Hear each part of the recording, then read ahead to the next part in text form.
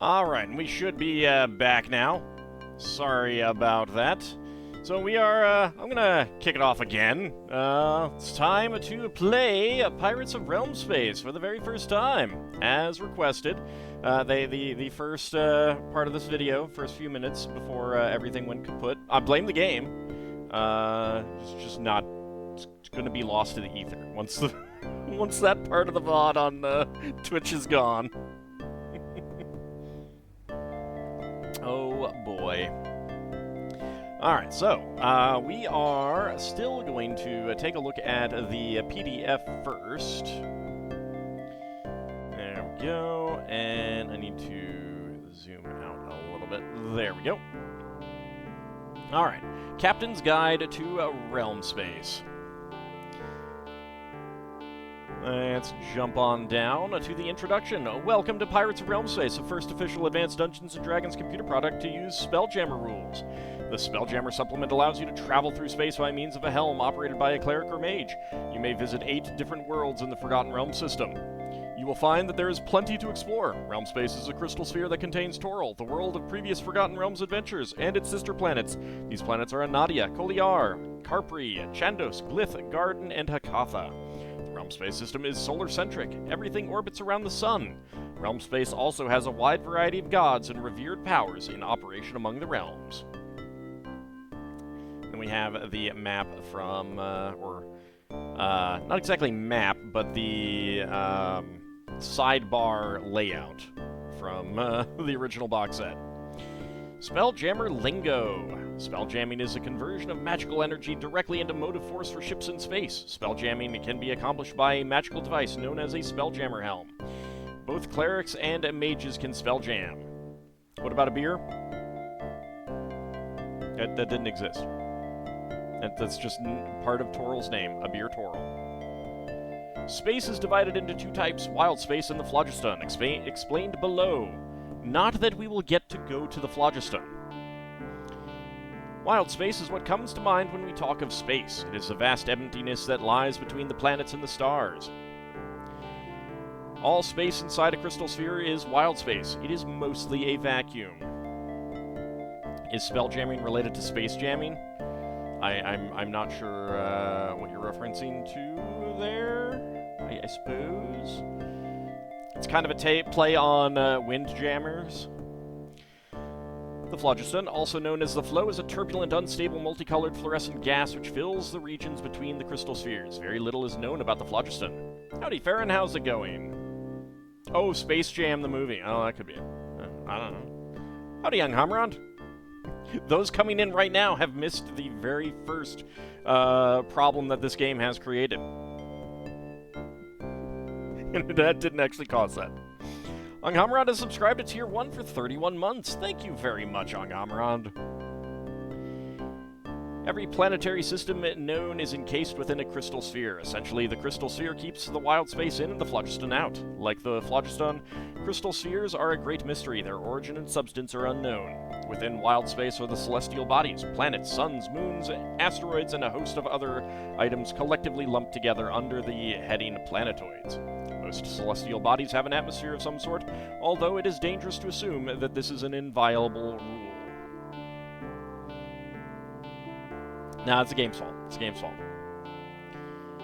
Imagine Spelljammer and Looney Tunes existing in the same universe. Well, Tom Servo, let me tell you, there is a planet that is stocked with all manner of creatures, and the author of that article describing that planet specifically says this is a good opportunity to throw weird and strange things at your players, including cartoon characters from Looney Tunes. Might not have said Looney Tunes specifically, but it basically inferred cartoon characters. So, you know, I'm just saying, it could happen. Background. Pirates of Realmspace begins in the city of Waterdeep on the planet Toril. Your character has just sold everything to invest in a spelljamming vessel and a minor helm to operate it. Enthralled with tales of the riches to be gained in space, your character puts together a crew and sets sail as the captain of a newly outfitted spelljamming ship. As the game progresses, you may find your character offered missions throughout Realmspace. As your character's reputation and skills grow, increasingly dangerous missions become available. The rewards that these later missions provide are significantly greater than those of earlier, easier missions. In Pirates of Realmspace, references are made to both Wildspace and Realmspace. Realmspace is specifically the name of the crystal sphere containing Toril and its sister planets. Wildspace is a generic term used to refer to the void that exists between worlds. The Greyhawk era of D&D and the other early parts were interesting in putting in various monsters and creatures. Well, part of it is also that there was just this common, hopping between even game systems. There's a reason why... Is it Merland? I think it's Merland in Greyhawk, is basically dressed like a Wild West sheriff, with 6 shooters and a 6-pointed sheriff star as his holy symbol, because he eventually became god. And it's because he went adventuring in Boot Hill!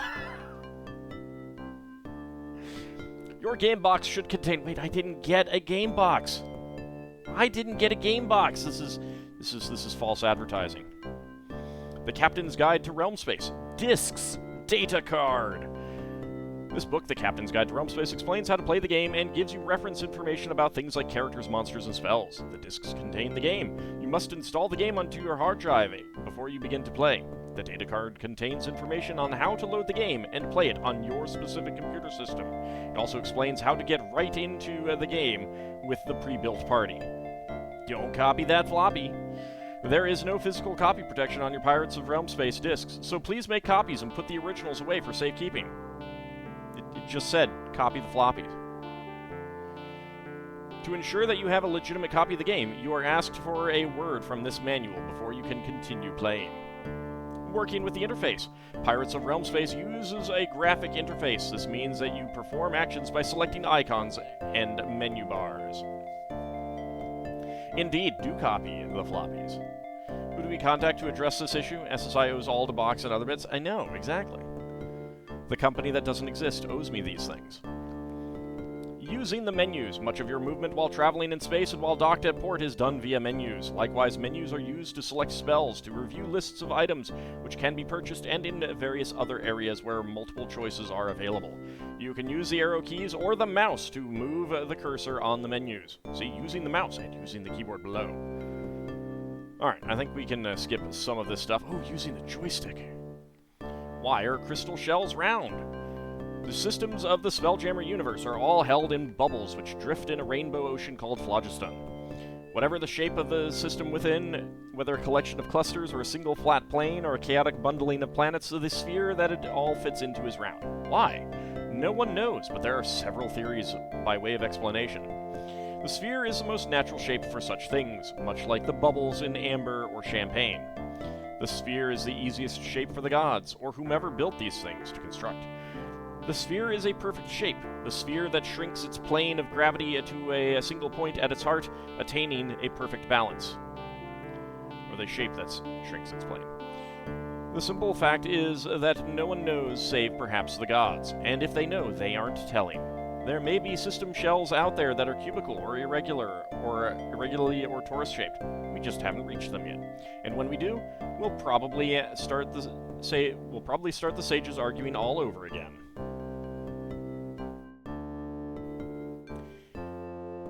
Alright, creating a Spelljammer Captain. Select the Create Captain bar at the beginning of the game to generate your captain. A warning that your party will be deleted is displayed. Either exit out and use the pre-generated captain, or press Continue to create your own. Choose what you would like your character's class, race, and gender to be, then name your character. The computer then shows a summary of your new captain's statistics. You can re-roll the statistics. Study spells if your captain is a spellcaster. Look at and ready any items your captain starts with. Your captain may be one of 6 races, each with different talents and limitations. Following describes each race, etc., etc. I'm not gonna go too much into it. However, no dual or multi-class characters are allowed. So another reason why I'm pretty sure that this game is, like, originally built, and not using a variation on the Gold Box engine, is that you can't dual or multi-class. That'd be pretty basic.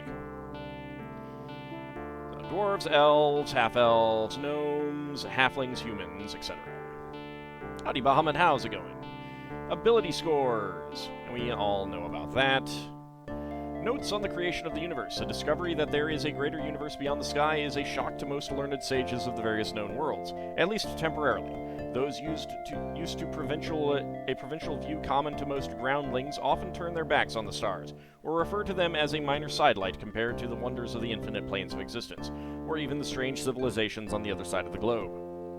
Other sages and some priests leap into the field with the larger questions raised by the presence of many spheres floating in a rainbow ocean of phlogiston. The main question is, who put it there and how and why?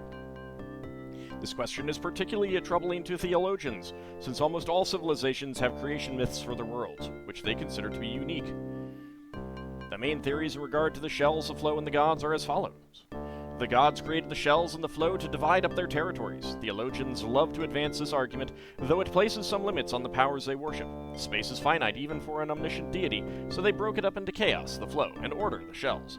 The shells are easier to handle and more orderly than the swirling chaos outside. The gods then divided the spheres up amongst themselves to test good versus evil and law versus chaos. Some demigods have claimed this to be the truth, but cynics note that they would do so even if it were not so.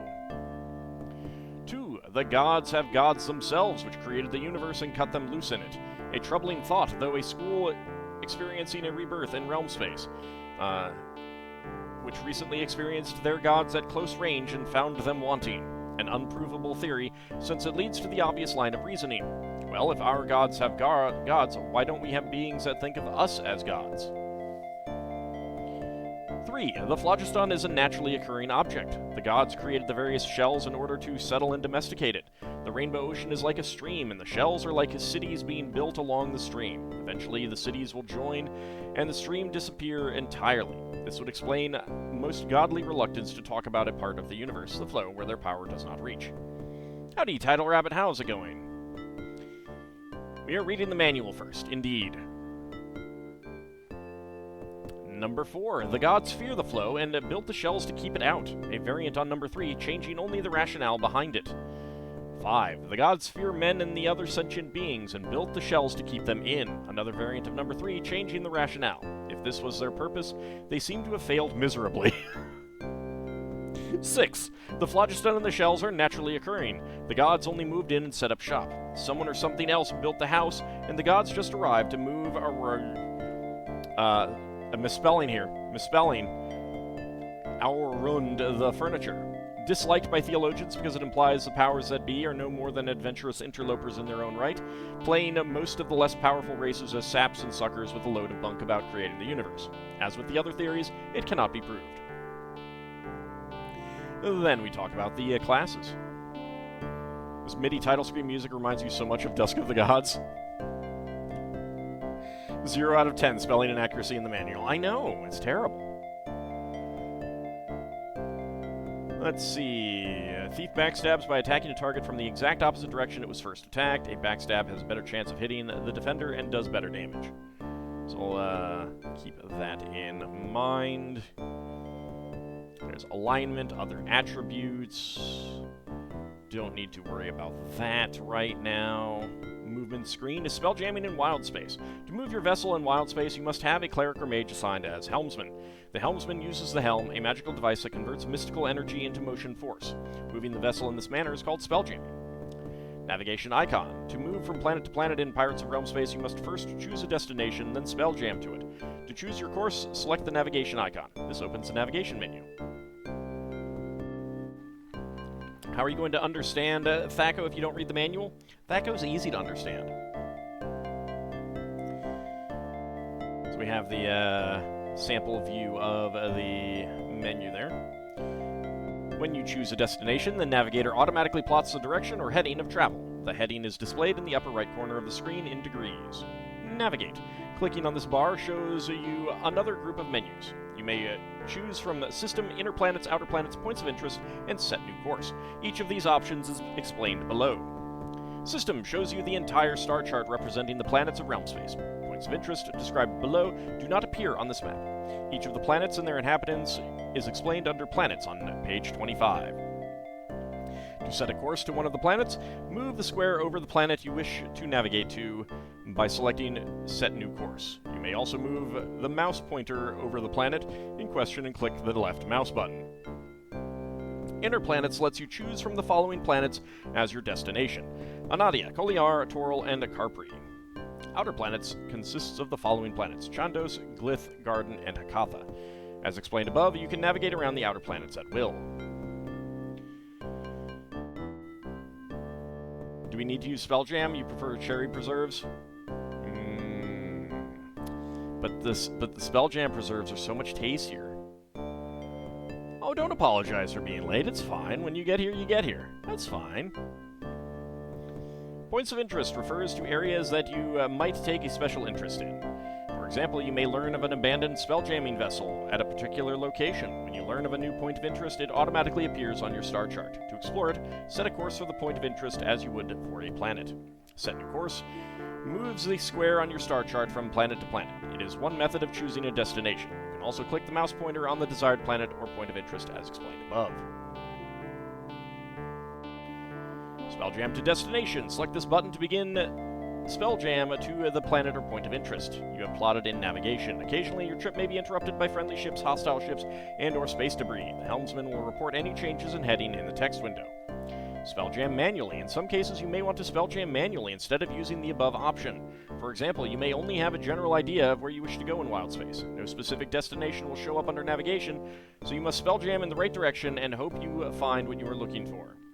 Simply choose a heading yourself and begin spelljamming in that direction. Disk options: save current game, load current game, quit current game, save and quit, etc. Vessel status icon. When you wish to examine the status of your vessel, select this icon. A menu with options that pertain to your vessel appears. Specifications for vessel. Selecting this option displays your ship's statistics. These statistics are divided into the following categories. Type. There are many different types of ships available in Realmspace. This tells you which one you are currently using. 1,000 bits for the long-awaited stream. Aw, thank you. I really appreciate that. Can you spelljam the enemy radar? No. You just don't have enough raspberry jam for that. Crew. The two numbers indicate the crew requirements for your vessel. The first is the number of individuals needed to run the ship under normal conditions. The second is the number of individuals that the ship can carry without overloading the atmospheric envelope, protecting the ship from the vacuum of space. For example, a ship with a crew rating of 10 out of 35 requires 10 men to run the ship properly, but can carry 35 without endangering the atmosphere. Hull.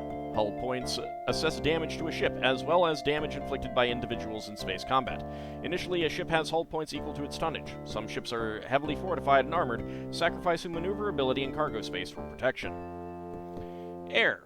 In Wildspace, air is represented by an atmospheric envelope around the vessel. Fortunately, all bodies take an envelope of air with them, and this provides some breathable atmosphere. However, this envelope is rarely large enough to support life for very long. Each ton brings along 100 cubic yards of air, enough to support one human-sized crew member for 4 to 8 months. For example, a 30-ton sloop could support 30 crew members for 4 to 8 months under normal circumstances. Air is renewed whenever you enter port. Air quality. For a given type of air, quality is rated in one of 3 classes: fresh, fouled, and deadly. The air can change from one to another over time. In some cases, when 2 vessels' air envelopes collide, the air mixes and causes the air quality to change. Fresh, flat, fouled, and deadly. Don't need to read those specifically. Power source defines the type of helm, engine, or other motive force that causes the ship to move through Wildspace. And yes, I am totally trying to delay the agony of the game by reading the manual. Totally, definitely. It has nothing to do with the fact that I have no idea how to actually play the game. Let's see. Most helms gather magical energy from the helmsman and convert it into forward power. Helms are typically shaped like great chairs with head, leg, and arm support. See ship's rating on how helms affect your vessels. There are 5 types of helms available in Pirates of Realmspace: Major, Minor, Series, Pool, and the Life Jammer. Major helms convert energy more efficiently than minor helms, but both are adequate for spelljamming purposes. Series helms are used primarily by mind flayers or a group of helms linked together to form a series. They tend to be less powerful than regular helms. Pool helms are also used by mind flayers. They use the natural life pool of the Illithids to power their ship, rather than the mind flayers themselves. Life jammers, used primarily by the Neogi, feed off the life energy of the individual placed inside, usually against his will. The helm sucks hit points from its user, and the victim must save versus death every day of operation. I'm actually not sure if any of that matters. Because I've gotten the impression that a promised reward for the end of the game is a major helm, and you never actually get that. Ram tells you if your vessel is equipped with a ram or not. Provided your ship has a ram, providing your ship with a ram increases the amount of damage you can do to an enemy vessel at close range. There are 3 types of rams available. Piercing rams are long and sharp, designed to puncture enemy hulls. Occasionally, the 2 ships become locked together. Blunt rams have a flattened end and are designed to shake up smaller vessels rather than destroy them. Grappling rams, through the use of movable arms, purposely lock the 2 ships together after ramming. You hope there's good music when one is spell jamming? We'll see. You've been told to ask if Space Jammer Helm fits on a Ranger Bass fishing boat. Yes. Basically anything that is a separate object that can hold a chair, you can put a helm on it, and you can go flying through space. Nope, it won't sink the boat, unless it's, like, made of stone or something. Maneuverability refers to the tactical maneuverability of the vessel. This is a factor of sails, oars, fins, and other controlling devices over and above those provided by the ship's rating. In general, the hull design of a vessel determines its maneuverability class. The graceful ships of the elves tend to be the quickest, while the most sluggish are sea vessels converted into spacecraft. And thus a yay space-time was heard throughout your house. That's great. Ship's rating reflects the ship's speed and relative power, and to a lesser extent its maneuverability. A vessel with a high ship's rating can move faster than a vessel with a low ship's rating. The vessel's rating is dependent on the level of the helmsman, also called the spelljammer, and on the power of the vessel's helm or other spelljamming device. Landing indicates whether or not the vessel can land safely on land or water. This does not affect vessels in orbit or those using space docks. Keel length. The long dimension of the vessel, usually but not always, measured along the... Okay, I don't think we need keel length, beam, tonnage, cargo capacity, cargo space remaining, options. This section lists the modifications you have made to your vessel, such as extra armor, better maneuverability, and so forth.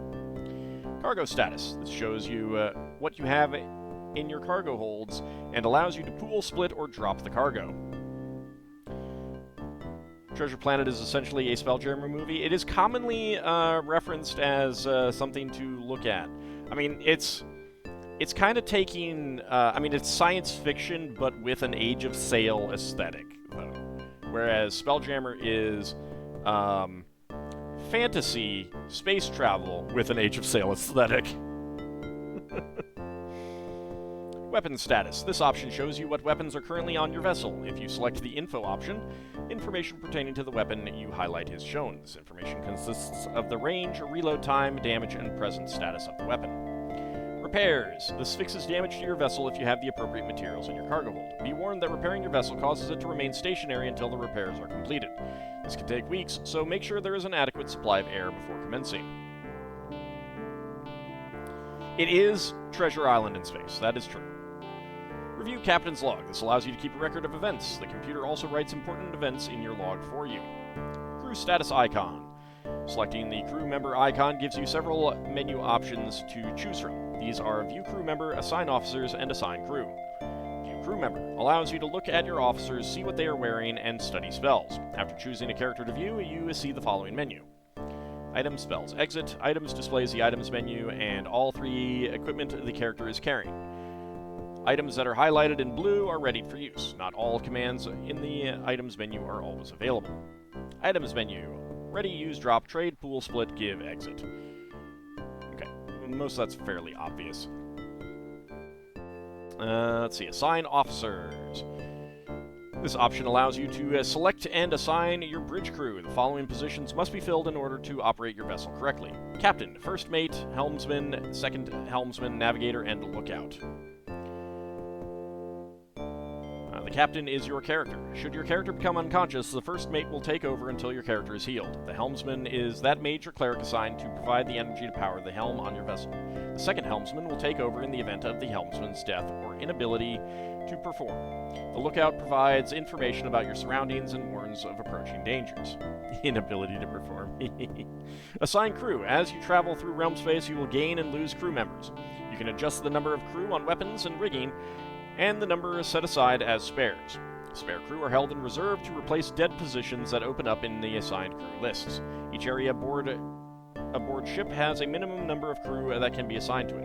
Assigning less than the minimum crew reduces the effectiveness of that particular area. Preferences icon. Selecting this icon shows you the following options: music on-off, sound effects on-off, set difficulty level, set combat delays, etc.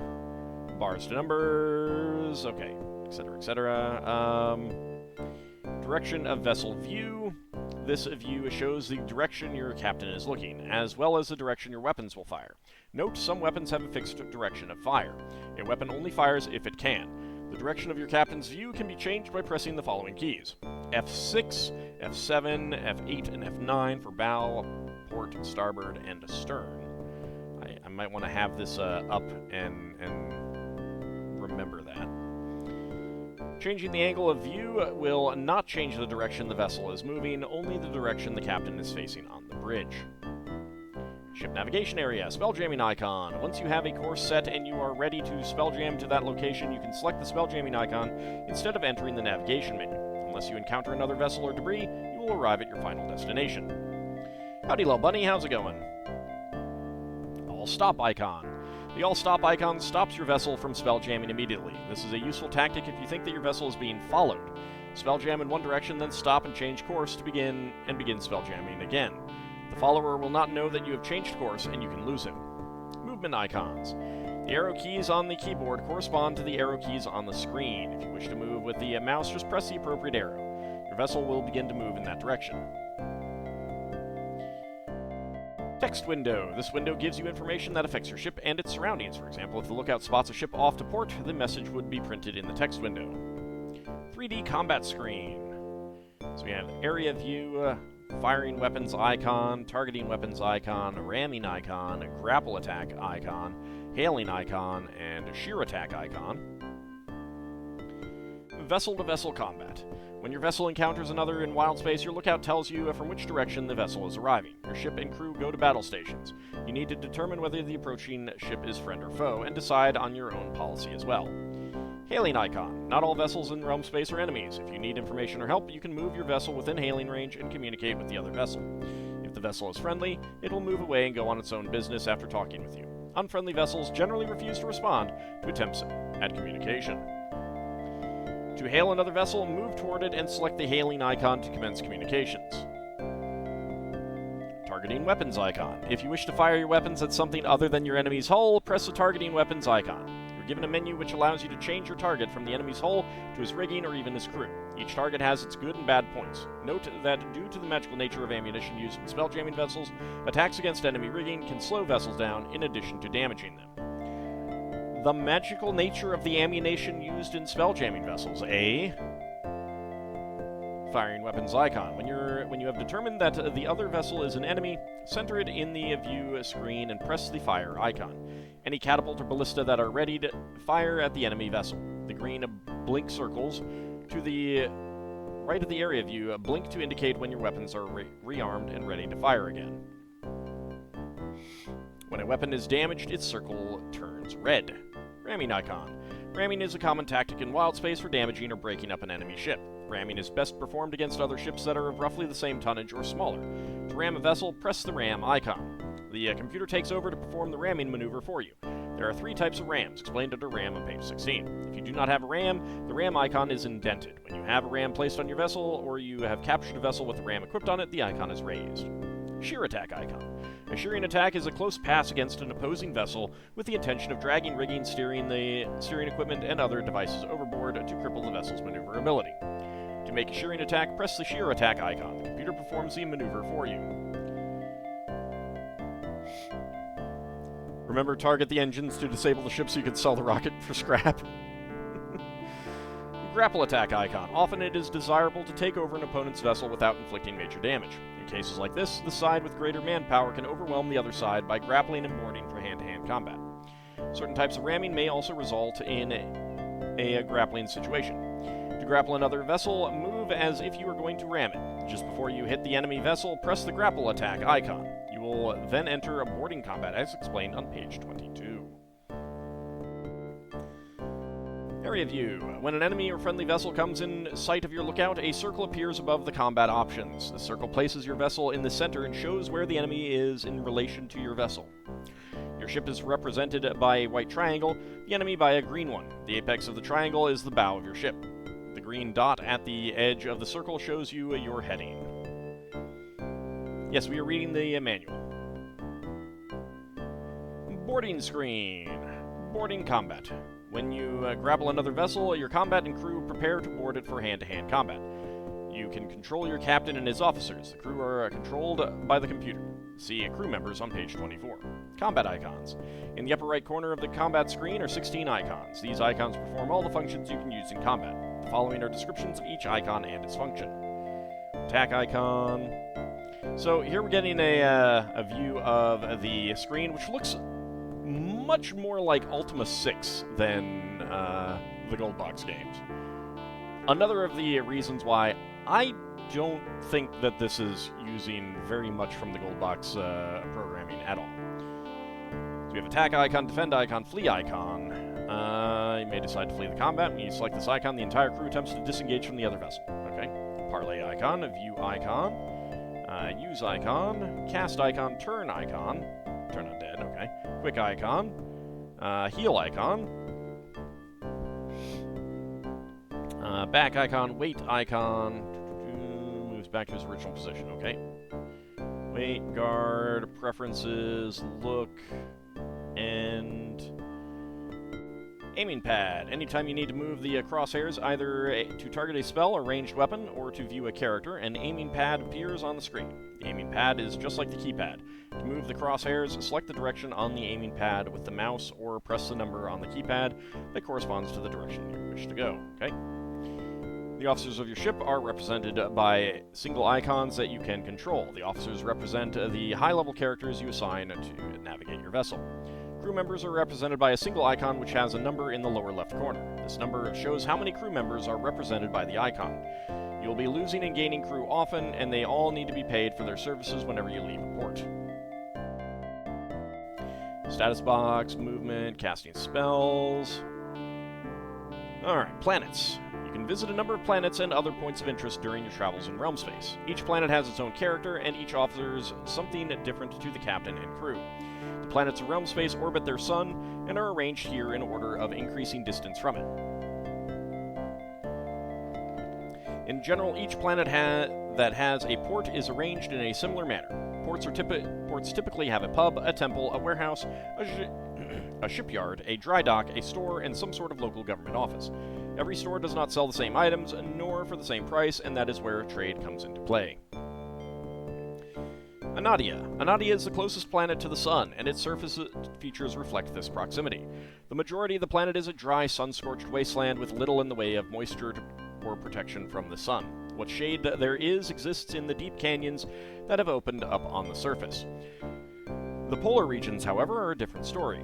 On both poles, the temperatures remain low enough to allow a habitable, although metal-poor area that can support most forms of life. Here, an indigenous species of halflings are the dominant race. The halflings of the north allow trade with spelljamming vessels, but those of the south will shoot at them on sight. Anadia's primary exports are powder puff and crispy leaf, plants used respectively to smoke and to eat. The main port on Anadia is Umbergard. Why ships in space? The basic hulls of the spacefaring humanoid nations reveal their aquatic origins. First human ships in space were modified seacraft, just as the first ships that most groundling adventurers take into space for the first time are galleons and caravels fitted with spelljamming helms. Yes, the powder puff girls. Such vessels are both easy to acquire and familiar to their crews, but the nature of the helms does not limit sailing ships as the only types of ships to be found in space, as the dwarven flying mountain citadels and elven butterflies clearly show. Why then do men take ships into space? The basic seafaring ship's shape and organization is ideal for spelljamming activities. The plane of gravity lies very low in the ship, in some cases almost in line with the keel itself. The ship is portable and made to stand up under pressures from several directions. Its layout, with a limited crew under the command of a captain and his officers, makes it easy to handle in space. Even the rigging, oars, and other deck furniture on board aids in maneuvering the ship. Finally, the standard sizes of ships fit well within the tonnage requirements of the spelljamming helms. Am I going to spend 2 streams going between 2 ports to buy and sell rugs for whatever that other one was? Yeah, art. We'll see. We'll see. Maybe. I gotta get experience and stuff first. That's a bad question. Why ships in space? Because it looks cool, that's why. Other objects can and have been taken into space, including monuments, boulders, several pyramids, and a few large creatures such as dragons. Living creatures seem to be upset by being used as ships, and they often try to return to their homes as soon as possible, going out of control if not. Why don't you want to be a ship, living creature? I don't understand. That doesn't make any sense. Castles and other buildings secured to the ground will not move unless released from their moorings, and then they experience severe problems as the plane of gravity moves through the building. Walls that carry force in one direction now must carry them in opposite directions, which in turn causes some to crumble, which in turn shifts the plane of gravity further upward, until eventually the entire structure collapses. Koliar. Koliar is the second planet in the Realmspace system. Although the planet is a gas giant, hundreds of islands, both earth and water, swirl through its atmosphere, in their own smaller orbits around the planet's axis. The islands are home to races of lizardmen, Aarakocra, and dragons. The dragons tend to stay aloof from dealings with spelljamming vessels, but the lizardmen and Aarakocra each have ports set up for trade. They have been at war with each other for a long time. The main ports on Koliar are Hista and Athanar. Did they ever make an adventure module based on a true story? I have no idea what you're referring to.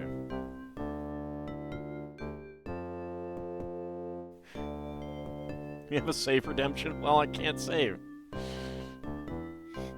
But yes, there is a new save redemption with a little bit of a cooldown. We could take Ald into space with an appropriate helm? Yes, you could, but I will absolutely go out of control and tear you apart, and then go home with your stuff. Toril, the third planet of the system, is the most diverse. A wide range of climates and habitats supports an incredible diversity of life. The planet is the best known and most powerful in Realmspace, and will trade with most visitors. With its large variety of inhabitants, there is no single dominant race on Toril. Consequently, the planet boasts a large number of ports for spelljammers to explore. Waterdeep is the main port on Toril. Carpri, the fourth planet in Realmspace. Carpri is unfortunately not very useful to spelljammers except as a source of fresh air. The planet is a huge water body with ice at the poles and a seaweed jungle at the equator. The water is so choked with weeds that vessels can't land. There are no land masses whatsoever. Because of the lack of land, Carpri has no ports for spelljamming vessels. Chandos. Chandos is the fifth planet in the system. This too is a watery world, although it does have land masses. The nature of these land masses, however, make landing on Chandos impossible. The land on Chandos is composed of hundreds of islands piled on top of each other. They are incredibly unstable, and as a result, even the simple day-to-day rotation of the planet around its axis causes sudden and violent changes in the shape and structure of the land. Chandos, like Carpri, is mostly useful for air replenishment. Due to the instability of the surface of the planet, no ports for spelljamming vessels exist on Chandos. Glyph, the sixth planet of the system, is, to all appearances, as dead and wasted as equatorial Anadia. The surface suffers periodic forest fires, which destroy whatever life had managed to gain a foothold on the charred land since the previous conflagration. Glyph, however, is not as dead as it appears. Mind flayers, the dominant form of life on Glyph, control an extensive network of caverns and tunnels underground, raising humanoids as cattle. They take unkindly to intruders and will attack voyagers in their terrestrial space. Of the 3 moons circling Glyph, one, Mingabwe, houses a port where spelljamming vessels are welcomed. Garden.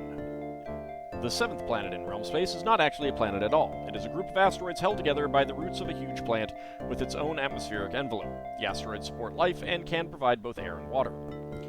There are no dominant forms of life on Garden. The nature of the planet is such that spelljamming vessels can hide fairly easily among the asteroids, so the main population tends to be pirates. They are generally concerned with their own affairs, however, leaving approaching vessels alone. There is one safe port, Clive's Den, on Garden.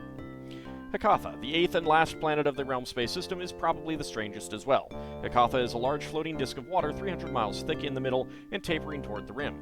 A large mountain called the Spindle rises out of the center of the planet and always points towards the sun. The planet is home to 5 subspecies of beholders who fight among themselves for control of the Spindle. They refuse access to their ports to outsiders. And then we have spell descriptions. So, cleric spells: Bless, Cause Light Wounds, Cure Light Wounds, Curse, Detect Evil, Detect Good, Detect Magic, Protection from Evil, Protection from Good. Second level, Find Traps, Hold Person, Resist Cold, Resist Fire, Silence, 15-foot radius, Slow Poison, Snake Charm, Spiritual Hammer. Third level, Bestow Curse, Cause Blindness, Cause Disease, Cure Blindness, Cure Disease, Dispel Magic Prayer, Remove Curse. And then fourth, Cause Serious Wounds, Cure Serious Wounds, Neutralize Poison, Poison, Protection from Evil 10-foot radius, Protection from Good 10-foot radius, Sticks to Snakes. Howdy Kinshire, how's it going? And then the fifth level, we have Cause Critical Wounds, Cure Critical Wounds, Dispel Evil, Flame Strike, Raise Dead, Slay Living. And that is the maximum level of priest spells that we get in that. Sticks to Snakes! Wait, they got rid of that one. Mage spells. First level, Armor, Burning Hands, Charm Person, Chill Touch, Detect Magic, and Enlarge. Friends, Identify, Magic Missile, Protection from Evil, Protection from Good, Read Magic, Reduce, Shield, Shocking Grasp, Sleep, Spook. And second level, Blindness, Blur, Detect Invisibility, Invisibility, Knock, Mel's Acid Arrow, Mirror Image, Ray of Enfeeblement, Scare, Stinking Cloud, and Strength. Third level has Blink, Dispel Magic, Fireball, Gust of Wind, Haste, Hold Person, Hold Undead, Invisibility 10-foot radius, Lightning Bolt, Protection from Evil 10-foot radius, Protection from Good 10-foot radius, Protection from Normal Missiles, Slow, Vampiric Touch. Fourth level spells, Bestow Curse, Charm Monster. Then we have At the Helm, what spell jamming feels like. The wizard or priest who uses a spell jamming helm deals with 2 levels of reality. In the first, they are in their own body and aware of the actions around them. They may talk and converse with others normally, though they may not move or cast spells while at the helm without breaking contact with the spell jamming device. The second level of reality is a larger expanded consciousness in which the spellcaster feels the ship he is in as an extension of his own body. The ship itself, to the limits of its gravity plane and the air envelope, feel like a bubble under the control of a spell-jamming mage or priest. This concept of linking is important for the Spelljammer helm to function. Moving through space is no more than mentally visualizing the distance and direction, usually given by the navigator based on his charts, and that the ship should move, and willing the ship to move in that direction. The feeling has been compared with moving a limb that has fallen asleep, a pins and needles sensation, though not as painful as its analog. The helmsman is aware of the actions of others on the ship as if he stood on the aft deck or similar location in other ships. The general movement of crew and officers do not register directly unless the spelljamming mage is paying attention. When the ship encounters another object in space, the spelljammer is usually the first to detect it, but only because it causes the ship to slow down to avoid possible collision. The mage or priest can identify the other object in general terms, larger, similar size, or smaller. Longtime helmsmen can guess even from this what type of ship or object they are running near. An asteroid feels different from a dwarven ship. Visual sighting, either by the mage in his deck position or a crew member, is required. The helmsman can maneuver the ship sluggishly, but any real maneuver, like a turn, takes the ship out of its rapid movement and down to tactical speed. In combat, the helmsman is limited by the feel of the hull and its capabilities, and cannot maneuver the ship above its capacity without magical aid. The crew provides the true maneuverability of the ship during tight turns and while evading enemy missiles. Combat under the helm is a frightening but usually non-lethal prospect. The helmsman is aware of damage to the hull as bright flashes of pain, but can easily maintain control. In certain circumstances, a critical hit, the pain can lock the helmsman out, slowing the ship to a stop. Many helmsmen have described the sensation of being merged with the ship, likening it to the feeling of personally flying among the stars. Sometimes they have a tendency to look down on warriors, rogues, and others who as mere passengers in the marvelous ship that the mage or priest has become. Back to the spells that we have: Confusion and Dimension Door and Fear. Fire Shield, Fumble, Ice Storm, Minor Globe of Invulnerability, Phantasmal Killer, Remove Curse, and Stone Skin. And then 5th level spells, Chaos, Cloud Kill, Cone of Cold, Enfeeblement, Hold Person, and that's it. Up through H. Wow. Alright. Bestiary. Aarakocra. These tall bipedal humanoid birds inhabit Koliar, the second planet of the Realmspace system. They are roughly the size of humans, but with a thinner build, and they are covered with golden feathers. Dwarves. These sturdy demi-humans are about 4 to 4.5 feet tall. They are tough fighters and resistant to both poison and spells. You know, reading this and putting off the pain, it just adds to how many streams I'll have to play this. Yeah, that might happen. This is the first and only of the SSI games with Phantasmal Killer, isn't it? Probably. Probably. Elves are short and more lightly built than humans. They tend to have long straight hair, pale complexions, and thin angular features. The Elven Navy has a very strong presence in space, and its graceful ceramic ships can often be found acting as the police of Realmspace. Ghasts. These monsters are visually identical in appearance to ghouls, but they are more powerful. They are stronger, faster, harder to turn, and exude a foul carrion stench that can weaken their opponents. Spelljamming speed. Since small objects don't make ships drop into tactical speed, what happens when a ship collides with such an object at spelljamming speeds? In fact, no contact occurs at all. When a ship is moving at spelljamming speed, this small mass becomes a free-floating object as soon as it enters the air envelope.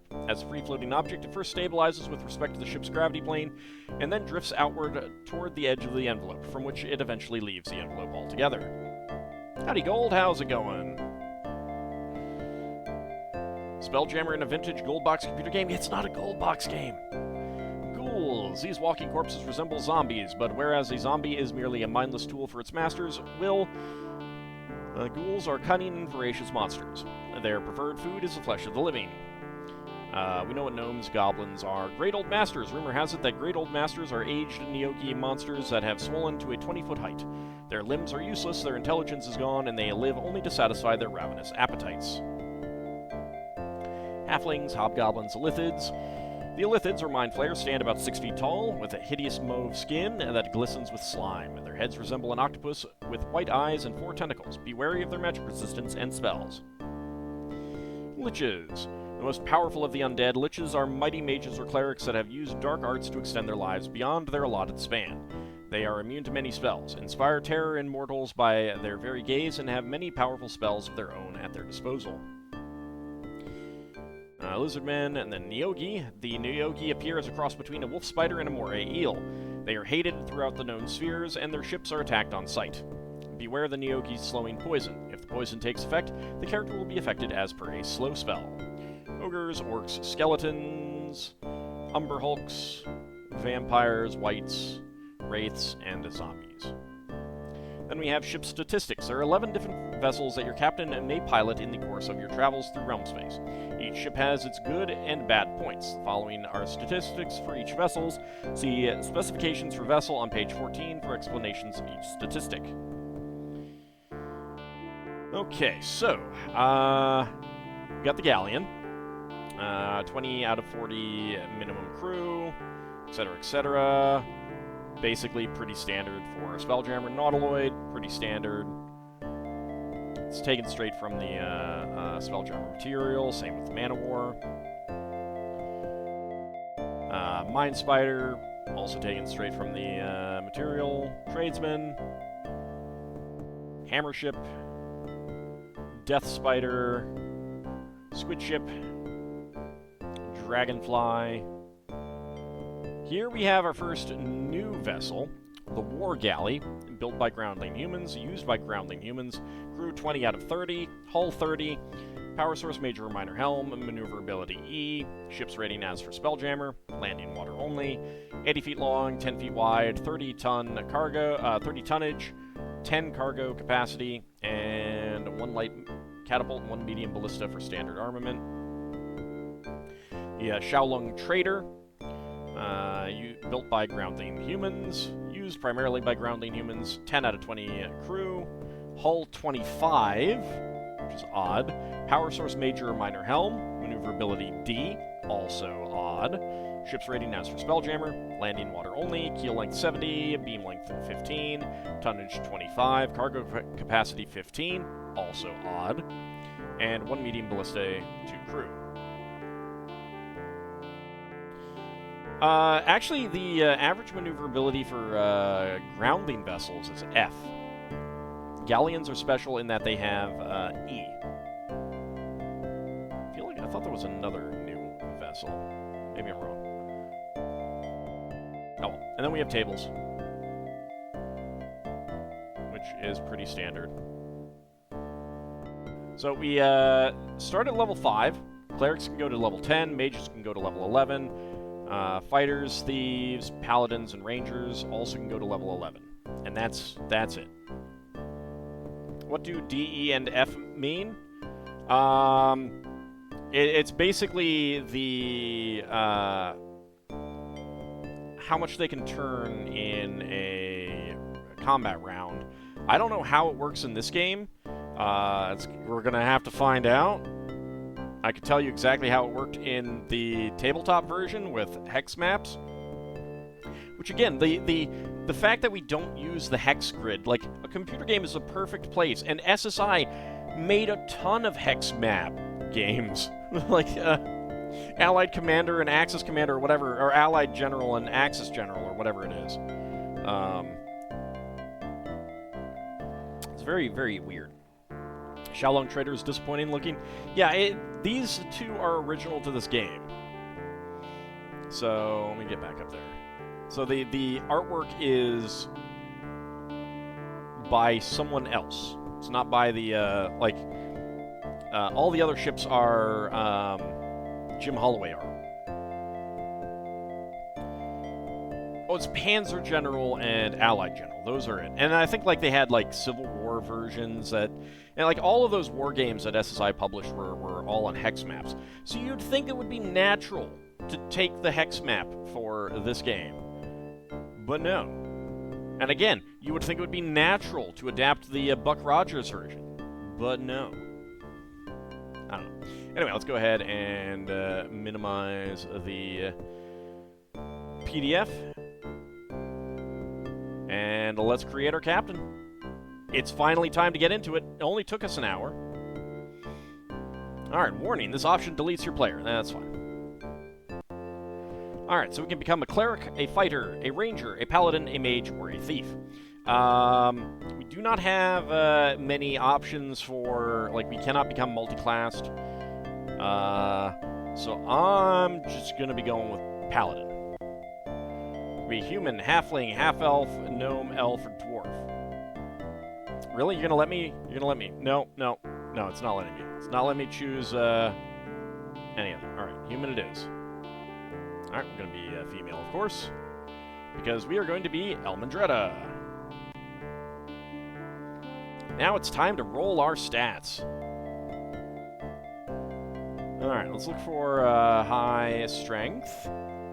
There's no modify in this version. There was a 17, but there's another 17. What do you mean you can't play as a dragon? There's 18, 19. Con is only 14. Dexterity is 13. Let's try for something better. I don't know that wisdom and intelligence are going to matter in this game. I don't know, but I guess we'll find out. I can always hack my save. There's no save for later, no. Good con there. But, good dex. I would rather have high strength.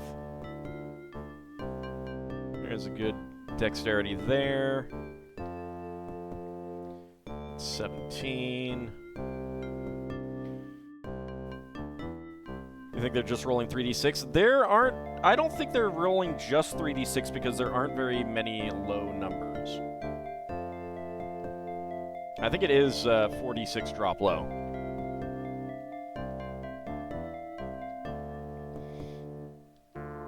But yeah, we might be here for a while. And I might get something that's like good, but kind of crappy in other ways. I guess we'll see. Mega Flare some max stats for all. Yeah, that'd be nice. Now, what we should be doing is the proper AuldDragon method of 20d6 drop low. You appreciate the Infinity games where you roll a number of stat points and can move them about? you can move them about. It still rolls up the stats normally. It just allows you to shift points. Well, there's a dex of 4. Getting a lot of 12s there for strength game. Yeah, the fact that you can't shift numbers around or anything like that is kind of annoying in this.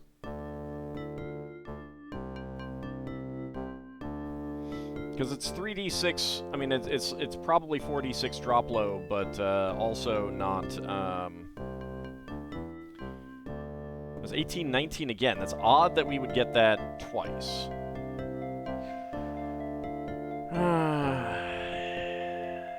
Con of 15 isn't bad. Con of 15 isn't bad. I think we'll go with this. I think we'll go with this one. Dexterity isn't great, but it's not terrible. Good wisdom. I don't know if it matters. Good intelligence. Not that that probably matters. Getting a +1 to hit points. 43 hit points at level 5. Not bad at all. 18, 19. That's only +1/+3, but that's okay. Items. Plate. Armor. High hard boots. Great helmet. Longsword. Large shield. Silver holy symbol. Prayer beads. And that's it. Alright. Okay. That's fine.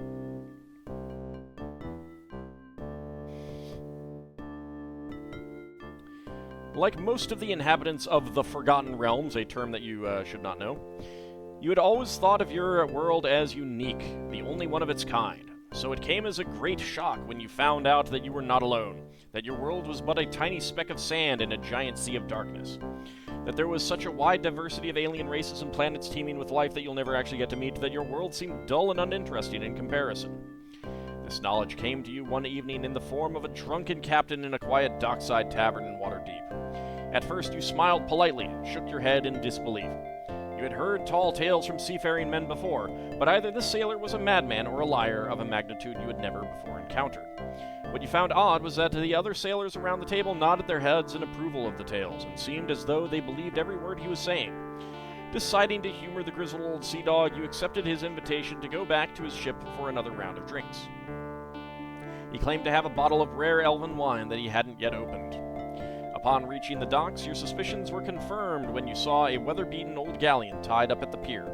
Even your practiced eye could discern no differences between it and the other galleons tied up nearby. The captain was as good as his word, and you had to admit that whatever else he lied about, he had told the truth about the wine. Shortly after the third glass, you felt a queasy sensation in your stomach. You were wondering if it was the wine you felt when you felt the strange vibration in the planks under your feet. You put your hand to a beam on the wall and felt the same curious vibration. Looking over the captain, you noticed that he had a sly sort of grin on his face, and he was watching you carefully.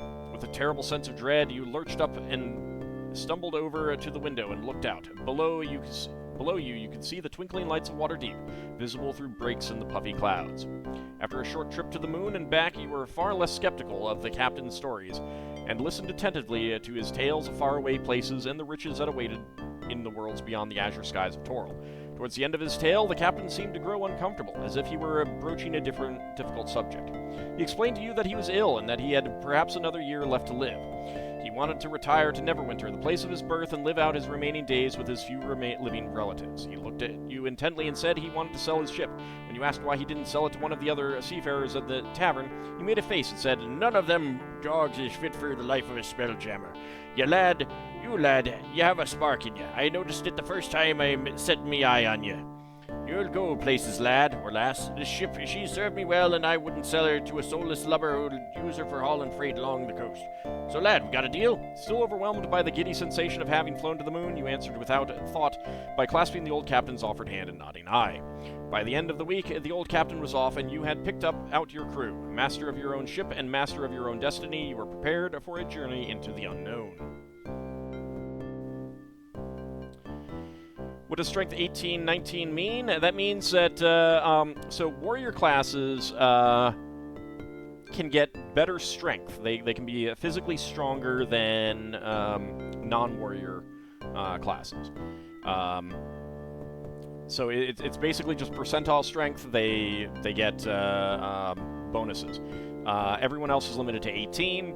Warriors can have, if they roll up an 18, they can get from 1 to 100. The strength scores give you different modifiers from 1 to 50, 51 to 75, 76 to 90, 91 to 99, and then 100. It's just extra damage and extra chance to hit, basically, special for warriors. That basically means that a strong fighter is better than a strong priest, no matter what. Paid for all this how? I'm a 5th level warrior. I'm a 5th level paladin. I got money. Alright, let's play the game. Alright, because this is a legitimate purchased copy from Steam, I can just hit OK. And we're just up in space. Weird, but okay. So, basically, Bahamut, it's like if you had a mechanic that warrior just did extra damage with weapons kind of thing. Except it doesn't apply to all warriors. And you know what? I'm going to save the current game.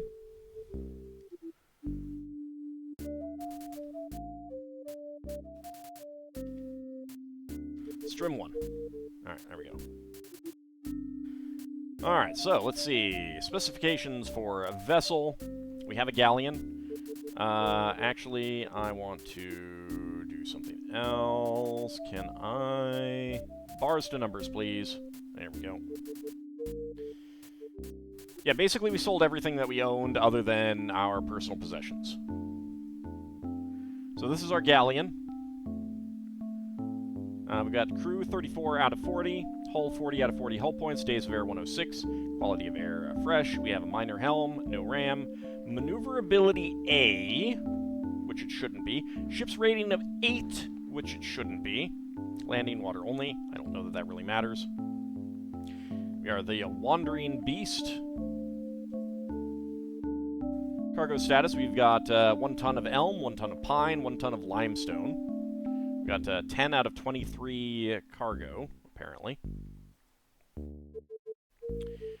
Weapon status, we've got a light catapult, 2 medium ballistae.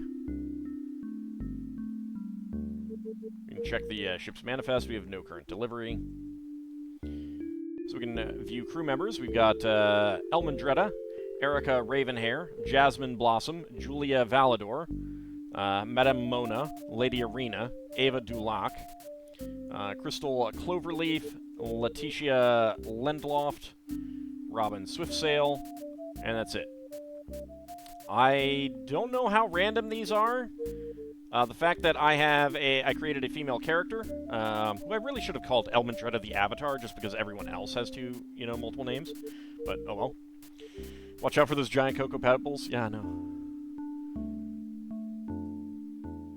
So, we are Captain, Prestige, and Unknown, female gender, human, lawful good, level 5 paladin, etc., etc. We have all of those things. We have no spells yet. So, Erica Ravenhair. First mate, female, half-elf, level 5 cleric, 24 hit points, 15 strength, 16 wisdom, good. Lawful good as well. Armor class 10, mace. Do you have... Got robes, brown cloak, mace, high hard boots. Do you have no armor? You have no armor. That is deeply, deeply unfortunate.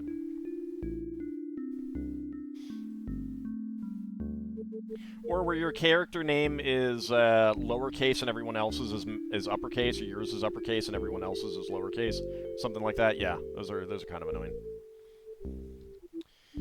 All right, Jasmine Blossom is another cleric, helmsman, level 5, human, 14 wisdom. That's disappointing.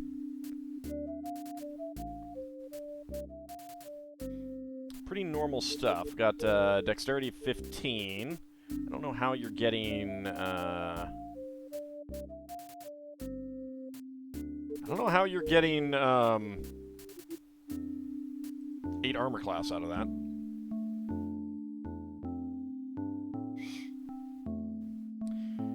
Quite possibly, yeah. Alright, we got second helmsman, lawful good, elf, level 5 mage, wisdom of 17, intelligence of 15. Why did you not become a priest? Spellbook, quarterstaff, low soft boots, robes, brown cloak. Okay. Madame Mona. Navigator, level 5 mage, lawful good, 11 hit points for level 5. Oh my god. Those are some terrible rolls. Dexterity of 16.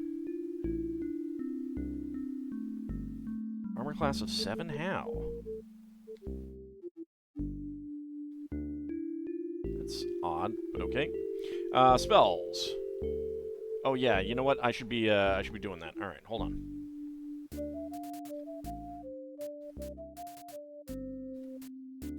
All right, let's go for bless, cure light wounds, times 2.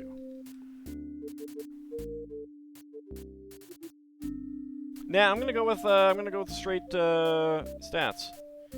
Let's go for spiritual hammer. Hold person, silence 15-foot radius, and we got 1/3. Okay.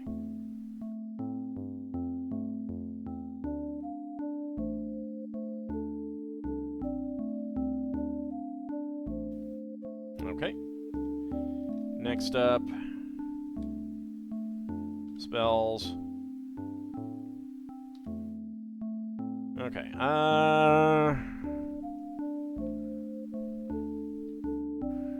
You're a helmsman, so I don't think it's gonna matter, but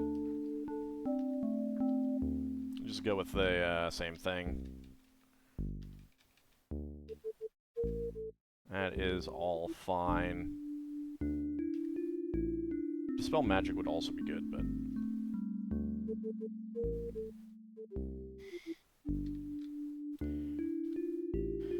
alright, you are a wizard, so let's see.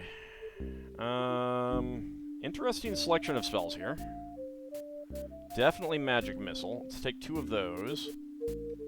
Reduce is good. Armor is good. 3rd level spells.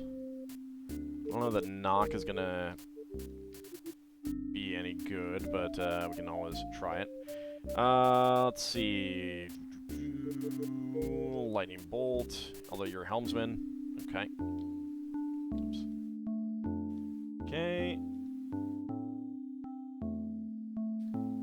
I wish that it would remember where you are. These are all sailors. Shouldn't they all have the curse ability? Don't knock it until you try it. Oh. Alright, let's see. You basically have the same thing. Alright.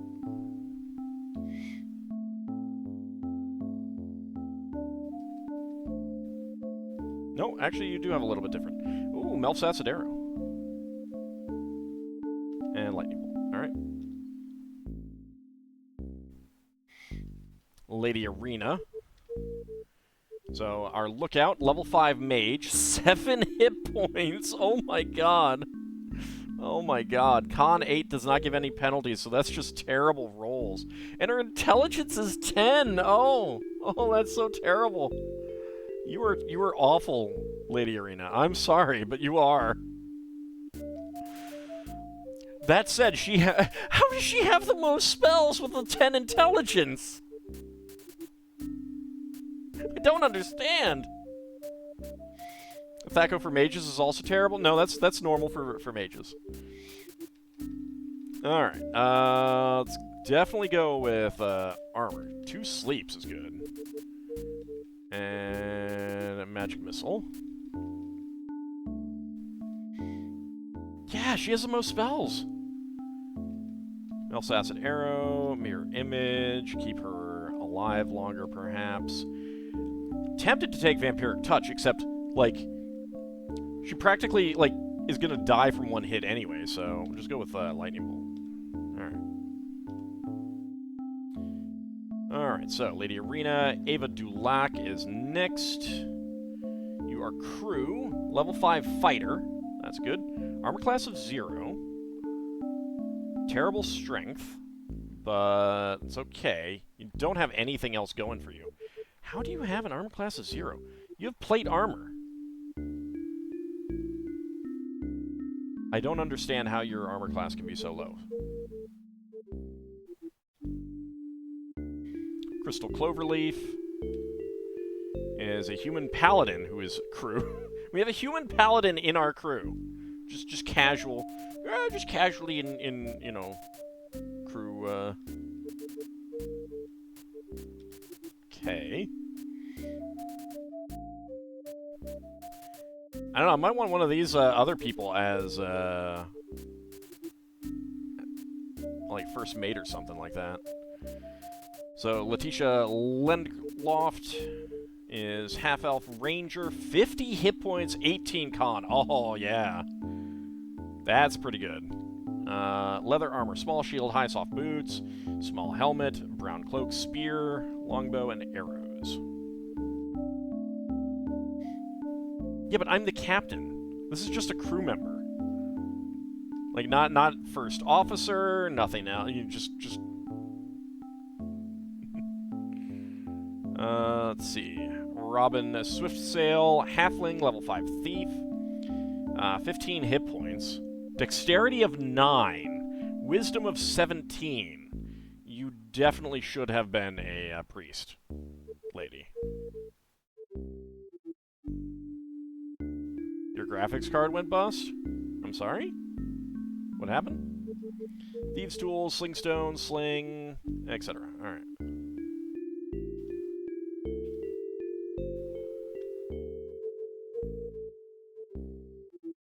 Yeah, I can hire a new crew. Assign officers. So I don't know... Because I know that we have, like, our officers will fight individually and I can move them. And I don't know if it's going to include the others in that amount. And then we have just a crew. Video output on your monitor stopped. Well, that's awful. Assign crew. So we got 9 spares, 20 in the rigging, weapons 5. Total crew 34. I guess that's fine. View job, you do not have a job. Dang it. Alright, so we can navigate. So let's see. System. So the whole system, we are there at Toril. There's the inner planets.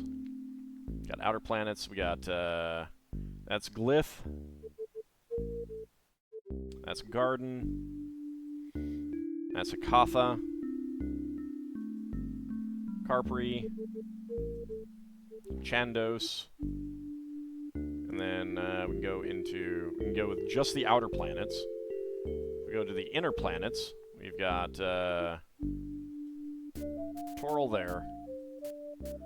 Koliar. Anadia. Can't choose the sun. And Carpri there. So again, like, they're just simple dots. We got nothing other than dots. It would have been really nice. And this is supposed to represent the phlogiston back here. Along the edges. Again, would have been better with the Buck Rogers layout. Why would you want to go to the sun? Why not? Why not?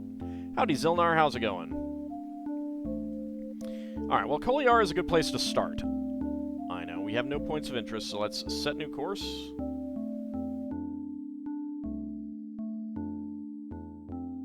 Alright, no, when we have a destination set with the block around it. Restarted and it worked? Excellent. Alright, let's spell jam to the destination. Aye, Captain. Setting course for Koliar. 319 degrees. We should be there in about 1 day. Whee! Adjusting course to 0. Adjusting course to 1. So I think the planets do move. I don't know what is supposed to be causing these streaks around us, really.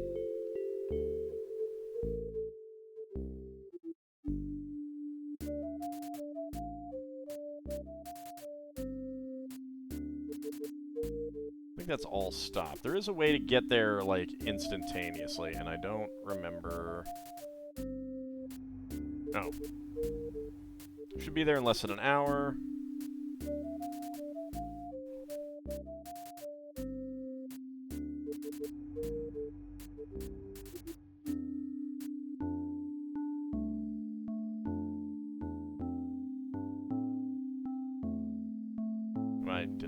Did I get there? Is that it?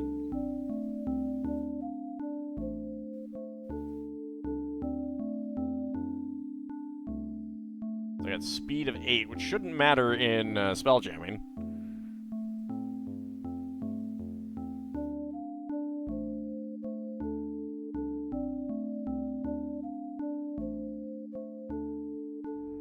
Oh, there we go. That works. Okay. So we can dock at Hista, dock at Athanar, replenish air, leave orbit. So we've gotten to Koliar. We like the light speed in Star Wars, but didn't think about whether that effect would actually occur in our case. Yeah, it said reach our destination, but like I didn't see anything. So, I don't know. It was very weird. Again, some of this is going to be me needing to learn how to play the game. Let's go to Athanar first. Alright, so moorage tax, 125 gold pieces. Air tax is 200 gold pieces. Cargo tax, 671 gold pieces. Total new tax, 996 gold pieces. Total tax, 996 gold pieces. Please pay at the government building. Hey, Yaru, aren't you glad that you guys don't have to pay these kinds of taxes?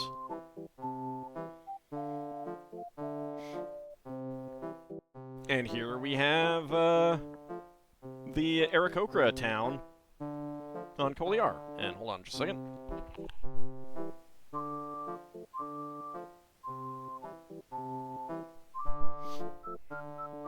Alright, so we have the Shrine of Sirenita, the Congress Building, the Windfollower Tavern, Donakis's Storage Company, Alsari's Supply Shop, the Cutting Edge, and Exit Athanar.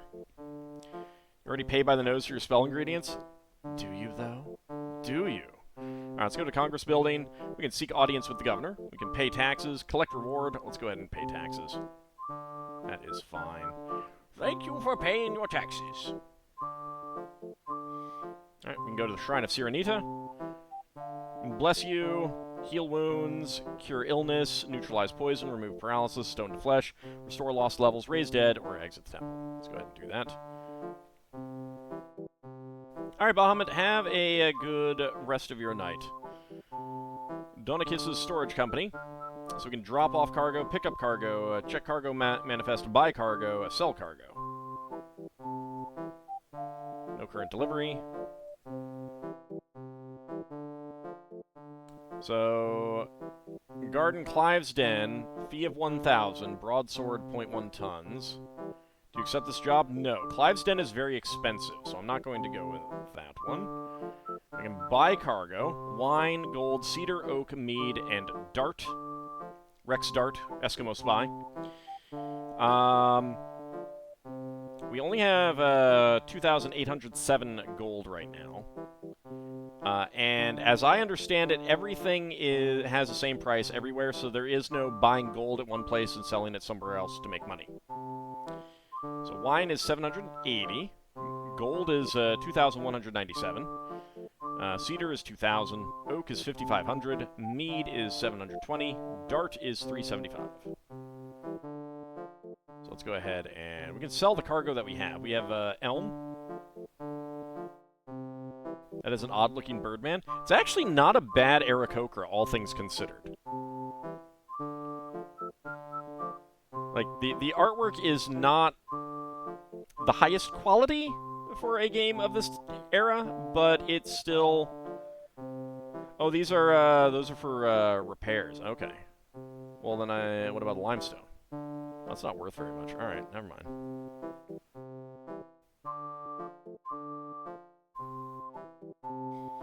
Alsari's Supply Shop. So we can buy for Elmandretta. A belaying pin, a club, a quarterstaff, knife, robes, high hard boots, high soft boots, brown cloak, low soft boots, prayer beads, spear, and that's it.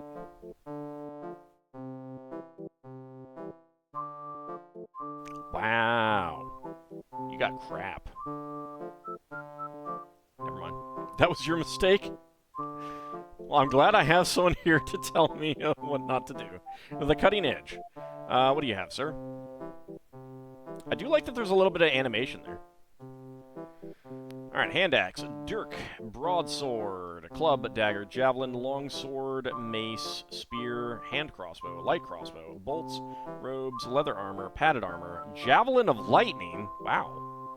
Okay, I don't have the money for that. Hold on.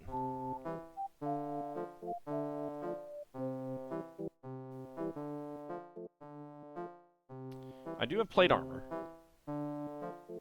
I do have a large shield.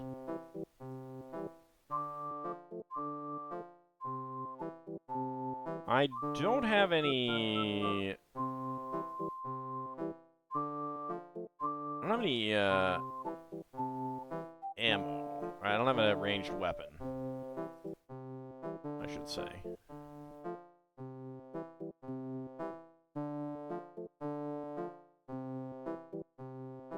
I can get light crossbows.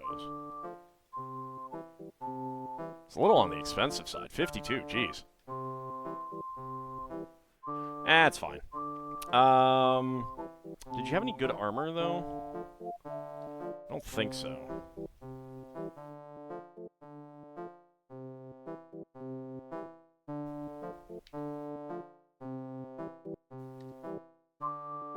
Alright. Let's see if that, bought you something, because, you needed something, if I remember correctly. Yes. Ready. May not ready another armor. Because you have robes. There we go. Alright, that should at least give you a little bit better armor class. Yay! 8! Light crossbow is normally 35 gold. Yeah, a little bit. So paying a bit of a premium, yeah. Alright. That's good. I prepped them. I don't know if I needed to actually rest. Like, I didn't see an option to rest. But I did choose them. Like, yeah, you're yeah. Okay.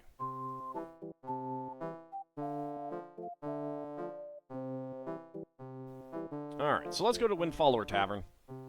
We can inquire about work, we can buy a drink, buy a round of drinks, listen for rumors, look for new recruits. Let's listen for rumors. Talking birds, I was sneezing my head off. I had to leave. The priests of Chontia have a giant floating temple over Chandos. You hear nothing of interest. You hear nothing of interest. Alright, let's inquire about work. Two huge and well-dressed lizard men are seeking passage to Anadia. They approach you and ask for passage. They seem very arrogant and condescending, but they do offer to pay you 2,100 gold pieces for the trip. You will be paid 2,100 GP upon completion of this mission at Umbergard on Anadia. Sure. That seems fine. Okay, so you can only have one job.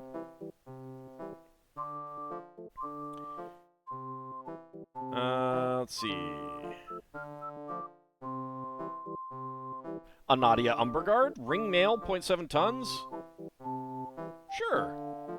I will accept this job. Alright. Can I pick up other cargo?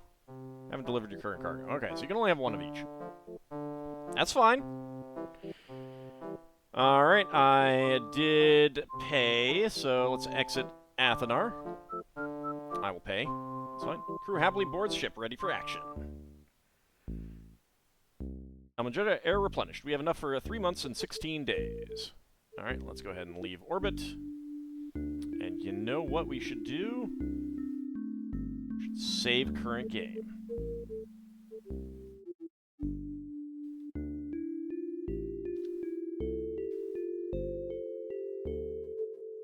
There we go. if you can also have a job from the government. Maybe. Maybe. We'll see. Next time. So we can check ship's manifest. Okay. Review captain's log. Docked at Toril, 2nd of January. Docked at Kalir. Wow, we started on the 1st of January, which doesn't exist. Suspicious. Alright, well, let's go ahead and spelljam to... Oh, right, navigate. That's what I want. I want to go to Anadia. There we go.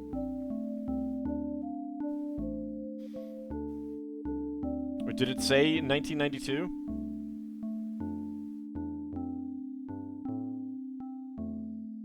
I missed that. Yeah, it did. Wow. Wow. Man, this is talk about post spell plague. Alright, well, let's spell jam to destination.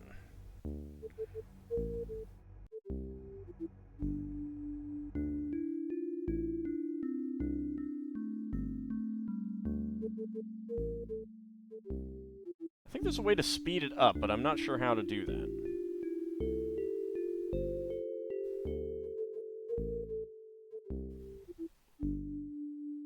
Like, that's all... No, that's not all stop. That's...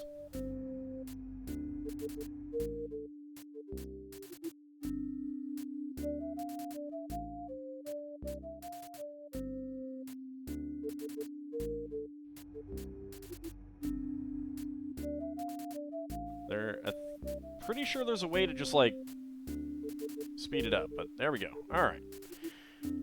That is, not what I expected this, to look like. That is not what I expected, Anadia to look like in this. I'm gonna be honest. Alright, let's go ahead and dock at Umberguard.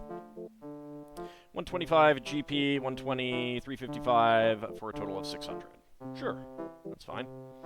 Alright, so here we have Umberguard. For some reason, there's a giant Ankh. So we got Bristling Burr Pub, the Temple of Ta. Okay, that makes sense for the that symbol. Government Warehouse, Umberguard Shipyards, Umberguard Dry Dock, Singo's General Store, Government Hall. Let's go ahead and collect a reward. We gladly pay you 2,100 gold for a job well done.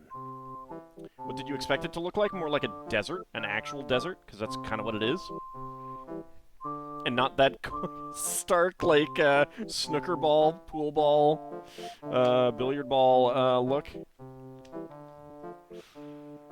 Alright, let's go ahead and pay your taxes. There we go. Thank you for paying your taxes. You can seek an audience with the governor. You do not have an invitation. Alright, well, can't do anything there. Government warehouse. Get a little drip there, sir. Let's see. You can pick up cargo. Oh, right, no, I need to drop off cargo first. You're paid 1,001 GP. There we go. Who are we paying taxes to and for what? The government office. And it said docking fee, air fee, which the planets should not have air fees. The planets themselves should not have air fees. So I can buy cargo. You have iron, 6,800. Ale, beer, mead, coal, powder puff, 30,000. And crispy leaf, 1,000. Copper, 11,000. Lead, 2,200. Tin, 1,950.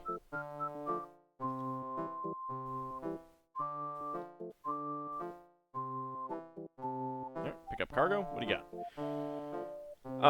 All the way out to... Minog... I think that's spelled wrong. No, I'm not going to accept that. I don't want to go that far out. What else do you have? No jobs are available for now. Alright, fine. Be that way. Be that way. Umberguard Shipyards. We can buy, sell, we can change the ship's name. I'm not going to do either of those. The dry dock. So we can repair hull damage, modify the ship's hull, repair ship's armament, increase hull thickness, armor plate hull, stronger materials, netting, extra rigging, strip hull. Okay, not going to do any of that right now.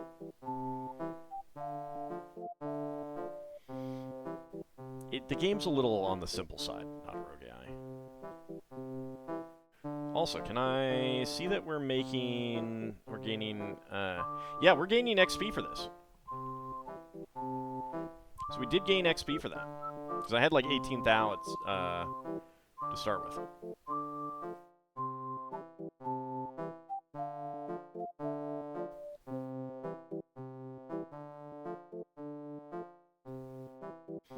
I think you were the other paladin? No.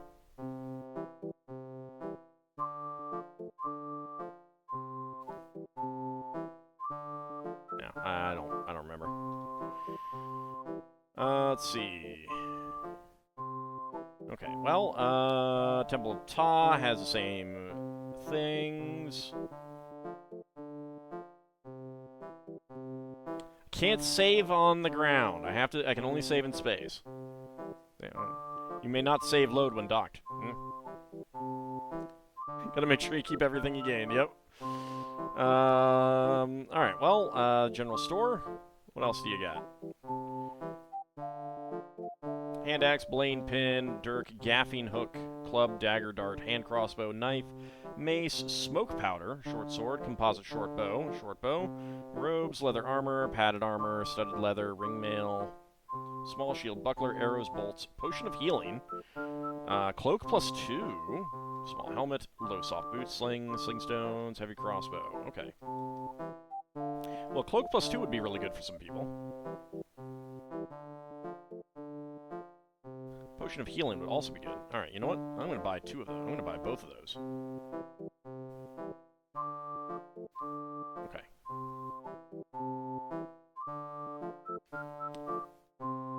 Do you have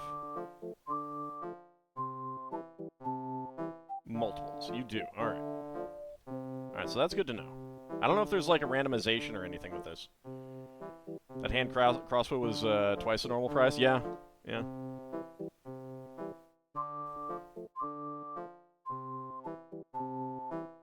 Alright, well I can trade this cloak to someone else when I get something better.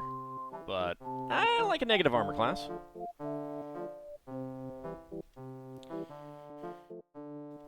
Alright. Let's go to the pub. The Bristling Burr Pub. So we can inquire about work. Nice scan of a photo here. Buy a drink, buy a round of drinks. Let's listen for rumors. Don't trust ships that don't respond to your attempts to hail them. Okay. The old dwarf space castles have the most treasure in wild space. I'll keep that in mind. Good way to wreck your ship is to crash it into an enemy. I'm sure it is. You're nothing of interest, alright? Let's buy a drink. Buy an ale? Sure. You buy a nice ale, alright? Let's buy a round of drinks. 49 GP? Alright. You buy a round of drinks. I have no idea if that does anything. Let's inquire about work. A group of Illithid slavers has been preying on ships that stop at Carpri for air. A merchant who wishes to remain nameless barely escaped their clutches and sustained great losses to his ship, cargo, and crew. He wishes to avenge this attack. And is willing to pay you the sum of 4,800 gold if you can destroy the slavers and bring him proof of the deed. You will be paid 4,800 GP upon completion of the mission at Umbergard on Anadia. No, I do not wish to accept that because that sounds really dangerous. And we have nothing else. Alright. Okay. Is it going to be the same thing if I... Yeah, it is. Alright.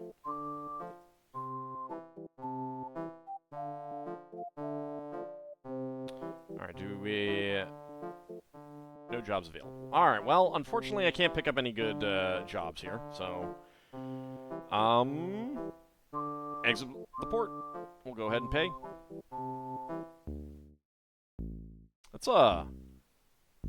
we traveled for like an hour, it said. And then I gotta pay you guys again? May not navigate. Whoa. Okay, fine, leave orbit then. Alright,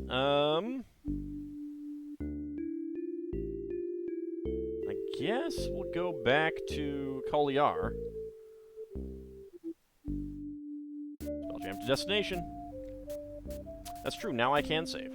Let's go ahead and do so.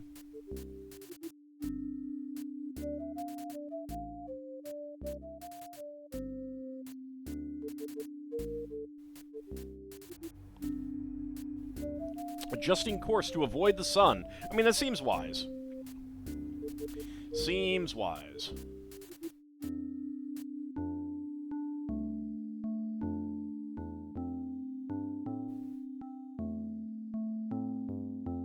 I feel like there should be a way to, because I know I've like zipped ahead, and I don't recall how I did it. Like, it was accidental. Langhamrund, is there a way to, like, fast forward your trips?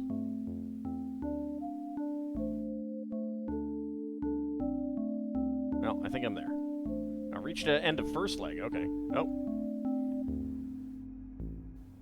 You've never found one, alright. Could have sworn there was. I could always ramp up the cycles, but this version of DOSBox is set to not my standard method of cycle increasing. Your navigator can miss. Oh, well, that's lovely.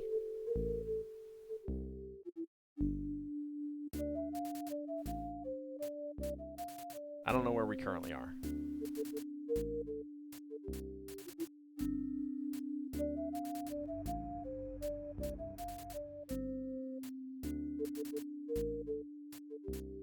Maybe helpful to stop and start once in a while. There we go. Alright, there it is.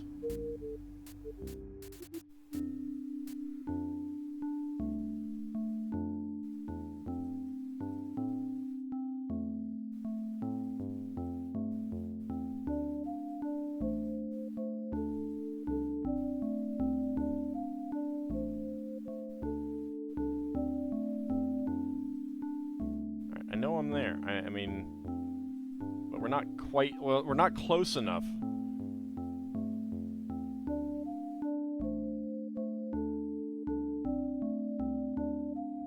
There we go. That's that. I gotta hit the, there we go. Alright, let's see. Let's go to Hista. Alright, 435 gold pieces, a mortgage tax, air tax, cargo tax, and a total new tax. Alright. So, again, we got another Ankh here. Hall of the People, Government Warehouse, Jam Services, Jam. Athlos Armory, Temple of Semuanya, Slish's Tavern, Sith's General Store. Let's go to the Hall of the People. Hello, sir. Don't you stick your tongue out at me. That's rude. Let's pay your taxes. I want a reward. Can I seek an audience with the governor? I don't have an invitation. Gotta go. I hope your ship doesn't hit any space icebergs. Me too. Have a good rest of your night. Thank you very much for coming on out. Alright, government warehouse. Nice skirt there, sir. Pick up cargo? I do not want to go to Clive's Den. No. So here's the thing: is I know that the docking fee is greater than 1,000 gold, 1,000 GP. So this reward, not great, not great. No.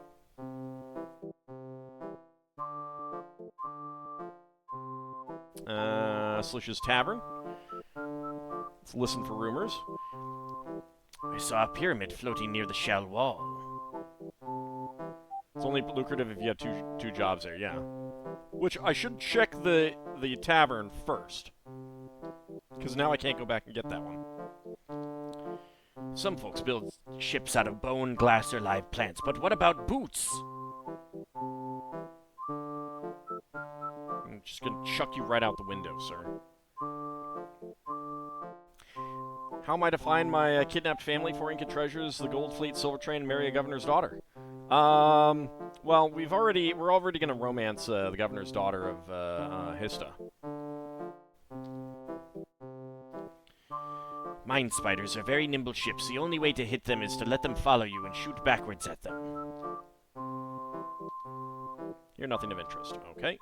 Let's inquire about work.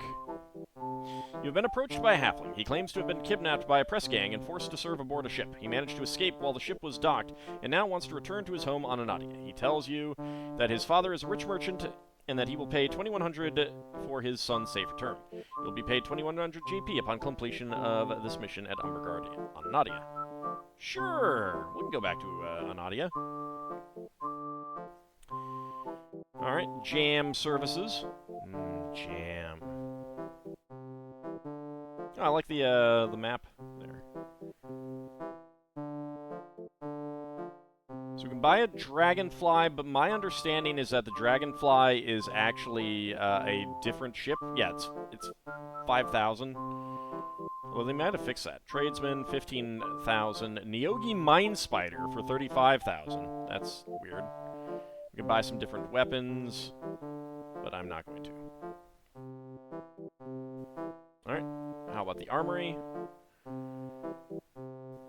What do you have, sir? Hand axe, bastard sword, battle axe, gaffing hook, halberd, broadsword, club dagger, harpoon, flail. That's an expensive harpoon.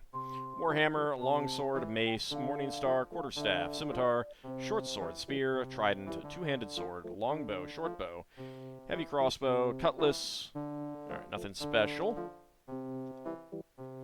Let's see. The general store. What do you got, sir? Blane pin, knife, quarterstaff, robes, potion of healing for 400. And nothing else. Alright. So we can get potions of healing here, too. You like this so much better than Sid Meier's Pirates?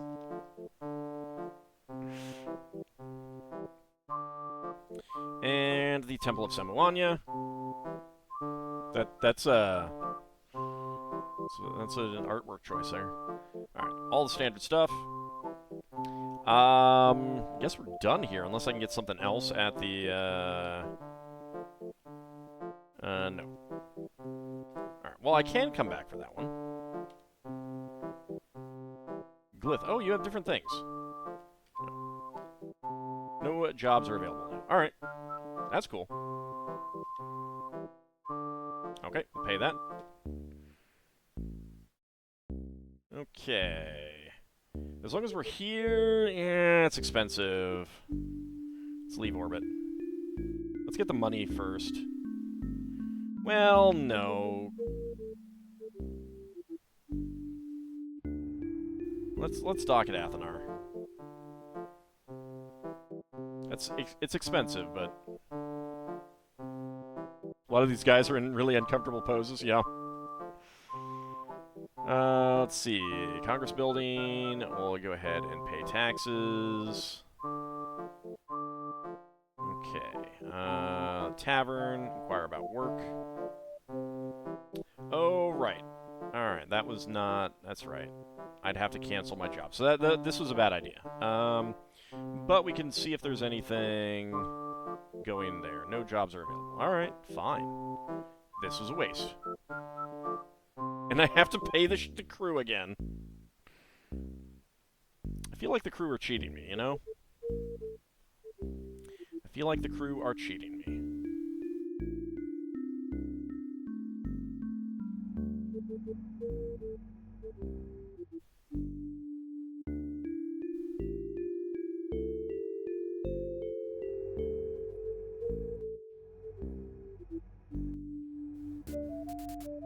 Adjusting course to avoid the sun.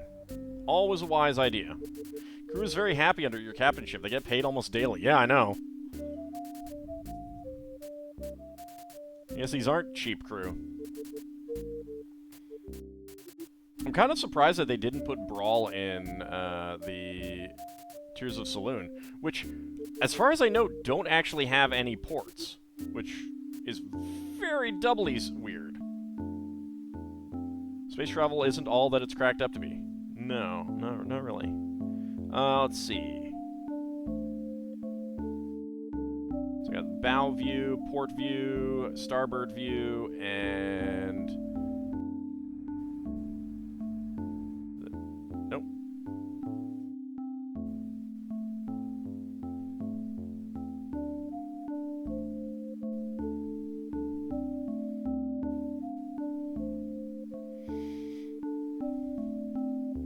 there in about 20 hours. Didn't it take like 1 hour before or something? I don't know. I don't think I can look in the aft view. I think my F9 key is being used for something else or something. I don't know. Yep. Stop. Alright, dock at Umberguard.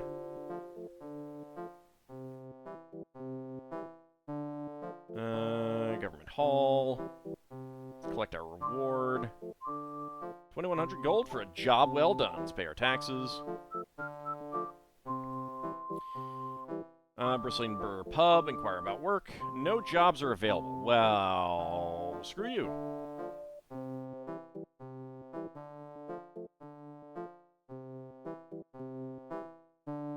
Government Warehouse. Pick up cargo? You gotta be kidding me. No, I don't want to go to, Clive's Den.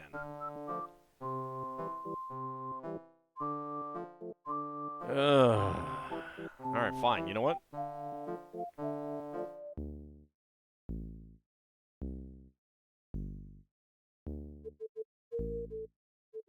Alright, screw you guys. I'm going to Toril.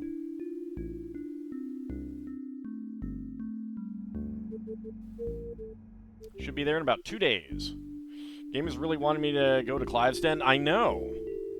Can you have multiple cargo runs?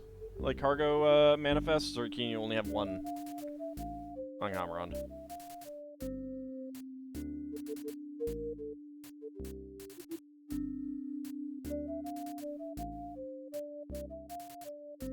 Oh, this is only one job. Okay.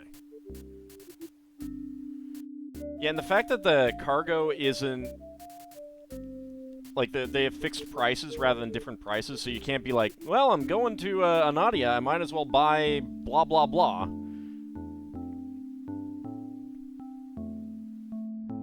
Like, there's no differing prices on things, which is really crappy. You're guessing it's mostly you getting loot as cargo? Yeah, that's kind of what my guess is going to be, is that we're just going to, you know, end up getting a lot of, you know, cargo from ships that we fight and sell that. That'll be one of the ways that we make money. You expect them to create an economy? Yes, I do. I mean, to be fair, it's just like one guy did this, so...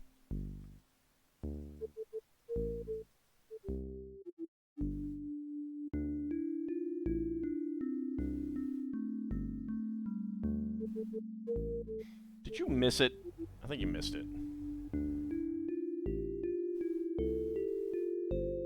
He keeps changing course. Navigator. Alright, arrived at destination.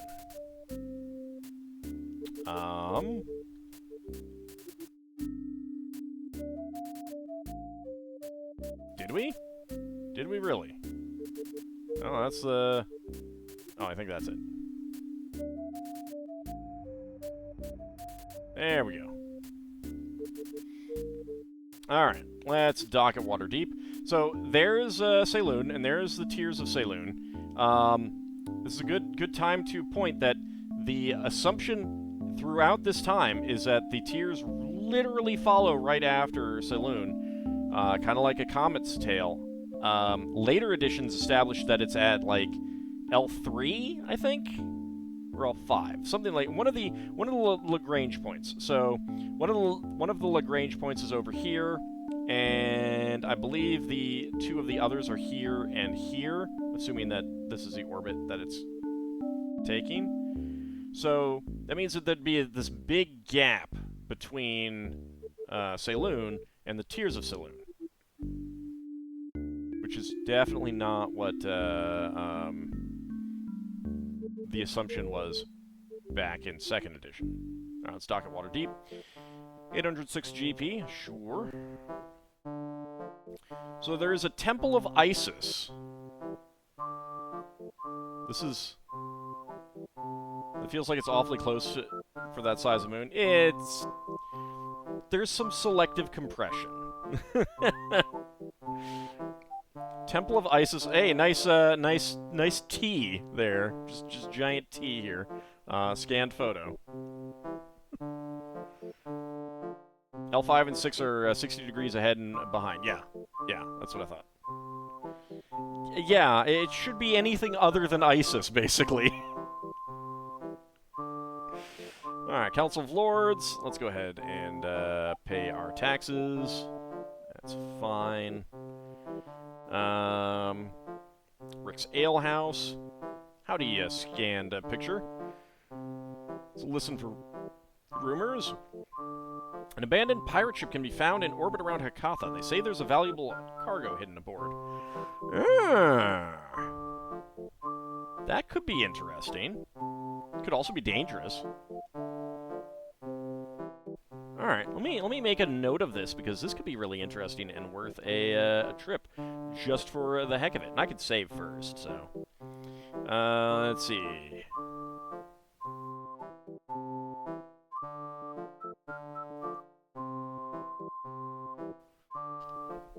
Alright. They say, huh? I mean, that's probably not accurate, but, you know, you never know. Hear nothing of interest. Inquire about work. A member of the City Watch asks you to take a group of unruly lizardmen home. He indicates that they are becoming a nuisance and adds that if you will take care of them to take them to Hista on Koliar, he will pay. There's a missing S there.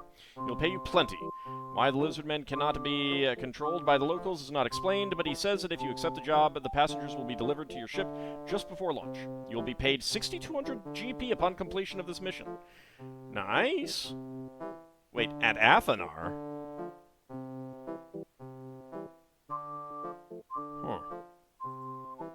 I'll accept it. I'll accept it. Mind Flayers are offering top dollar for sharp-minded boys like you. Ha ha! Apparently you're not very sharp-minded to recognize that Elmandretta is not a boy.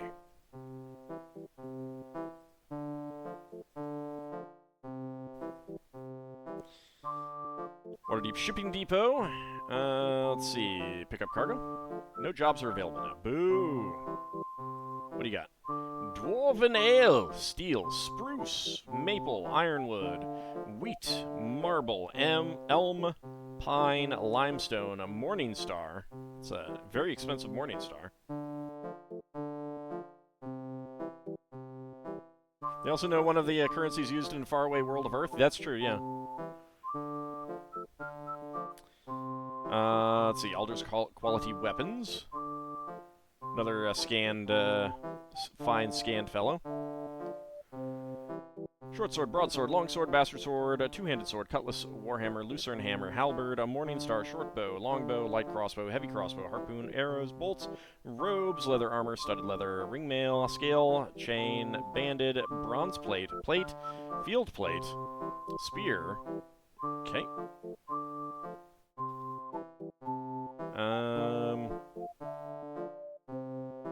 Indaril's oddities. What do you have? Potion of healing, longsword +1, longsword +2 for 4,000, scale +1, and a mace +1. Alright. Never confirmed it, but seemed that each port might have a cargo that you can sell there for a profit.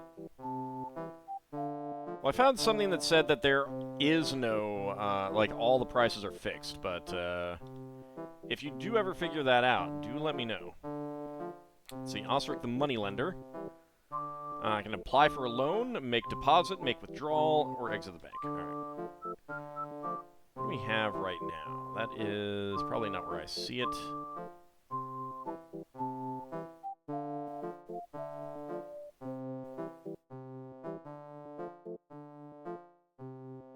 $2,021 gold.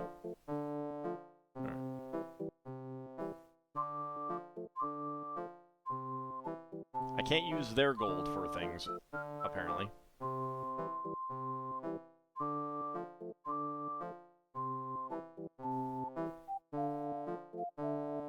Okay, so that just gives the exact same thing. Alright. Good to know. Well... I guess there's nothing else really to do, so exit. Pay the crew.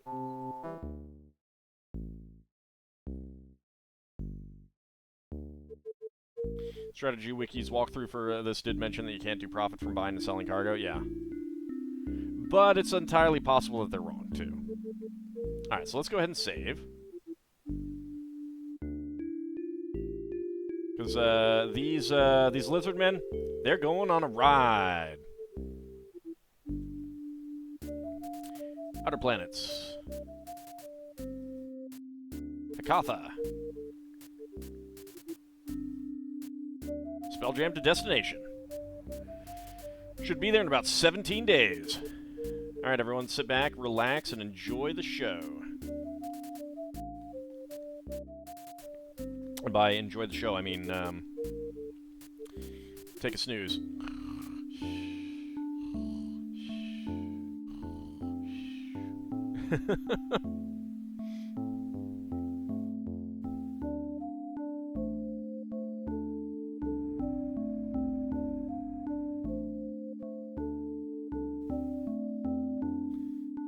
Should be there in less than an hour. Excuse me? Did I hit a bad button?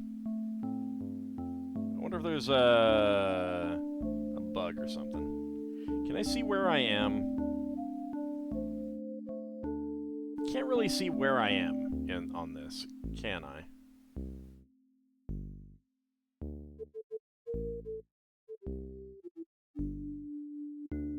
Actually, you know what? Do I have a point of interest? I haven't found any yet. No. Alright. Seems like a good library would be good in Spelljammer. So much boring downtime. Yeah! Speak to Ariaru about that.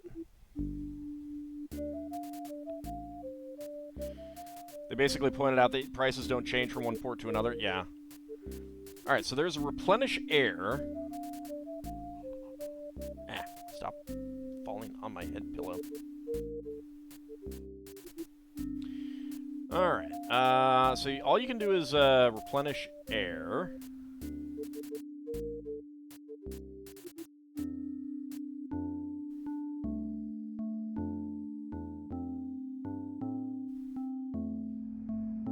No, it's just that. Alright. Do we have... There's a sun. We do not appear to have any sort of thing in orbit.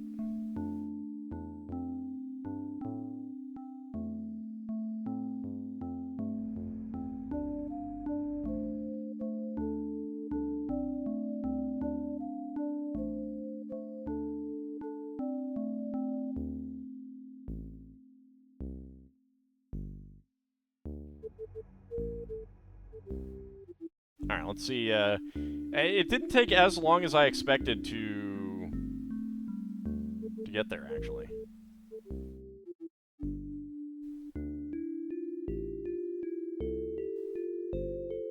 I'm kind of curious.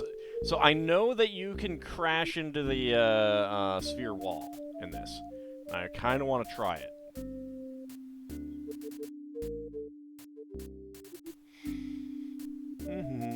So, a good library would be great in any situation. What about if you're on a ship at sea and it's sinking? Is a good library great in that situation? Do it! As long as I'm out here.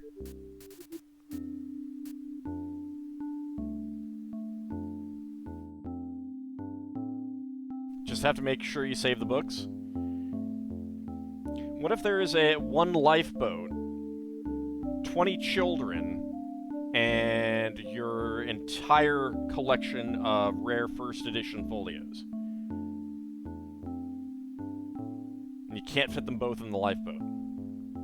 Is that a situation where it's great?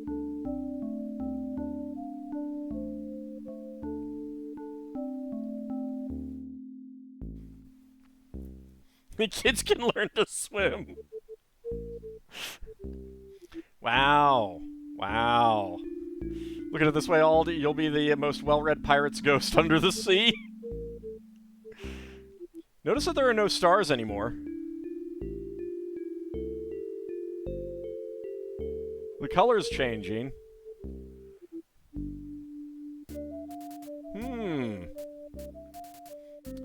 Books float because they're made of wood. Approaching the crystal sphere. We've reached the crystal sphere.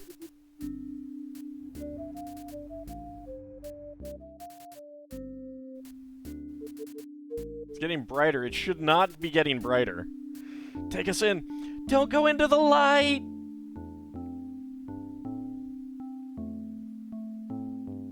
That is blinding. Jeez. Now it's yellow. Now it's magenta. Pink. Cyan. Green. Blue. I don't know what's going on. Can we pull over at a space rest stop? Nope.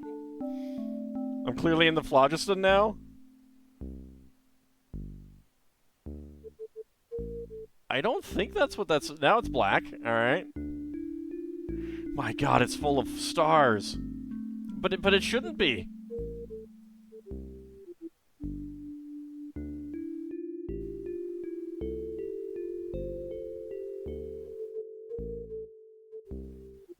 I don't know what's happened. I was under the impression that you could crash into the crystal sphere wall. Oh, Elmandretta, the ship's air is fouled. That's fine. Who cares? Right? Who cares?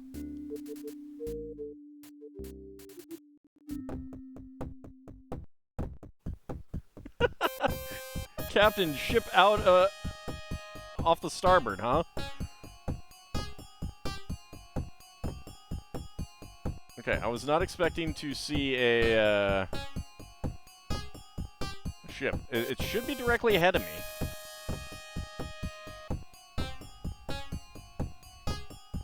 What rainbow did I tick off? Everything? So where is this ship? Okay. Disengaging. Alright, that's fine. Whatever. Generating encounter. Now it's off the port bow. What if I... okay, there's... oh, okay, there it is.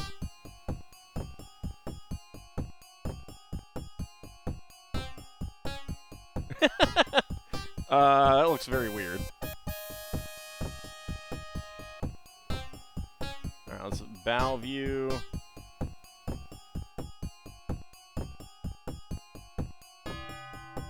No, I should... where is this ship? Oh, there it is.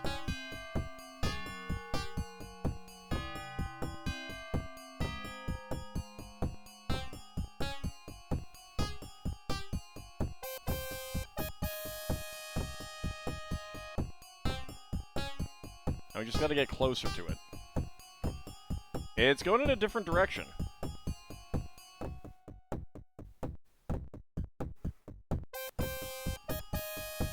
Oh no, I'm trying to get close to it. I want to see what this is. I think it... well, it was trying... oh, I think it's shooting at me. Oh, no. I've been hit. The hull has been hit for 1 damage. Alright, well... preparing for combat. Well... This wasn't my intention, but, alright, there are Umber Hulks there. So there's some of our crew.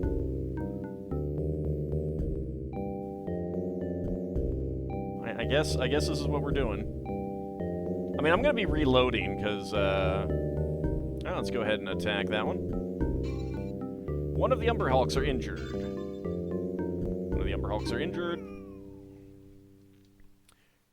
Elmandretta goes down. Oh my lord! The sound of Umber Hulks attacks 5 times. Or the squad, that's what it is. Elmandretta is confused. That's great. That's great. Also, I think the game has crashed. You were hoping for the Batship? Yeah, I think the game has crashed. Because there's no music. There's no music. I can't move the mouse. Yeah, game has crashed. Woohoo! Woohoo! Saved from the fight! Alright, hold on. Hold on, everyone. No! It happens. It would have been a bloodbath, though. I know. I know. That many Umber Hulks for level 5, guys. Oh, would have been wonderful. I'd have been... I mean, like, you saw right there, I got just absolutely trashed. Alright, I really need to turn off synchronizing cloud saves because it does not need to do that. Just load the game up, please.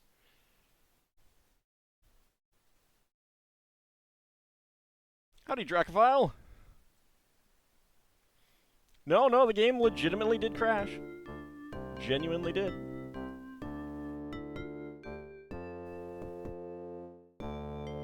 $100 bits for crash achievement unlocked. Alright. That's fine. Alright, I think it loaded back up to our last save, but just in case.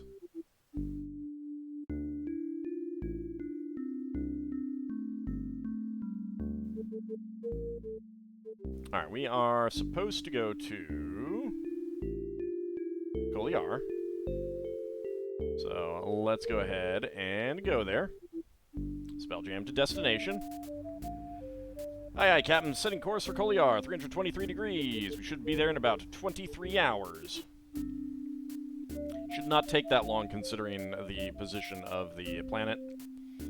How many crashes have we had so far? 2. Wink.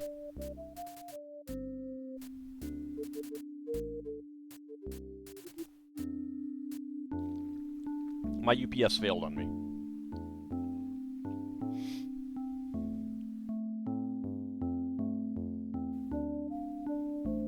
I need to replace it. All right, so our information said Hista and Athanar. So this is a good question. One was the game, the second was alt. No, it was both the game. Alright, let's go ahead and haul of the people. Let's collect our reward. Haven't earned any rewards. Okay.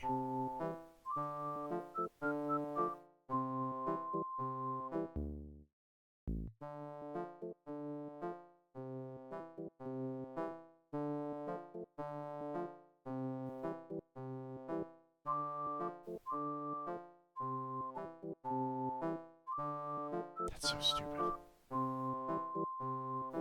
That's so stupid. No, I don't have to pick them up on Hissa. I just had, like...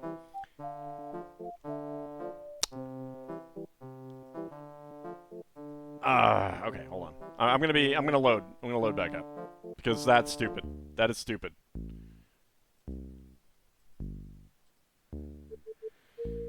Also, I don't think it should be this color, but anyway, load save game.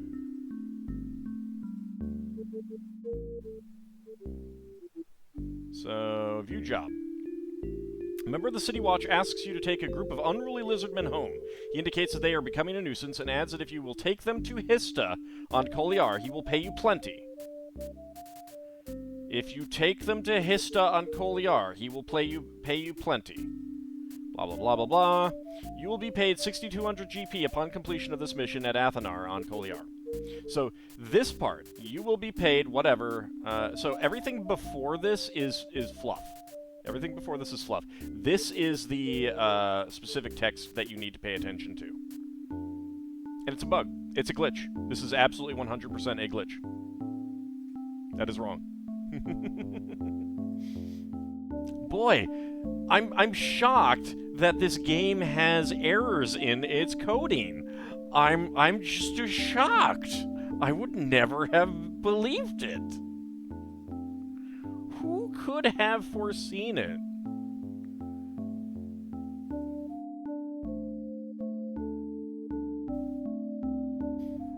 Who could have foreseen it? Really now? It's not a bug, it's a feature. It's a bug. It's such a bug.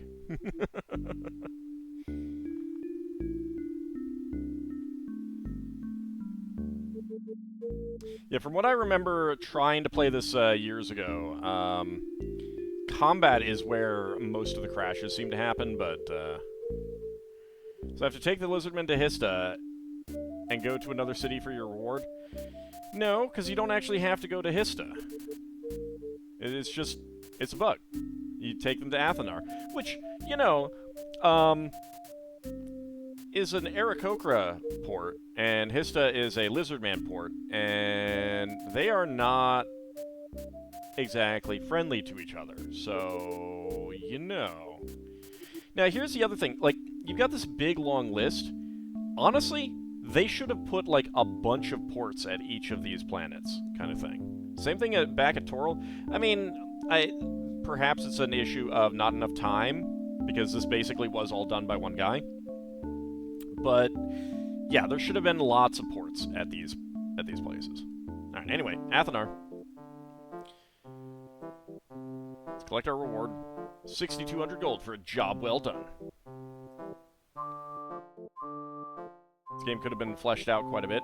Could have been going to other crystal spheres. Combat could be better. I'm never gonna stop harping on the fact that 3D real-time combat in this is not a good way of doing it. It's not a good way of doing it. Go ahead and pay your taxes. It's fine. Alright, so how much money do I have now? 71.95. Alright. 28,541 experience. That's cool. Combat could have used gold boxes as method. Yep. But that would have required this game having been made by one of the actual teams that worked on one of those other games, rather than just flogged off to some random guy kind of thing. Gained about 10,000 XP, yeah. It really is a case where, like, they basically was just like, hey, we got to do this, just get it done kind of thing, so. Let's go to the tavern. Inquire about work. Member of the government asks you to act as a courier for some ransom that has to be delivered to Clive the Fearsome on Garden. It seems that Clive is acting as a middleman in a hostage situation. You are warned that there is a chance that a family rival to the hostages will try to stop you. Killing them may complicate matters, so he asks that you avoid killing them if you can. You will be paid 3,950 gold pieces upon completion of this mission at Clive's Den on Garden. Alright.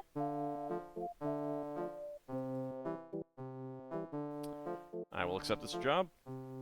I wouldn't say that they're stingy with gold, but I will say that prices are way overpriced. Also, I like the wanted poster here for a lizard man.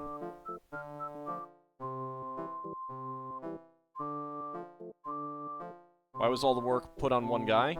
Because it was a slapdash thing. It was like, we got to do it. I mean, I don't know if this was something that was required of SSI, or if it was like more of a cash grab type thing. I mean, the guy thought that the work was worth doing because they were paying him. I mean, the guy, I'm sure, is proud. I'm pretty sure he's on the record as being proud of what he accomplished, given all the circumstances, and I think that he should be. That said, this needed a team. Let's see. Donna Kiss's storage. Let's pick up cargo. Yeah, that'll pay for itself. Okay. Haven't delivered your current cargo. Alright, that's fine. Which was worse, Pirates or Wake of the Ravager? I have not played Wake of the Ravager, I don't know. But I'm sure this was. Wake of the Ravager had actual staff involved, like an actual team, and the engine was used for... I think the engine might have actually been used for the Al-Qadim game. But I'm not positive.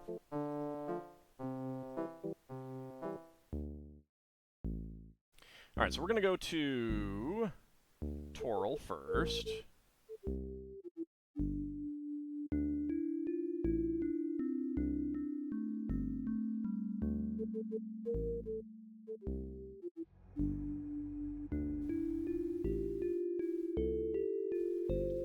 They use the same engine as they used for Shattered Lands. I think there's some differences. I mean, like, the graphical styling for, like, in-game characters is different. If I remember correctly. I've only watched LPs of it. I have not actually played it myself. So I didn't pay super close attention to it.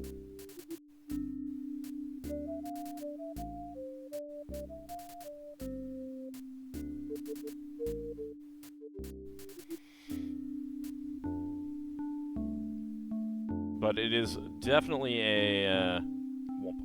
There we go. Alright, let's dock at Waterdeep. That's fine. Harbor Master. Okay, so that's that. So that's for upgrading and stuff like that. Waterdeep Shipping Depot. Let's drop off cargo. 2248. Can we pick up cargo? No jobs are available. Curse you! Curse you.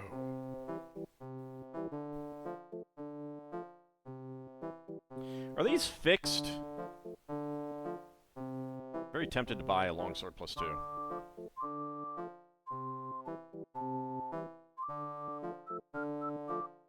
I'll do it.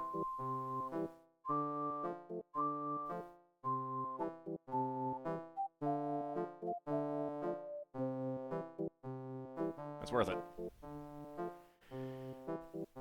Alright. Longsword +2.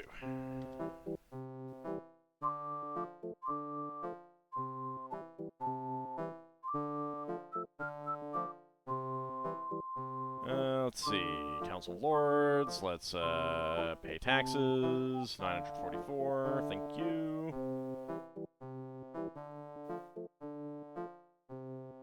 Maybe you've Sure, I'll accept that job. You know what? I think I might do cargo runs until I get a another one for Clive's Den.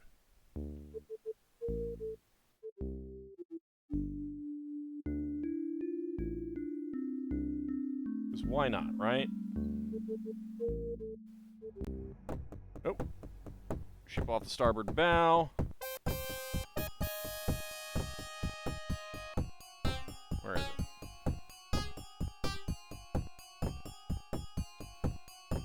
Okay, you know what?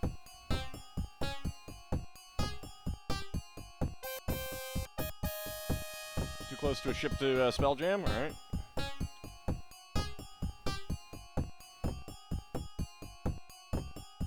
So I want to try to get away from this thing.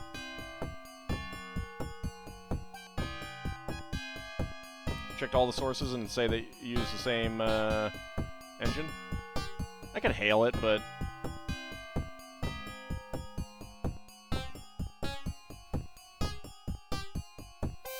I'm getting away from it, so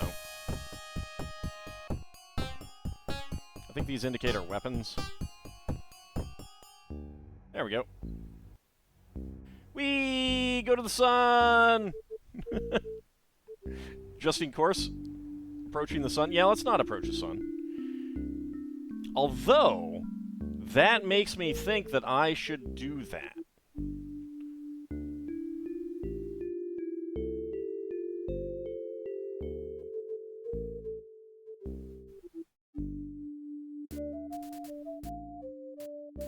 I should try that out at some point. Just go commit suicide by sun.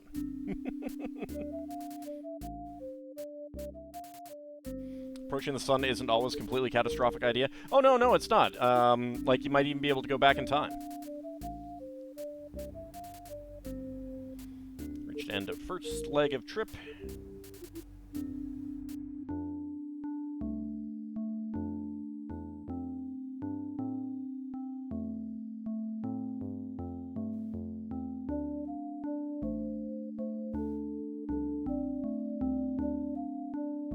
Maybe the people after us have crashed into the sun.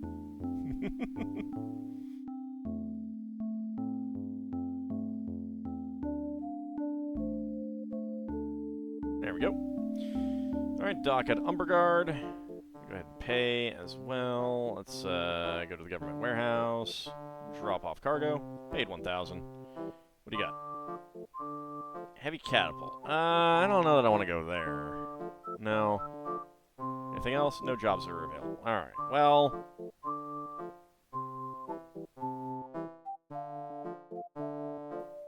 Government hall. Let's pay our taxes. Government warehouse. You have anything new? No jobs are available. Bristling Burr Pub. Let's buy a round of drinks. 28 GP, sure. Buy a round of drinks.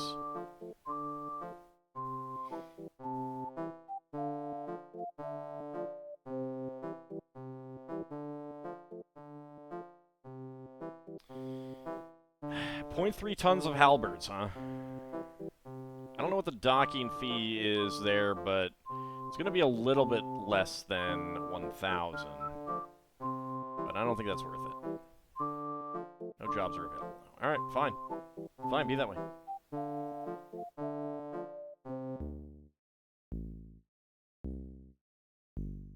Alright, I guess we'll go to Outer Planets, Garden,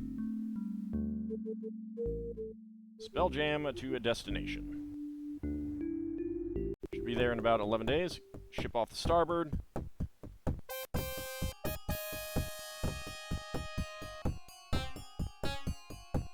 I mean, I guess I could see what it is, but...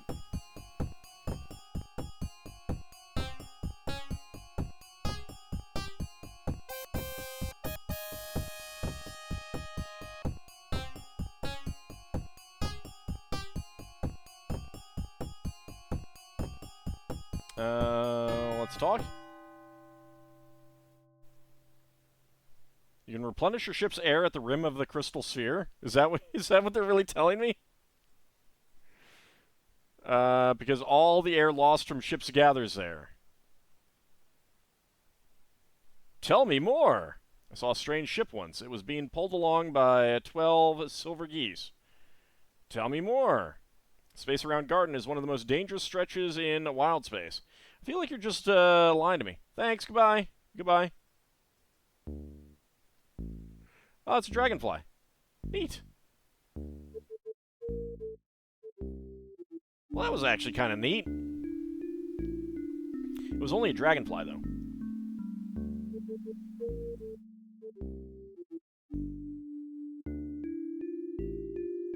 I guess I could have done that earlier. Eventually this will work. Whee! Would someone really do that? Go out into space and just lie? Should be there in about 10 days.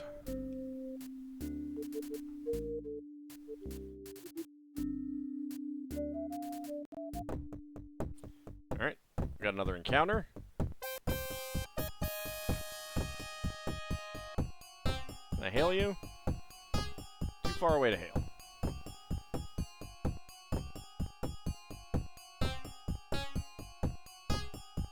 I have no idea what you are, but let's both withdraw then. Farewell! Ah. Okay. That was a squid ship. Weird. Like, why were they approaching me? If they're like, let's just both withdraw. Okay. Now that said, I could have pirated that dragonfly. That'd have been fine, right? There we go. Should be there in about 10 hours.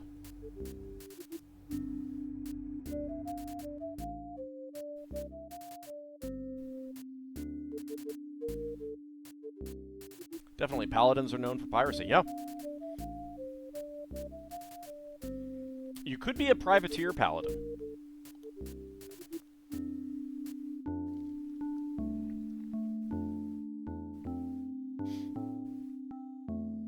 And that is definitely something that you could do.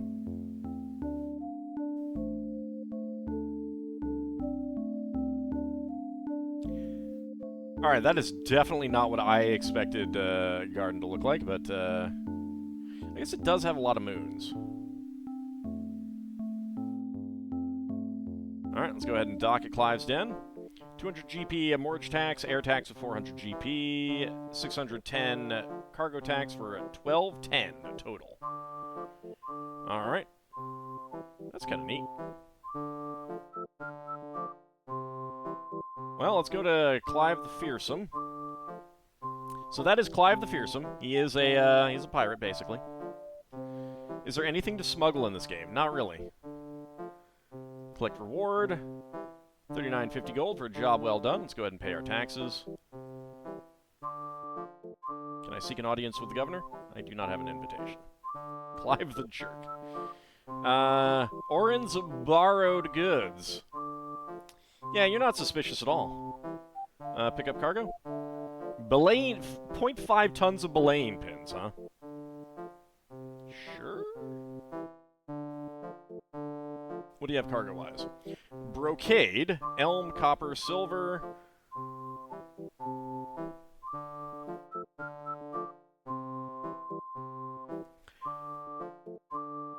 Copper is definitely more valuable at Anadia. That was 11,000 at Anadia.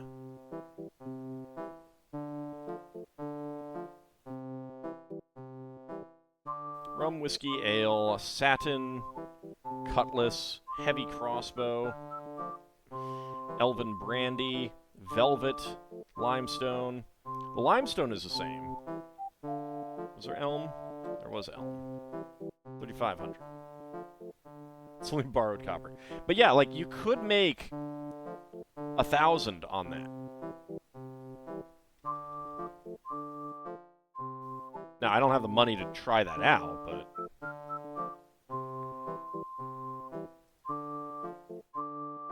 Alright, Bill's battered weapons. You feel slightly out of proportion, sir. What do you got? Alright, cutlass, belaying pin, harpoon, gaffing hook. Harpoons are cheaper here. Dirk, club, short bow, longbow, spear, knife, broadsword, light crossbow. Light crossbows are much cheaper here. Heavy crossbow, much cheaper as well. Cutlass +2. Arrows, bolts. Okay. Olaf's armory. We got robes, leather armor +1. Ringmail +1. Okay. And Aldo's supplies. Thieves' tools, low soft boots, robes, club, dart, knife. Okay.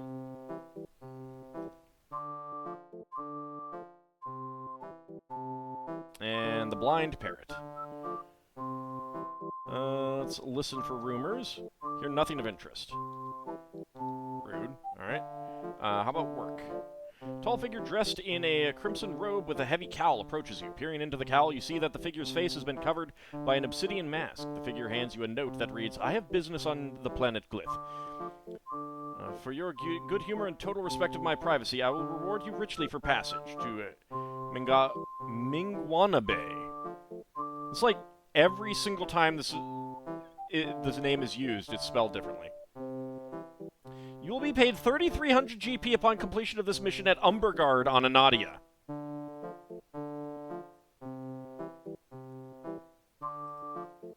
Okay.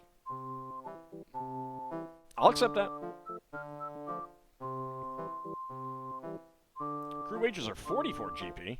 Another... Yeah. Absolutely. Absolutely.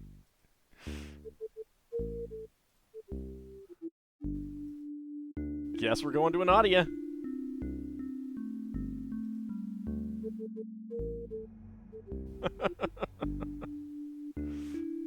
Oh, actually, you know what? Let's save the current game. Just in case I'm wrong.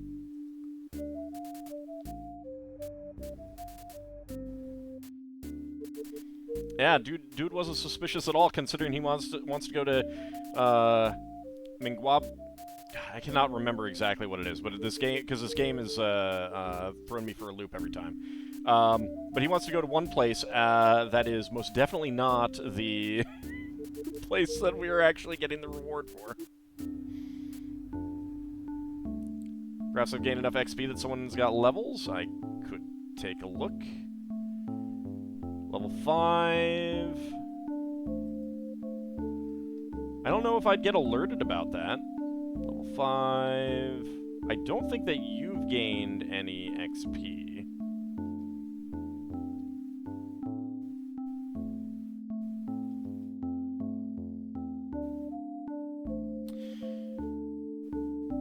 My crew does not appear to be gaining XP. I thought they were. No, my crew is not. I think that they may only gain XP from combat. I don't know.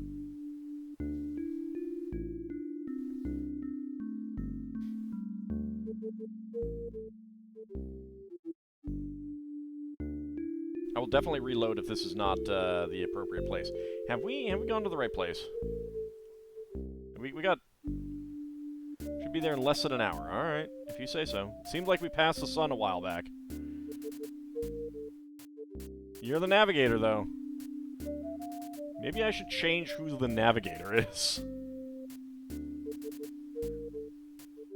Okay, I feel like you have definitely missed the target.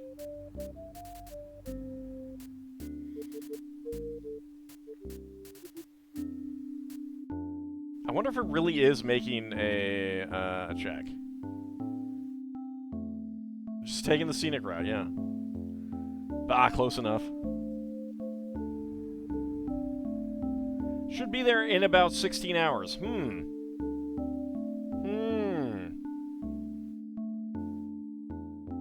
Whoa. There it is. Alright, I will get us there. Excuse me? Excuse me. Stop it. I'm gonna... Whoa! Hey! Elmadretta, you gain a level. Excellent. Alright. I figured out where we're supposed to be going. So that's why I gained a level. So I'm a level 6 paladin now.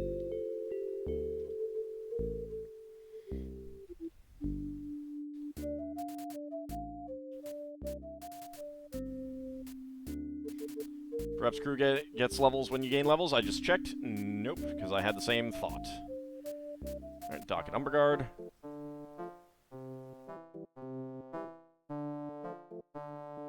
Government Hall.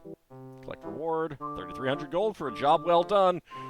Ah, yes, yes. This is the Moon of Glyph. Thank you, thank you. Let's go ahead and pay taxes. Alright, so, general store... No. Government warehouse. Yeah, copper is only 10,000 back there. Now, I don't know... Do we have anything super duper cheap? Coal is super cheap. You know what?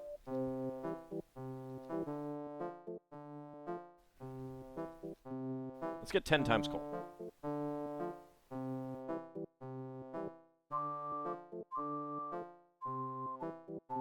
Can you only sell for half? I have no idea. I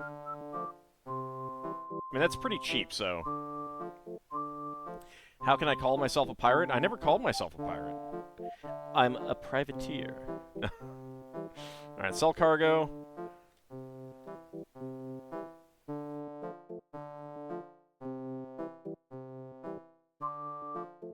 Yeah, it is half. Okay.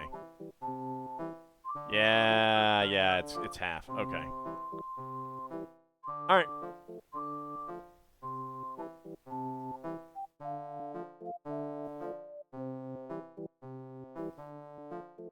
That's fine. That was... I lost 250 gold checking that out. That's fine. So no dice on making a profit. No.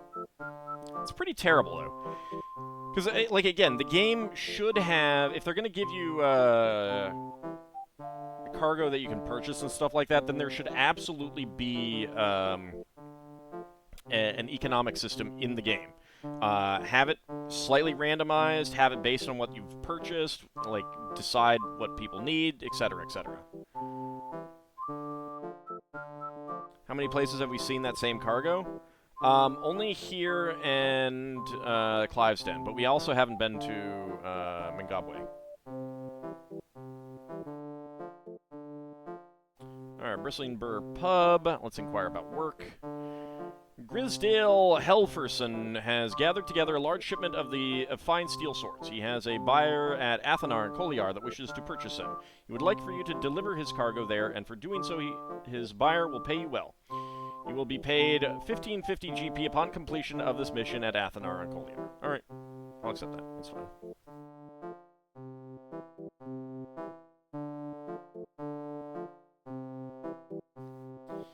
Let's see, do we have...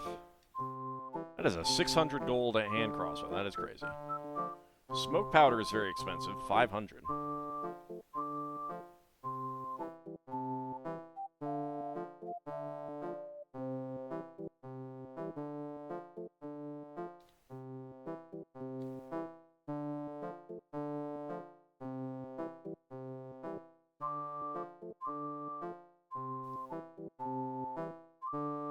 Oh, I had a potion of healing already. Alright. Selling things is also half. That said, I kind of want to get a like a hand crossbow or something like that somewhere. I'm gonna have to see if I can get one someplace else, because that might be something that you can make money on. Wouldn't be a whole lot. How many places have we seen that same cargo guy? I don't think we've seen him at other places. This is a halfling. Anadia has dark-skinned halflings. This game might be low budget. Yes, it might be. Rumors indicate that it is low budget. View job, right? Athenar. Okay. And over here, ship's manifest, Waterdeep. Right. Okay. 48 GP. All right.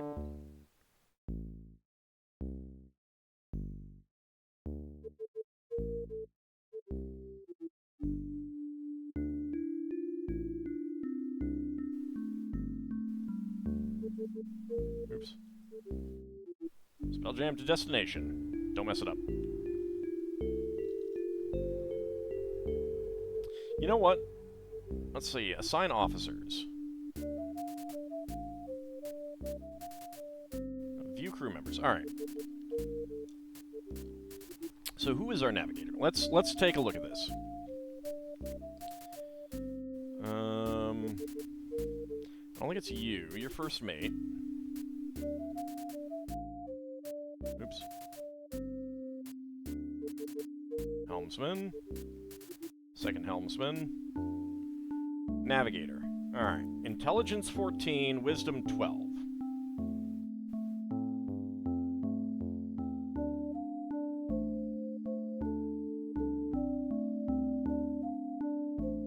Alright, Crystal Cloverleaf, I am going to make first officer, I think. First mate.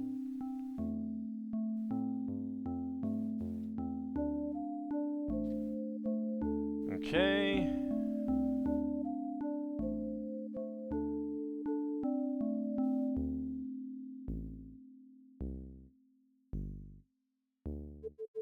So, navigator right now. I want someone with much better... Would it be intelligence or wisdom? I cannot remember.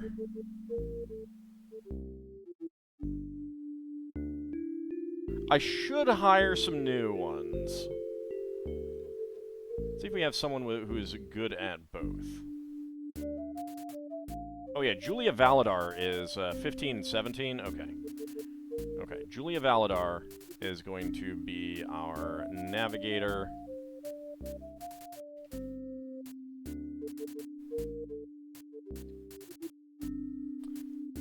Second's job is now vacant. That is fine.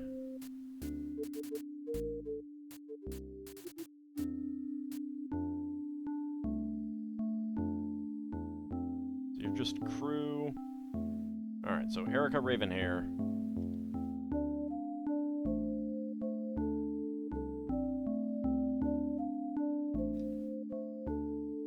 Oops.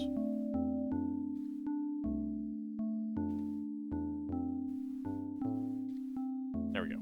Alright. And Lady Arena.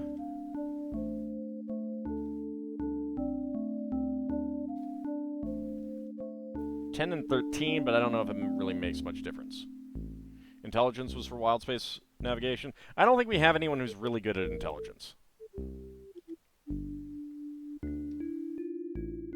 And I don't know if it actually uses that, but it could be. Oops. Wait, actually. No, it doesn't do that. All right.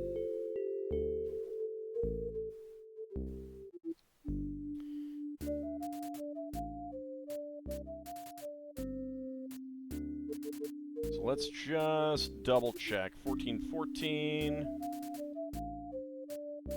10, 13. 10, 14. 10, 13. 14, 12. 15, 17. 11, 14. 8, 16.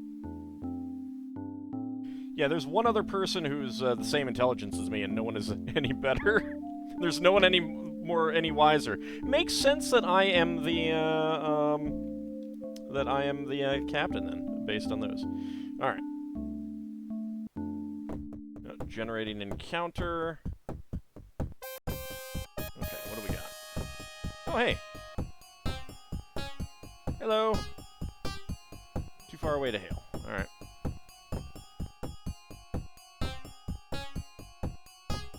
Let's talk. The crystal shell that holds Realmspace is actually made of wood.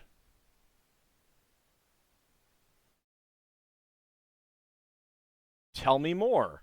If a gnome asks where his hammer is, just ignore him. Tell me more. That's all I know. Okay. Bye.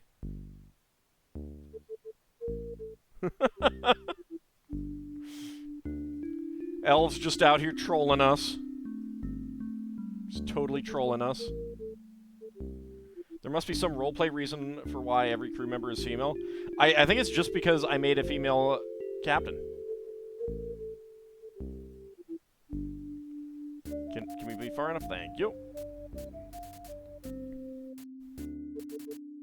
I think that's the reason. As for a roleplay reason, I mean, Elmandretta clearly likes to have parties full of ladies, so. Is that better or worse than trolls elvening me? Well, that usually involves him picking up elves and smacking you in the face with them, so. It's definitely better. Obviously, the crystal shell is made out of wood, that's why it floats in the phlogiston.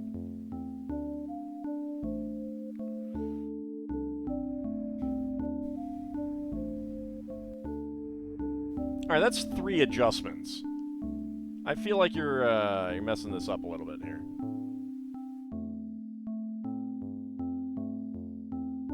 Elmandretta prefers those maiden voyages.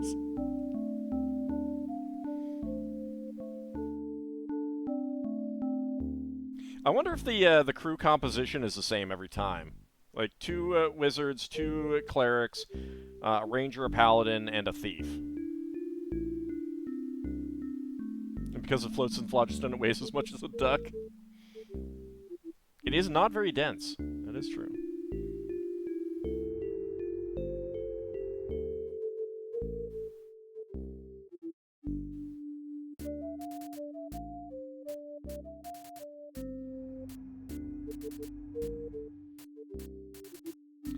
There we go. Where do I want to go? Athenor, alright.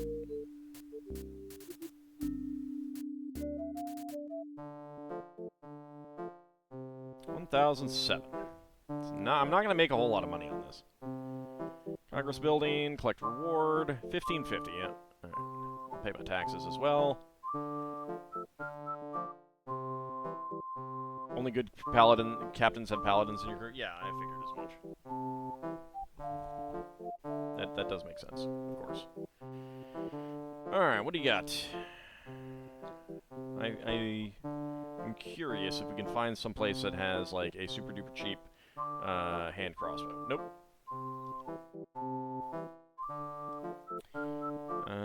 Cutting edge.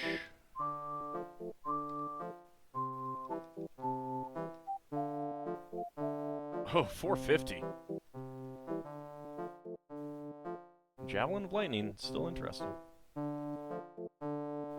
Alright, Donixus's cargo, let's see.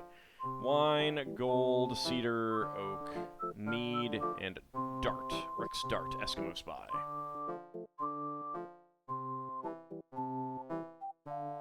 Right, I can't pick up cargo here. Because I have cargo. Let's head to the tavern. Solus needs to help Braxton reach his ultimate purpose in life, design a ship that looks like a wooden duck. We can look for new recruits. 4 sailors offer to join your crew. Okay. How many do you hire? Okay. Listen for rumors. Never let an Illithid know he has the upper hand, or you'll be clapped in irons afore ye can spit.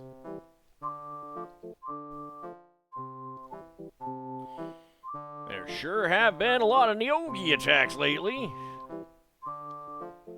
May the gods have mercy on your soul if the Neogi get their claws onto ye. You're nothing of interest, alright?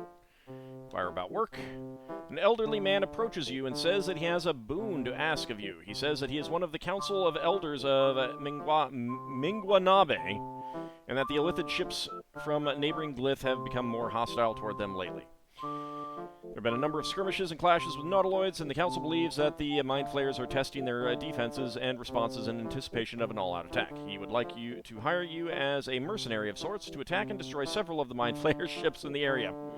The Council feels that if they manage to destroy several Illithid vessels, the Illithids will think twice about the attack and leave them alone. He says they can't afford much money, but that they will help your career in other ways, like spreading the word among space travelers and passing merchants about what a powerful and honest captain you are.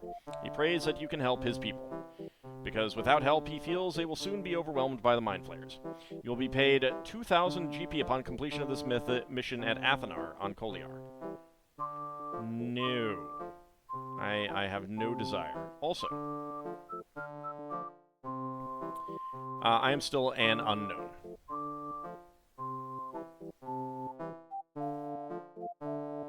Or about work. It's the same thing. Nope. Is it going to still be the same thing? Yes. No. I'm not doing fights yet. Maybe when I'm max level and have a lot of money, then we can start doing that, but not right now. Okay, well, I was hoping to... Yeah, I'll pay. That's fine.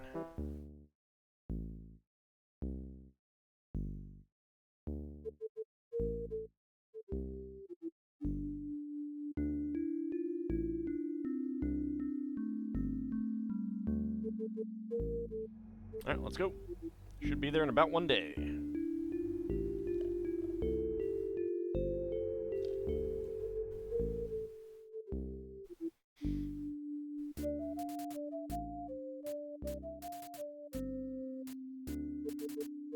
No one redeemed save, but I will go ahead and save.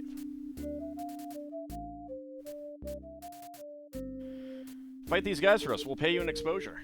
Well, I would get the loot from their ships. So there is that. I have no idea what the loot would be like, though. Hopefully a lot of magic items, because we really do need a lot of magic items. I do not want to buy them all. Dock at Waterdeep. Alright. Let's let's see, Waterdeep Shipping Depot. Drop off cargo. He paid 1,000 GP. Pick up cargo for Anadia at Umbergard. Sure. 0.5 tons of dart. Rex Dart, Eskimo Spy. He's gotten a little heavy over these years. Longsword. Dwarven Ale, steel, spruce, maple, ironwood, wheat, marble, bronze, elm, pine, limestone, morningstar.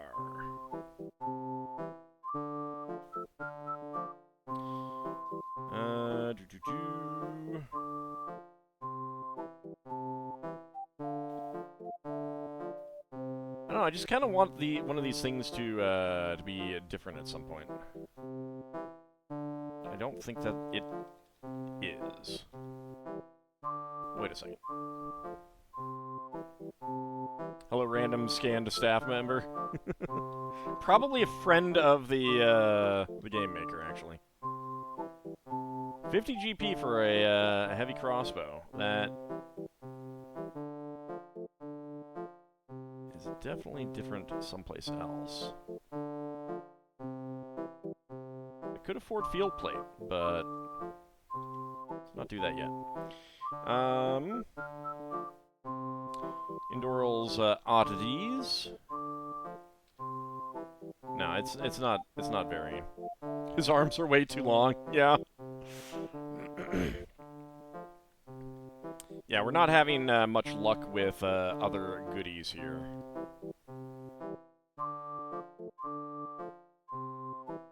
Alright, Council of Lords, let's go pay our taxes. Okay.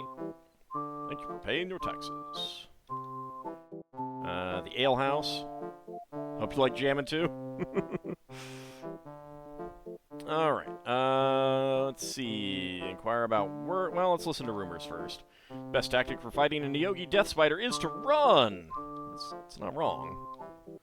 You're nothing of interest. Okay. Work. A huge blue hippo-like man approaches you with a large and irregularly shaped package. He needs this package delivered to Glyph, no questions asked. Larbo will ride along to assure delivery. Larbo the GIF. And upon arrival, the person picking up the package will pay you $26.50 in gold. Alright. You will be paid $26.50 at GP upon completion of this mission at Mingabwe on Glyph. Alright. I'll accept that job. You'll accept that quest? I will accept that quest, Lolical.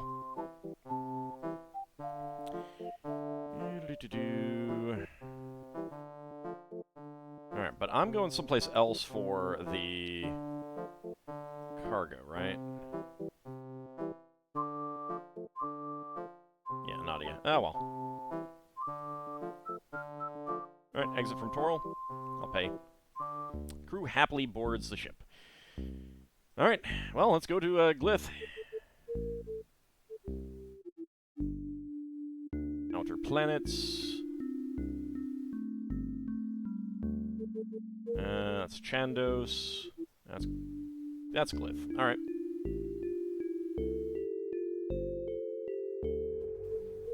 Well, this will be a new one.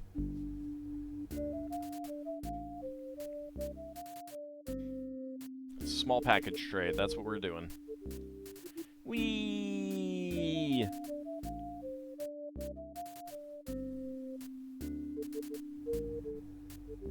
You know what? When we go to Anadia, I will try crashing into the sun, see if that works.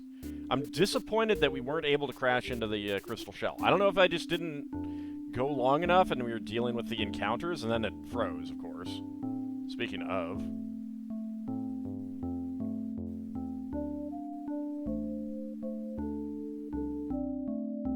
GSF. What does GSF stand for?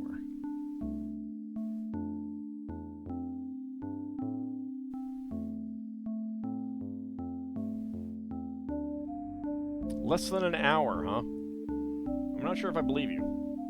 Ah, reach destination. Okay. Alright, where is it? Where is it? Where is it?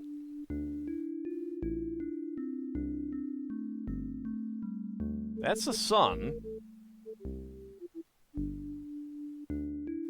Have I really reached the destination? Okay, no, I feel like you lied to me. Oh, no, destination none. Oops.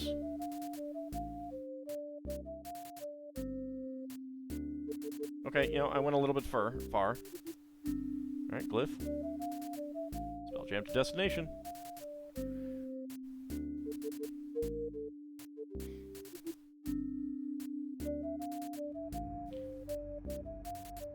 I don't think it's the... I think that's the sun. Maybe that is... Oh, generating an encounter.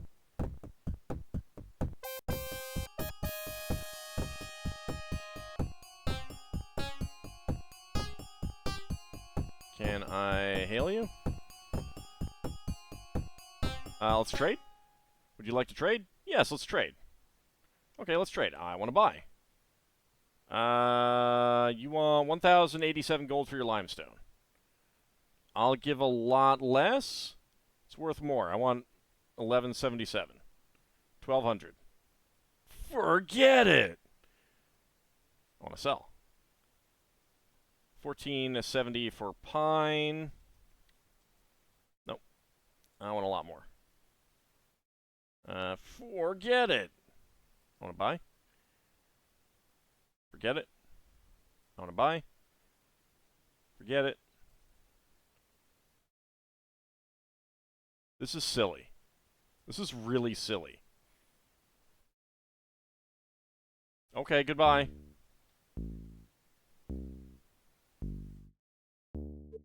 That's really silly. Where's the planet? That might be the planet.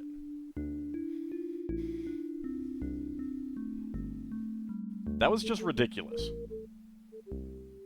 The fact that it kept giving me different prices. What I'm saying is that I don't think that system in the game is very well thought out. It's just generating random numbers. Alright, that is definitely the sun. That is not glyph. When we read glyph before, I did not see exactly where it was, so I have no idea. We'll get there eventually, maybe.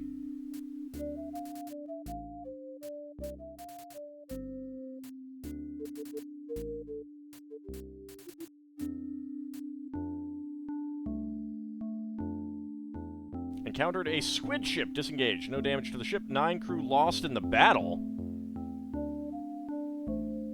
Excuse me? I got 38 crew. Excuse me? 9 crew lost in the battle.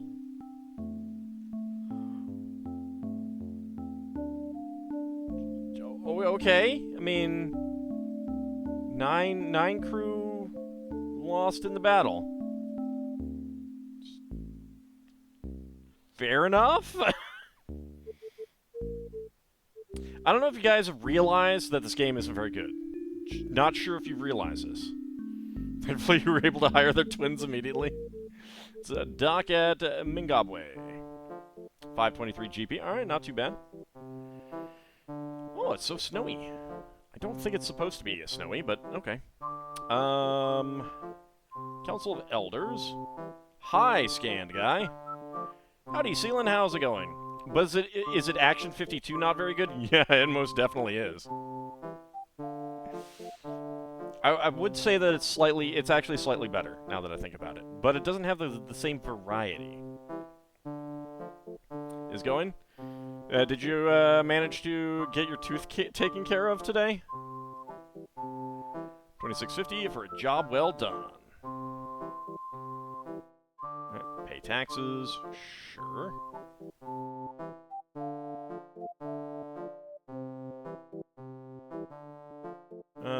Let's see, what do I have? I have no job there, so, but I don't have any cargo. No more tooth pain. Bad news, sinus headache. Well, it's just one thing after another, isn't it? Alright, what do we got? Elven Chain. That's not bad. Not that it matters because there's no multi-classing, but that's where it would be most beneficial. But, okay.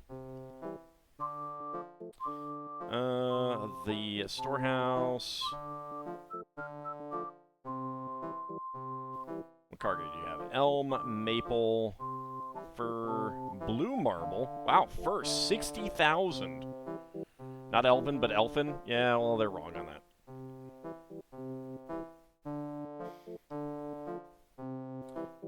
Wool, lead, tin, spruce, pine, coal. So coal is the same price here.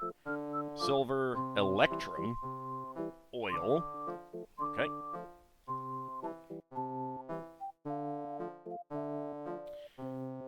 Let's see.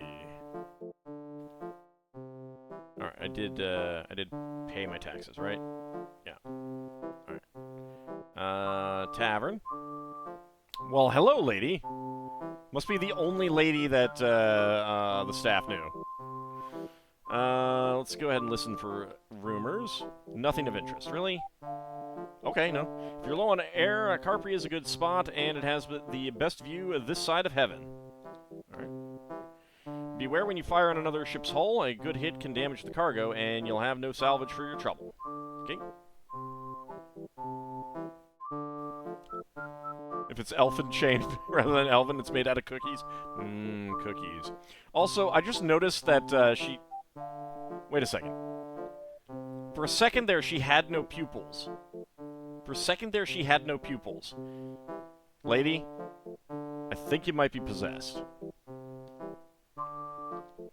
Alright, let's inquire about work. Two huge and well-dressed lizard men are seeking passage to Koliar. They approach you and ask for passage. They seem very arrogant and condescending, but they do offer to pay you 3,300 gold pieces, okay? But again, we'll get paid upon completion at Athanar, not Hista. They do, but I don't think that it's supposed to go all whites of the eyes. I will accept this job. You'll accept this quest? I will accept that quest. Lolical, thank you. Right, village healer. Bless, heal wounds, cure illness, neutralize poison, remove paralysis. Yeah, so fewer things that can be done here. Also, the only other lady that the staff knew. Exactly.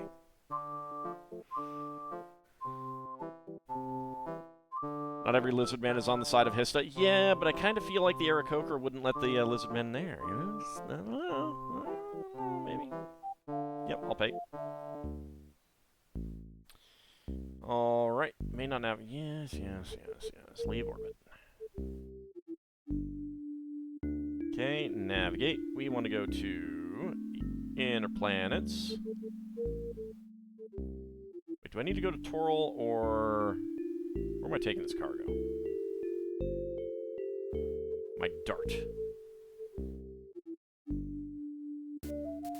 Anadia. Alright. So I can do both of those. Pretty quick. Inner planets. Koliar. And... Go! The staff, a.k.a. that guy in his garage, yes.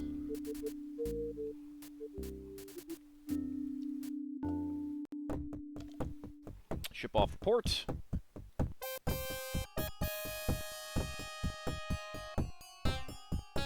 Looks like a squid ship again.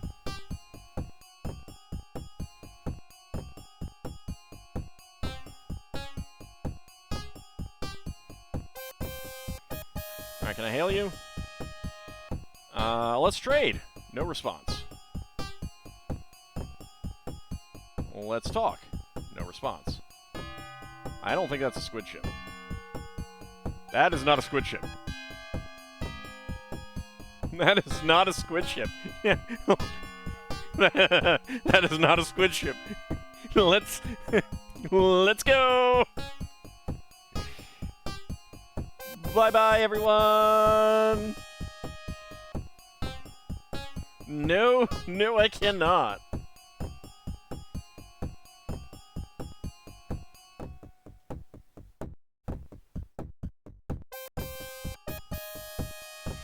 And eventually, there we go. Alright, let's get out of here. Run away! What? Afraid of a few illithids? Yes. Oh, you know what?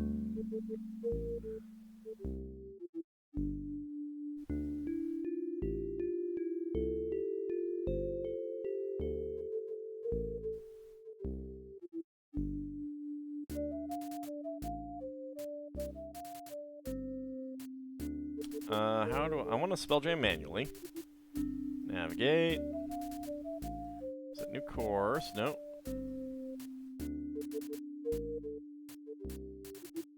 Oh, fine, be that way. We won't spell jam to the sun right now. I just saved. It's okay. I'll save when we get to our destination.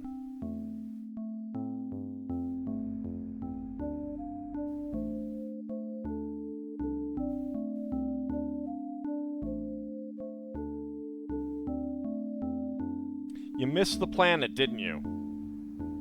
There we go. Alright, where are you? Where are you? There we go. Oh. Hello.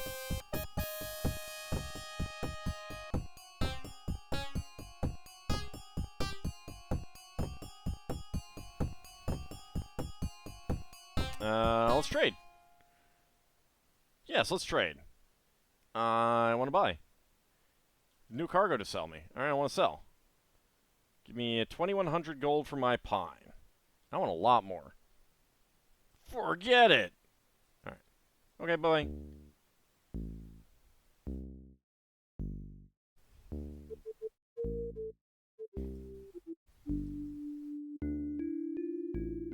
Get out of my way.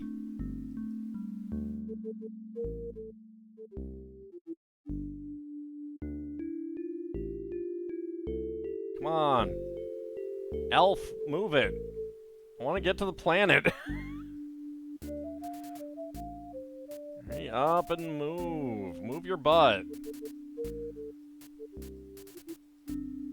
Sorry, Almandretta, too close to a ship to Spelljam. Sorry, Almandretta, too close to a ship to Spelljam. Sorry, Almandretta, too close to a ship to Spelljam. Just forcing the navigator to keep saying this over and over again. There we go. Alright, Athenar. No, I can't do this yet. Congress building. Collect reward. Thank you. Pay taxes. Okay. Super expensive.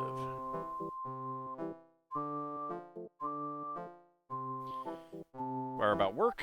The dread pirate Leaf Mitdal has been pillaging the space lanes in the vicinity of Koliar. His actions have become a serious threat to commerce on that planet, and merchants there and on other worlds wish for this obstacle to be removed. They're willing to pay you 2,100 gold pieces to find this pirate and take care of him.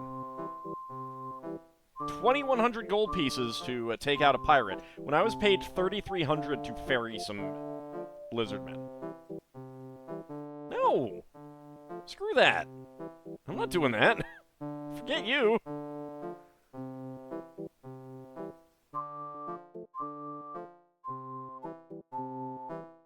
Yeah, but you'll get exposure. Aarakocra, indeed. Like, I'm pretty sure that this is how I become not a... Oh, hey, I got Prestige Reliable. Alright, never mind. I'm okay with that. How's Koliar? It's okay.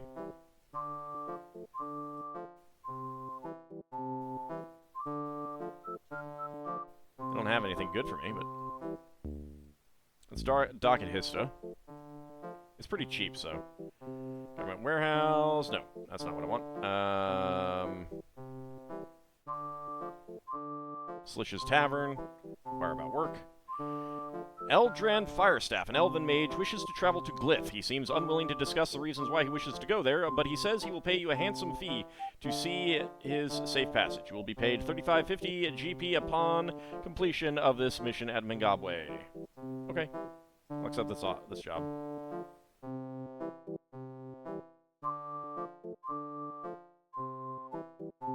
I forgot to pay my taxes. Ah, well, we'll have to do that next time. Alright. First of all, since we are here, we're going to go to Anadia. Elmandretta's taxi service at your service. Yep.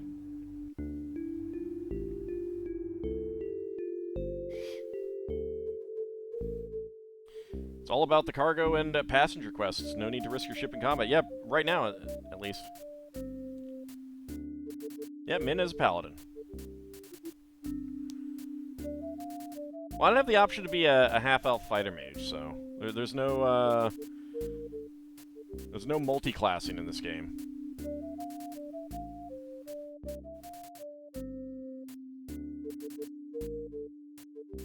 Whoomp. Alright, Dock and Umberguard.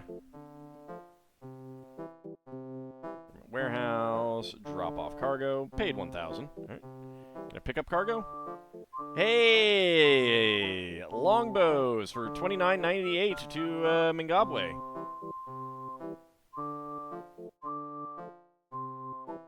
I run a Spelljammer campaign. How well do I know Realmspace? Reasonably well, but I haven't had the players go there. I've actually been kind of actively avoiding it, just because I want to explore more unusual places of kind of my own creation.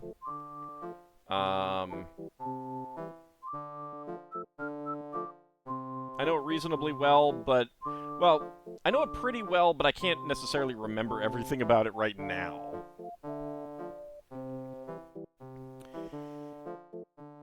Alright, I guess I should probably pay my taxes. Okay. Forgot to pay my taxes elsewhere, but it's okay. I'm sure I'll be able to pay later.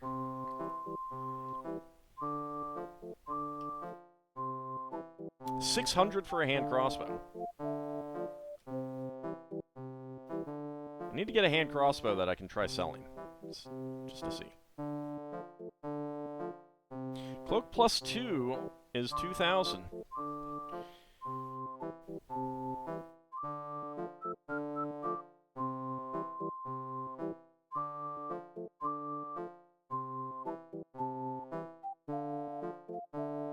Ham crossbow? Mmm, delicious. Just launches ham right into your mouth. Nothing else going on. Alright.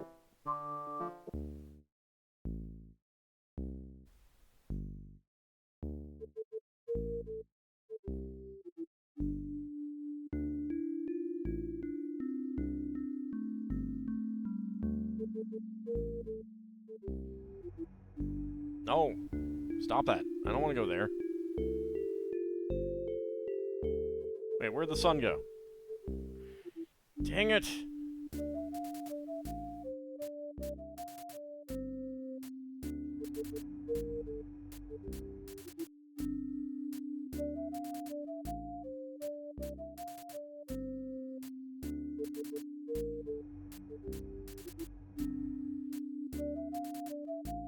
There we go. Yeah. It moved the planet when I tried to spell jam.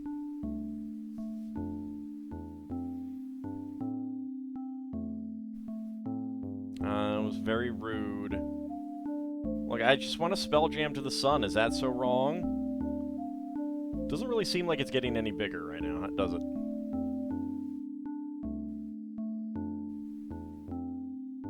I just want to go say hi to the Ifrit. Is that so wrong? Oh, approaching the sun. Wait, let's make sure that it's centered. There we go.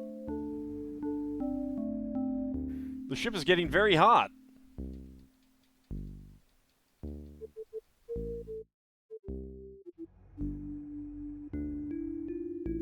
Parts of the ship are charring from the sun's heat. It seems fine, right? No, don't do it!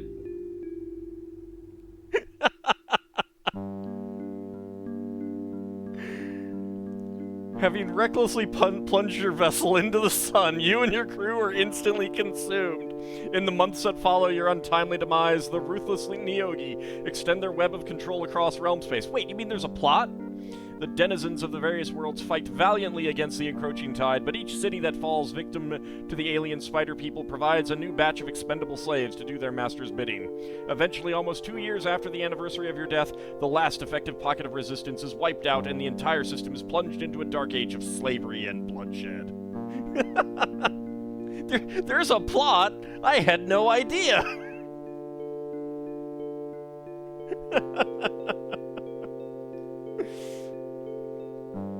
100 bits for failed the plot. Achievement unlocked. Yes!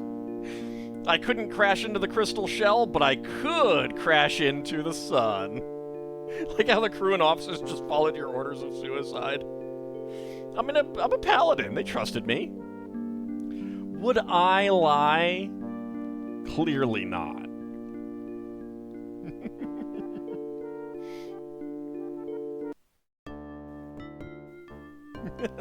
It just restarts the game. Oh, that was wonderful. I like that. Alright, let's play the game.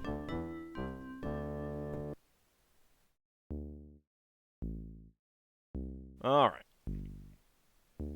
So we want to go to the outer planets, and we want to go to Glyph, which is down there. Spelljam to destination.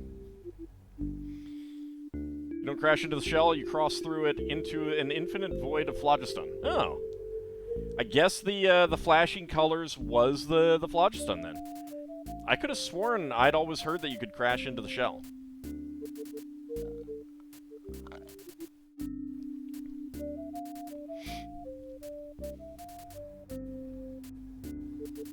It's doubly a shame then that they didn't put anything else out there.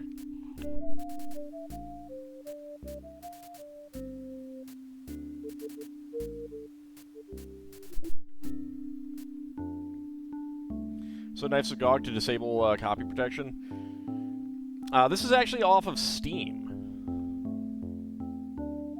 This is actually the Steam version. Not that there's probably much difference. You have to tip your hat off to the dev, though. They actually acknowledge that you died from flying into the sun. Yeah.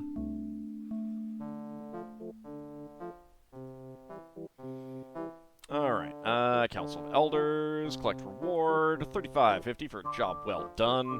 Let's pay my taxes. Let's see. Storehouse. Drop off cargo. There we go. Very nice. Pick up cargo. Yeah, no. Alright. Let's go to the tavern first. Hi, lady. How's it going? An Illithid slaver ship has recently captured the daughter of a wealthy landowner. He has consulted magical sources of information and determined that the Mind Flayers have already killed his daughter, so rather than a rescue, he desires vengeance. He has managed to learn the whereabouts of the ship, but he does not have the means to get there. He would be willing to reward you if you could find this slaver ship and eradicate it. They were last seen near planet Anadia. Alright, that's actually a reasonable amount of money, and we have to come back here.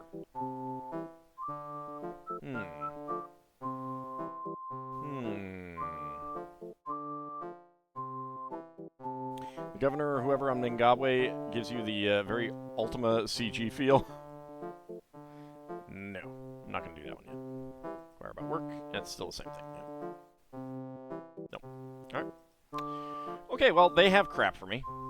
Storehouse, pick up cargo. Clive's Den, heavy catapult, huh?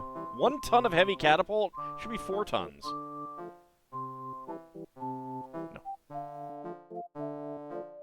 More to Clive's Den. No. Can I do all of these at once? No, you cannot. Oh. No jobs are available. Well, shucks.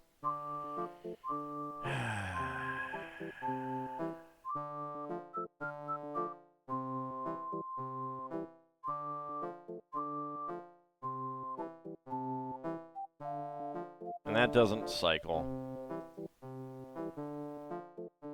Well, poop.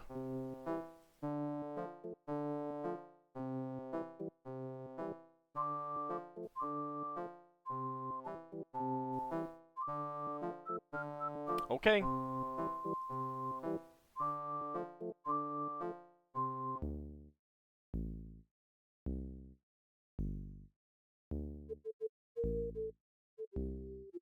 I guess we go back to the inner planets.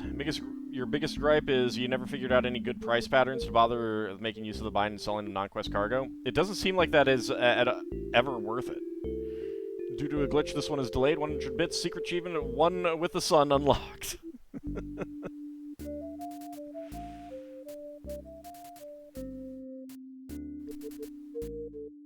I guess we'd head to Toril for now. See if there's anything good there. No, like, it really does, the fact that you can't make money trading really sucks, I think. The fact that there isn't a simulated economy where prices will fluctuate and some places will pay, like, double price or something like that, it's terrible. It's almost as if this isn't a good game, you know? I don't know if that's coming through. Oh, also, because there was an earlier redemption. Let's see.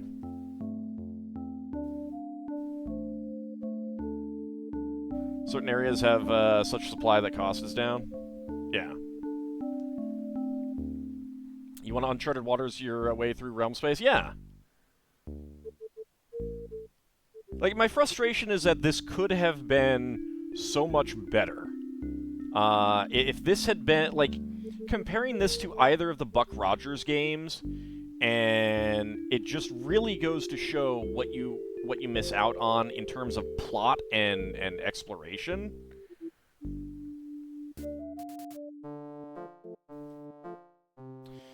Hello, Captain. My name is Count Eldekar. The governments of Waterdeep, Hista, and Umbergard are concerned by the increasing number of Neogi entering this sphere. Normally, the Neogi are not a serious threat, since they have a tendency to fight amongst themselves, but lately they seem to have formed a truce. Worse, it seems that they have created a large mobile base ship. And are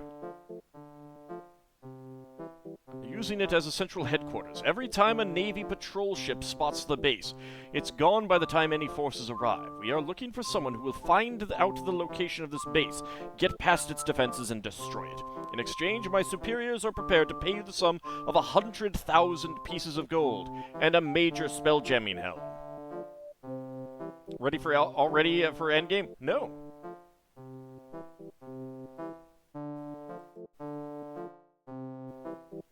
Okay, so there's no option to take this or not. Apparently. I'm still annoyed by Temple of Isis. And reward now. Pay taxes. Fine. Be that way.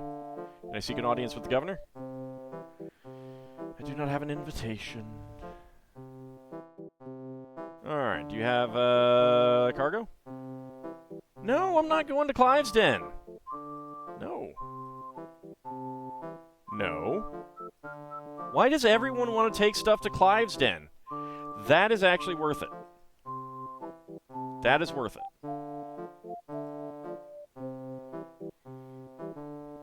It doesn't have suicide mission written all over it, no? Yeah, no. That's fine. Probably an open plot quest that does not affect the other jobs. Yeah, I think so. Just get this meeting upon reaching a certain fame level.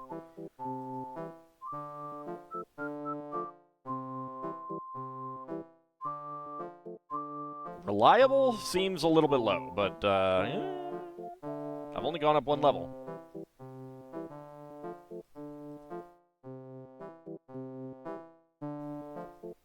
Let's see. Rick's Alehouse. Inquire about work. An Illithid slaver ship has recently captured the daughter of a wealthy landowner. He has consulted magical sources of information, and oh my lord, it's the same thing. I'll be paid a little bit more, though. No.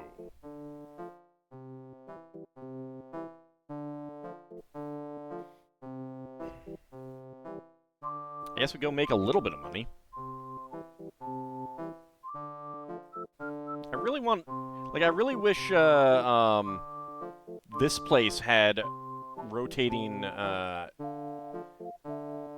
like, inventory.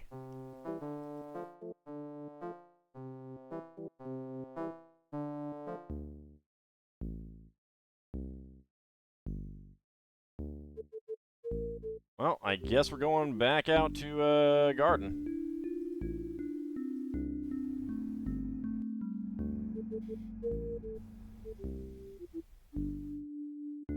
So far, you've made 10 times profit off your starting cash. Yeah. Alright, what do we got? Oh, hi, elves. How's it going?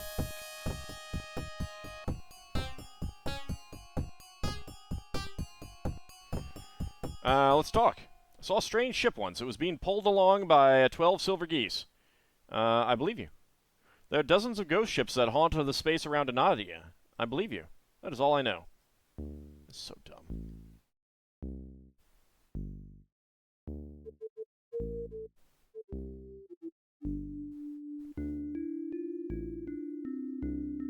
Might not be elves? That's fair. Howdy, Death. How's it going? You missed the death. I crashed into the sun. There we go.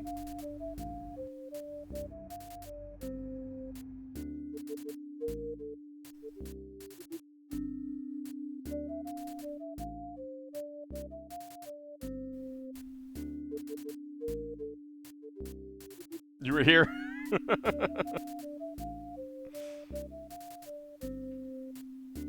Well, let's go make a piddling amount of money at Garden.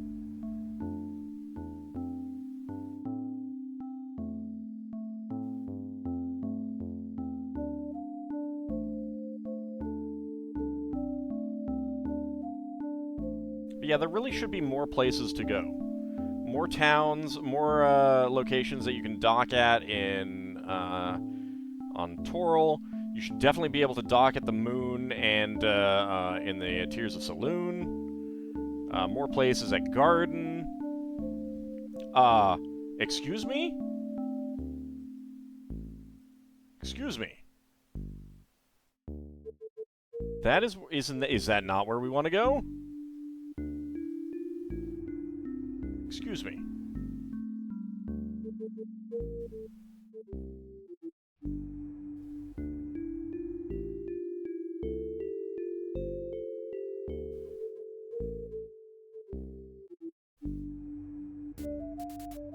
I swear.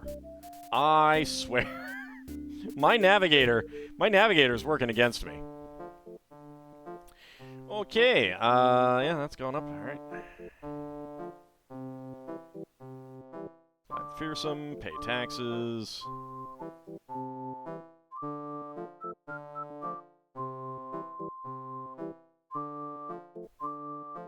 Drop off cargo, 1999 gold. Hista, robes. Sure. I'll take it. Sometimes your helmsman is an idiot. No, that would be the navigator. That would be the navigator. Alright, Ariaro, thanks for coming on out. I will probably not be going for that much longer. Let's inquire about work. Eldrin Firestaff, an elven mage. He wishes to travel to Glyph again. I'll accept that job. You'll accept that quest? I will accept that quest. Let's see. Aldo Supplies. Right, nothing there. Loft's Armory.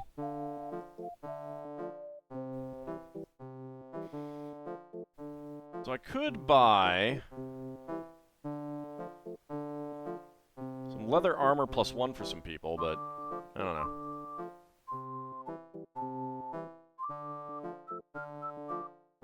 This is a 10-part series? It is a however many parts it takes. Okay, so we are going to go to... That's Chandos. Oh boy, I have to go all the way across the sphere. Welp. Let's go. It's not a problem at all. Should be there in about 21 days. What's the ultimate goal of this game? Well, we have just learned that there are some pirates. Starboard, huh? Specifically, Neogi. They're going to take over the sphere if I'm not careful. Is that a Nautiloid or is that a squid ship? I think that's a squid ship.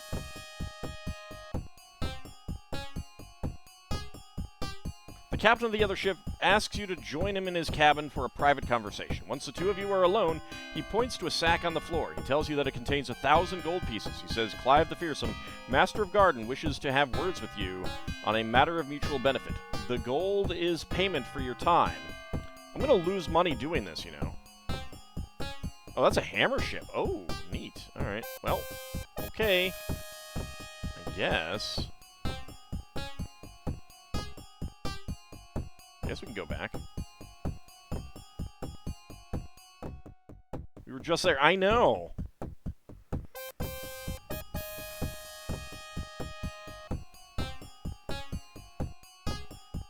Now we have to wait until we're out of range.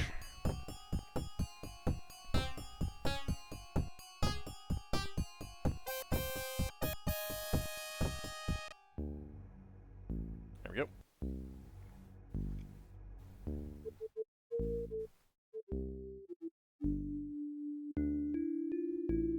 Jam all the spells! I'm gonna get so jammed.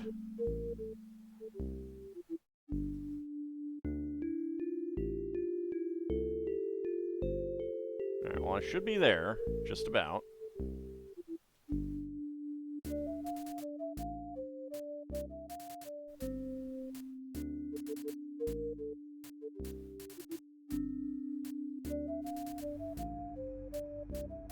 Anytime now. There it is.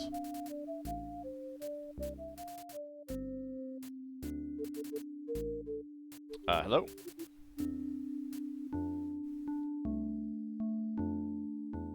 I swear, my people are not that great. Okay, I guess I'll pay that. Clive the Fearsome. Seek an audience with the governor. Oh, hey, his mouth is moving. Good day. My sources of information tell me that you have been hired to take care of this increasing Neogi menace. Well, I don't think it's a secret what I do, but on this occasion, I think we can both benefit from working together. These Neogi are bad for business. Fewer ships travel through space these days, and the ones that do are far more cautious and better armed.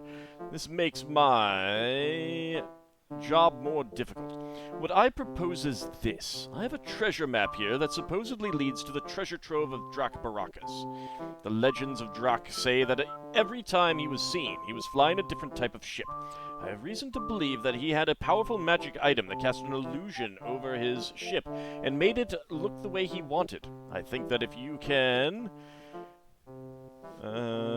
find Drak's hoard and get this item, I can get you into the Neogi base. Ask for nothing in return except the hope that together we can close the sphere of... clear the sphere of these invaders. Oh no, he's not a stuck-up space politician. He's a pirate. Looks like a low-rent Johnny Depp. Okay. Okay. I do not have an invitation anymore. Alright, I'll pay the taxes for that. It didn't cover all of that. Okay, is this going to be a point of interest now?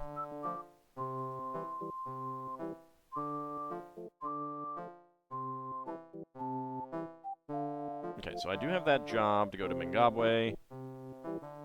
And I have that for Hista.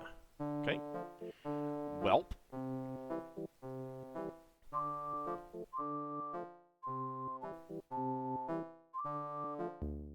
Yeah, they're basically Reavers.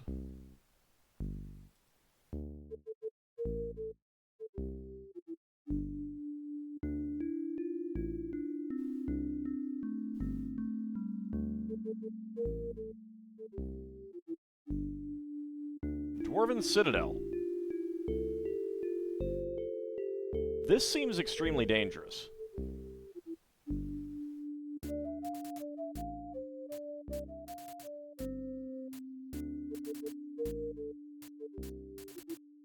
I'm not sure if I want to do this yet. I'm level 6. Do I want to go to a Dwarven Citadel?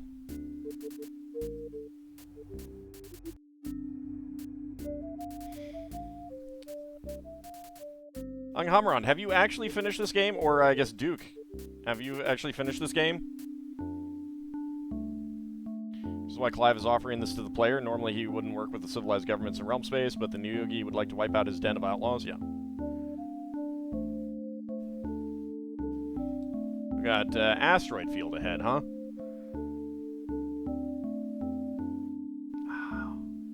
Too close to asteroid to Spelljam. Let's see if I get hit by anything. Leaving the asteroid field, alright. Oh, well. Captain, we've been hit by space debris. I suppose I could have tried to avoid that.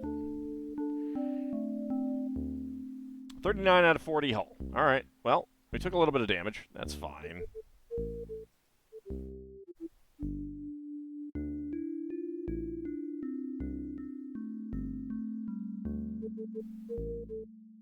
If once long ago, you remember rather little of it except way too much non-ship combat in the late stages.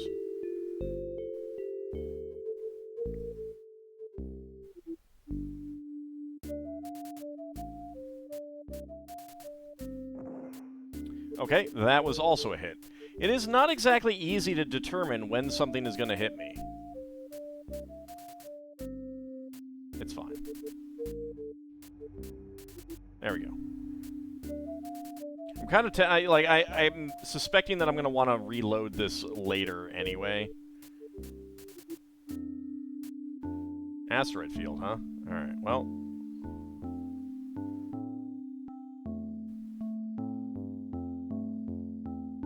See if I can avoid the asteroids this time.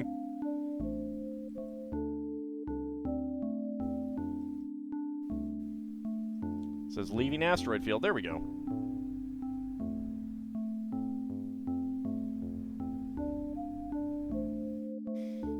Greetings, spelljamming mortals. Howdy, Alceris. How's it going?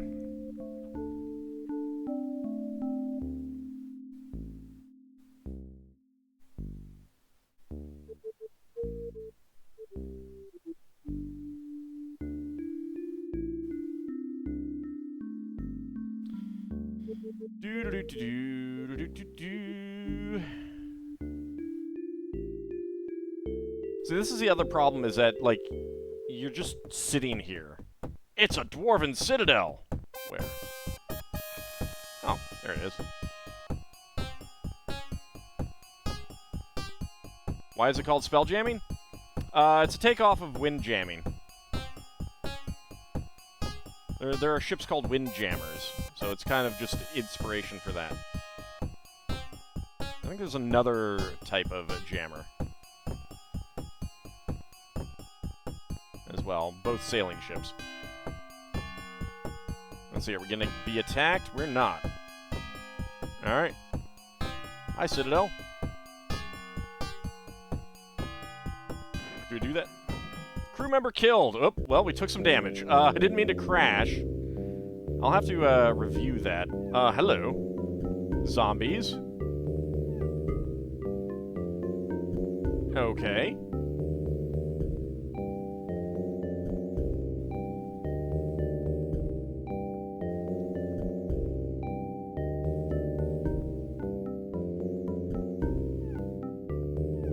The zombies should not be moving first.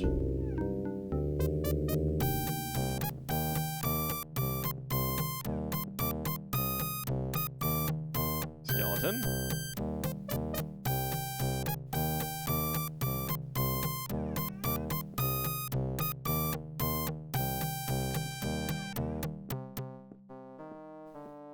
This very much looks like Ultima 6. It really does.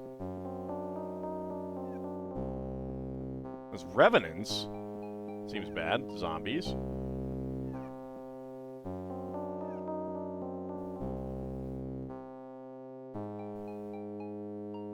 No, I do not think that. I would not call this gold box combat. This is not gold box combat.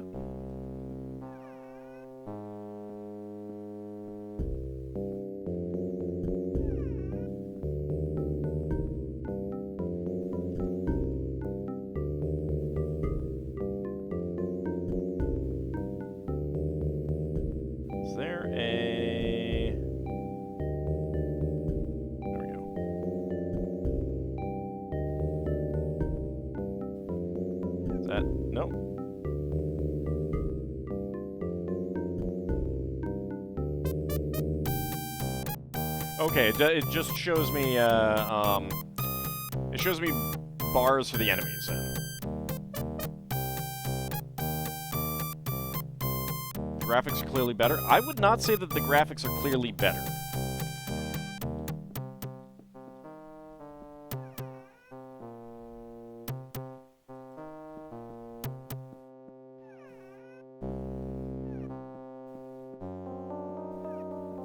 The crew is deciding to explore. It seems unwise, crew. I don't know. Robin Swiftsail, Halfling Thief.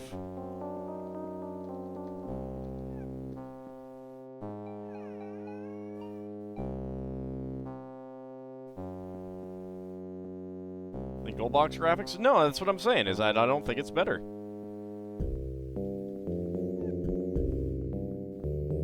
It's different. It really feels a lot more like, here's someone trying to, oh, hi. Zombies, okay. One of the zombies are killed, excellent. Let's get our, ranger over here. One of the zombies are killed.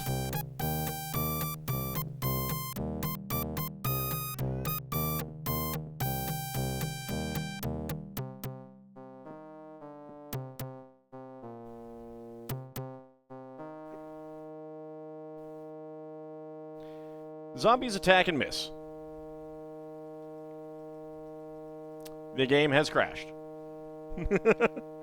Yeah, so like combat is really buggy. With all of the undead there, I think that I want a bigger ship with more crew there. Though. And then I gotta get in there and hope that we don't... Well, A, I need to not crash the ship going in there, too. So I think we'll go take care of some of the little jobs that we have, and that will probably wrap up the stream.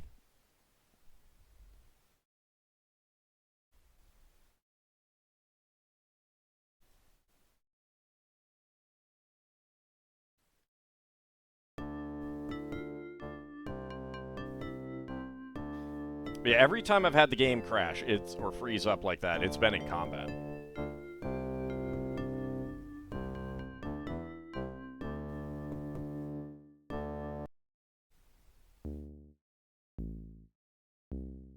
Alright, so where do we want to go?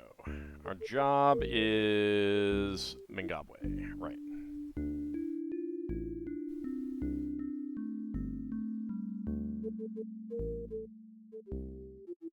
Throttle down when not at spelljamming speeds. Yeah. I think I need... Well... I think I needed to use the grappling thing.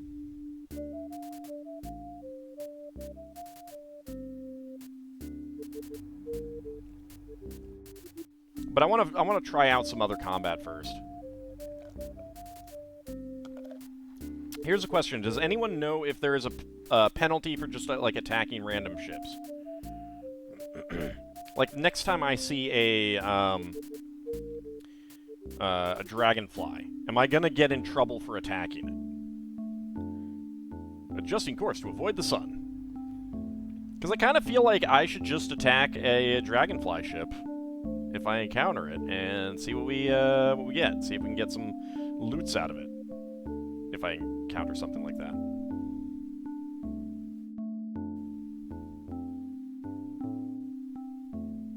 I don't know if there's ever anything like a tradesman or a squid ship that's considered a pirate. I kind of would like to encounter a pirate. I'm a little annoyed that every encounter we've had so far has been either something that I do not want to deal with, or it's just been friendly. You've seen a nautiloid with human pirate crew. Oh, okay.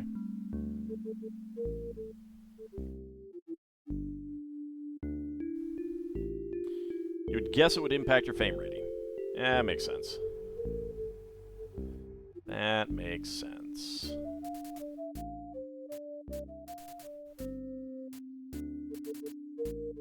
Also an undead galleon. Oh.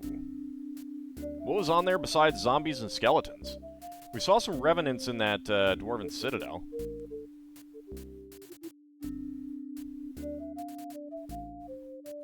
Wraiths and mummies. Oh my god.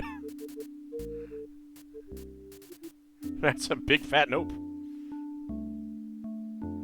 If your fame is too high, Viconia will complain a lot. Alright, let's see. Council of Elders, collect reward, thank you, pay taxes, yes. Could be considered someone to shoot on sight? Eh, it could be. Seek an audience with the governor? No. Alright, tavern. Let's inquire about work. The dread pirate Leaf Mitdal has been pillaging the space lanes in the vicinity of Koliar. His actions have become a serious threat. Blah, blah, blah. Does it say what he has? Okay, so we gotta come back here, but 9,700 gold. I'll accept this one. I think maybe we're ready. Maybe we're ready.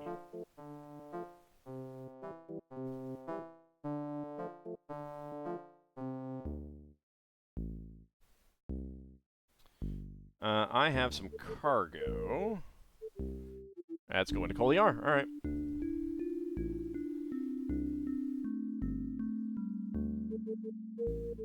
Well, it depends on the kind of ship that he has.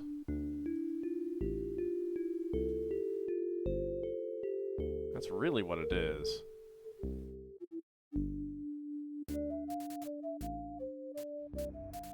He's no Dread Pirate Roberts, though, so no worries. Howdy, Solarian. How's it going?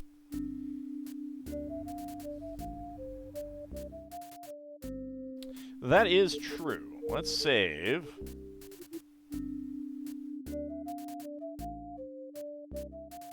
Oh, that is not doing it. B.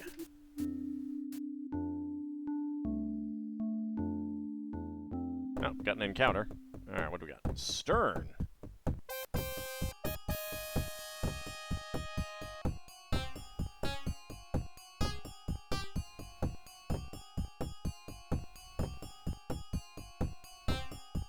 Too far away to hail. Let's talk. No response. Alright, I'm not sure what this is.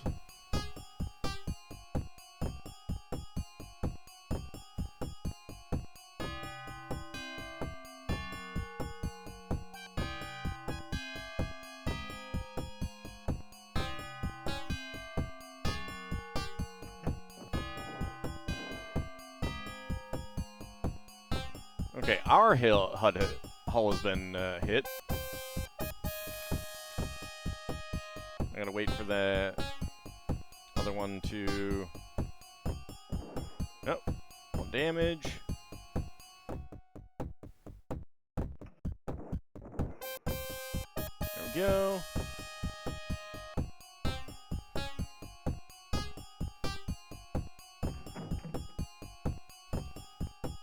Only 2 of 4 lines grappled. Alright.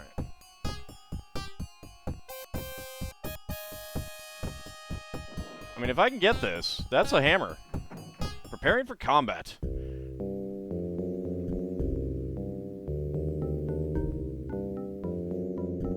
Was that a Neogi? Read about an encounter with the sun earlier. It sounds like fun times. Yeah, it was. Can we save in combat? I don't think so. What is that?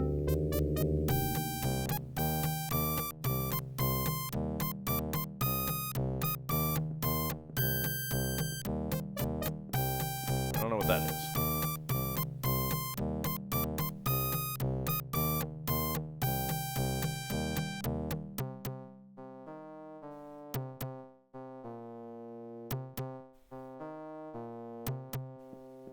Oh boy, Umber Hulks. Julia Valador goes down. Okay. Oh, use look to look around. And the game froze. Every single time we've gotten into combat, it has frozen. Every single time. That's definitely a Neogi attack. Yeah, I thought it might be. Alright, well. Panic mode hit.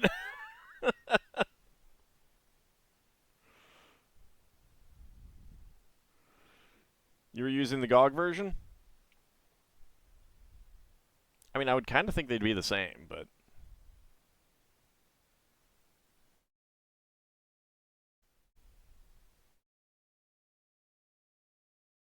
I could always get that version, copy the save file over.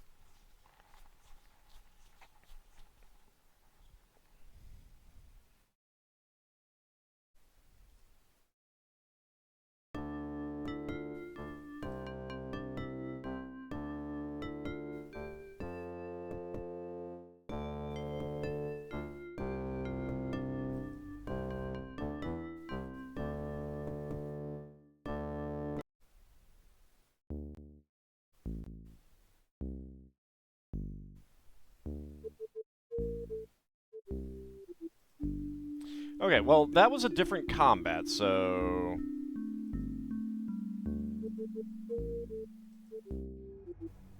That's fine. We can just avoid this ship again.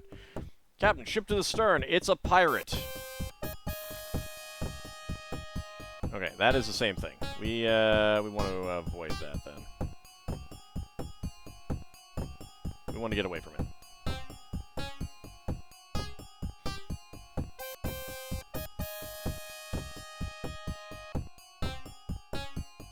Force a surrender? I mean, it's a bigger ship than me, but I could try it.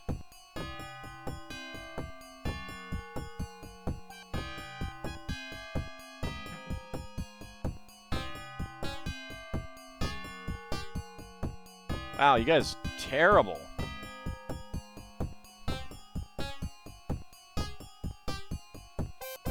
I do want the starboard view.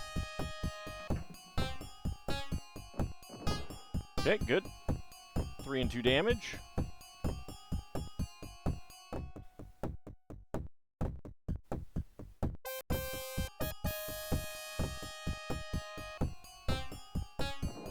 Yep. I got hit for 2. There we go.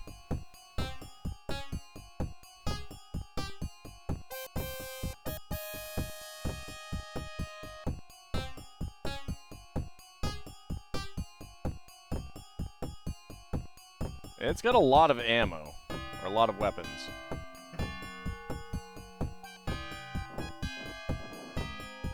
Hit a few. Surrender now. You will lose this battle, will I? I mean, I might.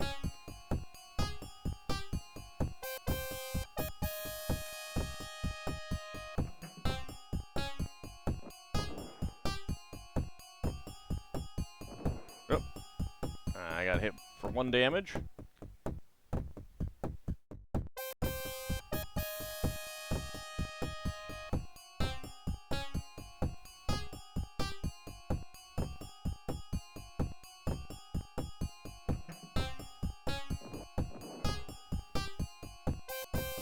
Okay, can we... I'll give you 0 gold. I want it all. I'll give you all my gold and cargo. Agreed. Bye. Okay, cargo status.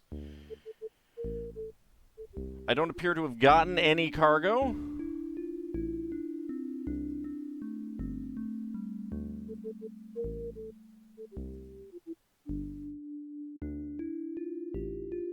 I think I did get gold, though. No, the robes are something that I'm bringing to Collier. I did get gold. I did get some gold out of it.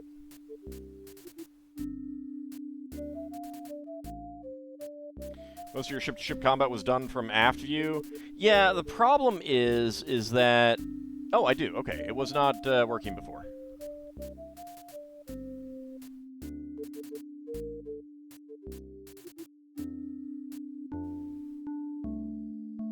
Beat up a bad pirate. Oh, I wonder if that has increased my reputation.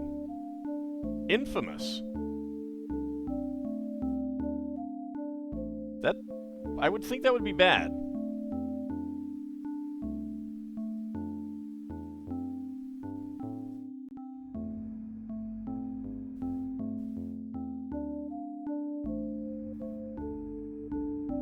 I a pirate now? I don't know.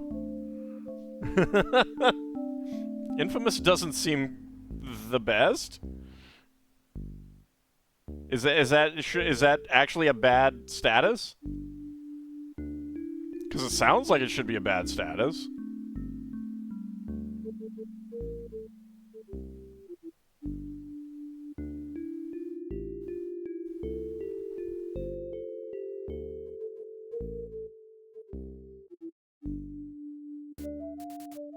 I'm still a lawful good paladin.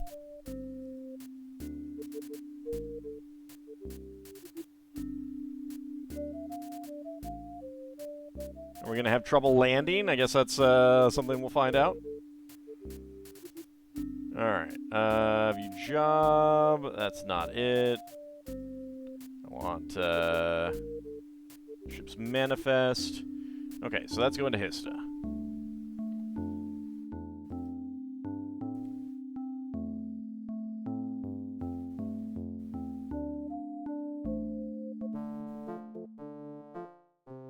Yes. Thanks for paying your taxes. And new taxes. Well, they're not doing anything bad. Drop off cargo. I'm paid 1,000. Can I pick up cargo? Anadia? Sure. I'll take that.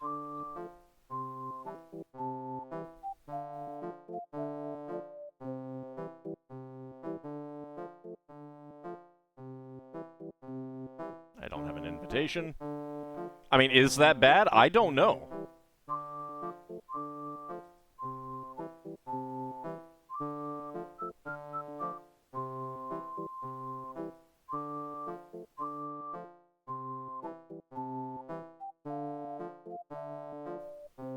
Alright, pay the crew. Alright, I don't want to dock at Athanar.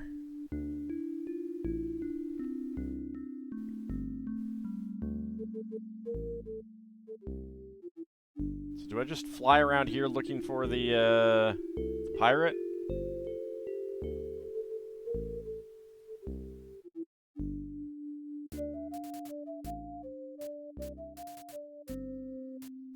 It sounds bad. You don't know how bad it is, though. Your main concern is if it was for nothing. Can you get your reward for dealing with the pirate? I don't know. That's why I'm saving under a new slot.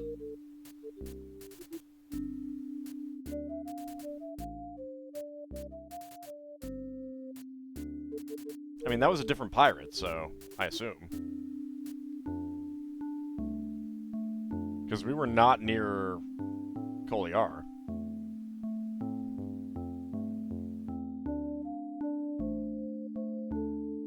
Or was it?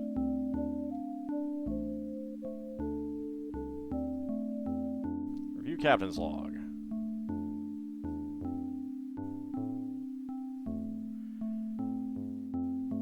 Encountered a hammer ship. Disengaged. Ship sustained light damage. No crew lost. Enemy ship sustained light damage.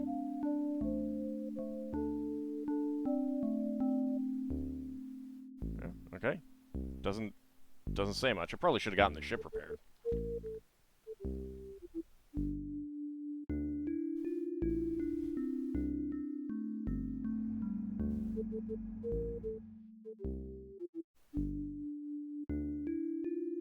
So how do you find these pirates when you're...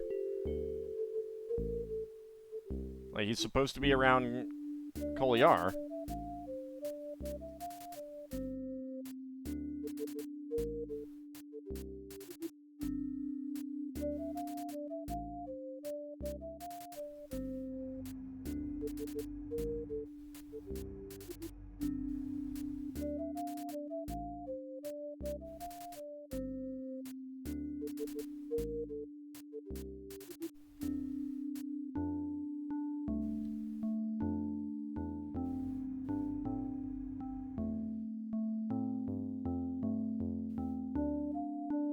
Anyone have any idea how to find these guys? 'Cause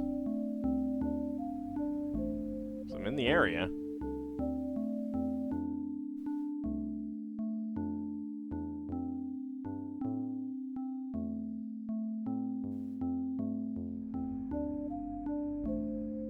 I suppose I did save, so I could go back to,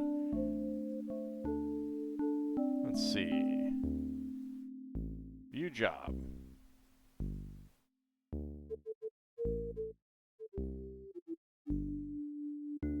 Doesn't say. Doesn't indicate that I've done that.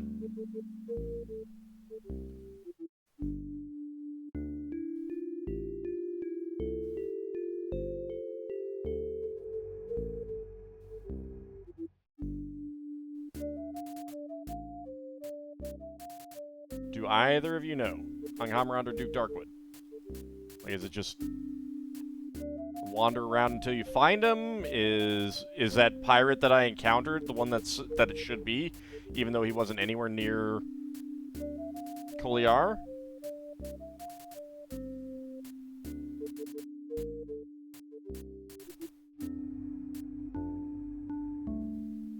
Have we really reached our destination?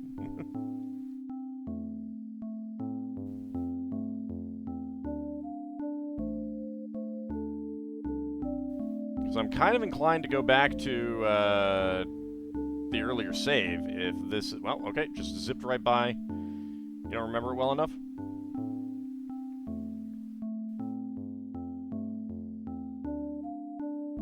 Because if it's just like wander around Koliar until I find it, then I am not inclined to take these quests.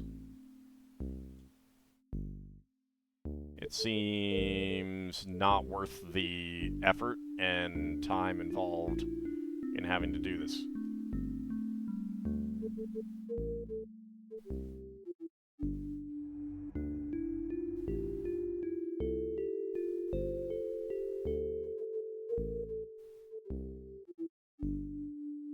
Are we gonna miss the planet again? Miss the planet again.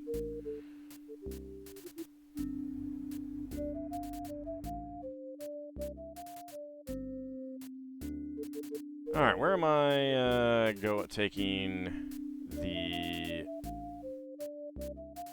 crew? Anadia? Alright, I guess we'll just go to Anadia then.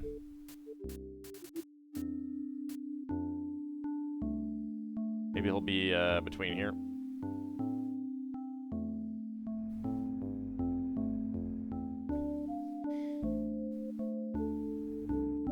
Other guides? Extraordinarily basic ones.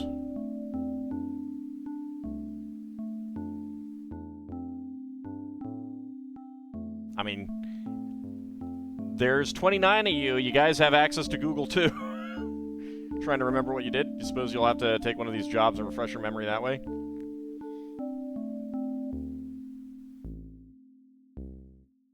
I mean, I'd like to try another combat and see if I get another lockup in combat, because if so, gonna need to try that other version of the game, the GOG version, see if it's doesn't have that bug. Alright, let's drop off that cargo. What do you got? Well, I was thinking about going there. 300 pounds, huh? And crossbows. I will accept that. Alright. I'll pay the taxes.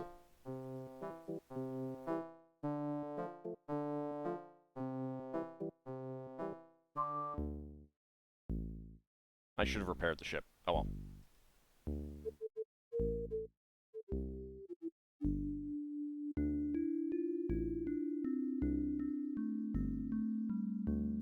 Alright, outer planets. That's Garden. Wycliffe. Yeah, GameFAQs has no guides whatsoever. Single topic on the message board titled, I regret everything.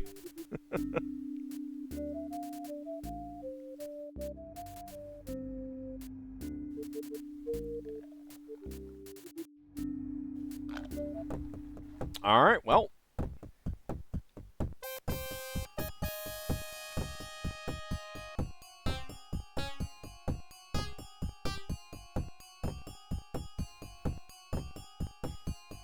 Alright, let's stop and we'll see what we've got.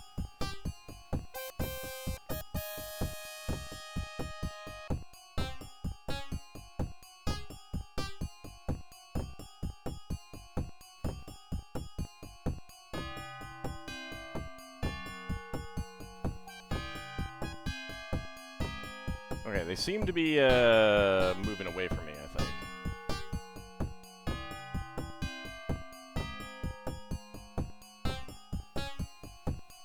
Oh, I can save here.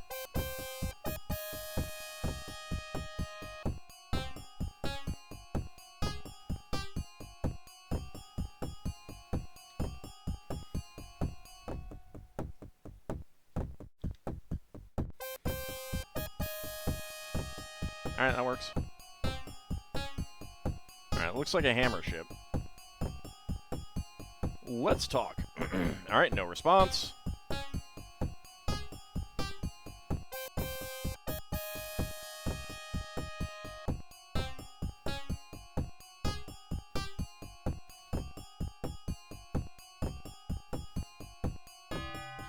Well, if you don't want to talk...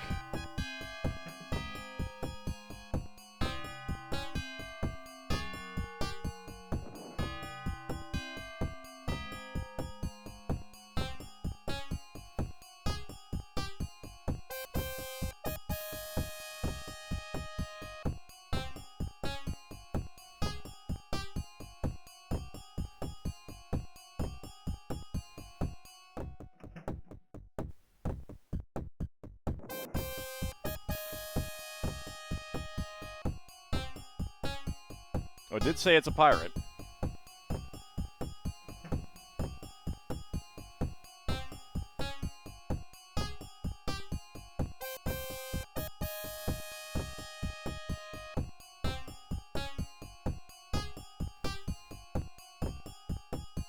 Alright, let's slow down, let him come up. Oh, now I'm going negative. Let's not do that.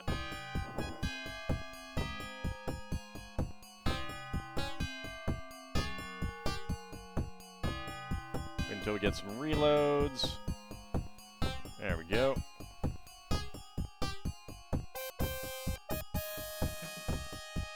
Oh, I got hit.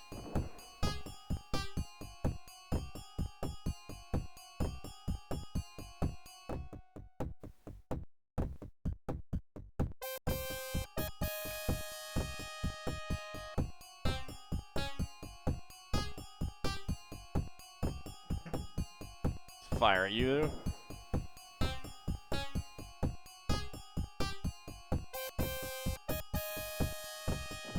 Nope. That hit me.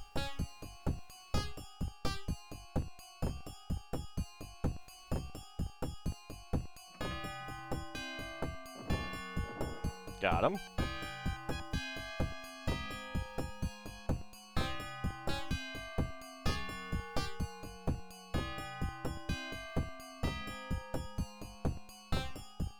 Oh boy.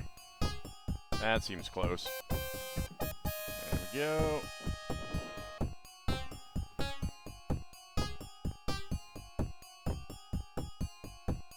The enemy ship is what?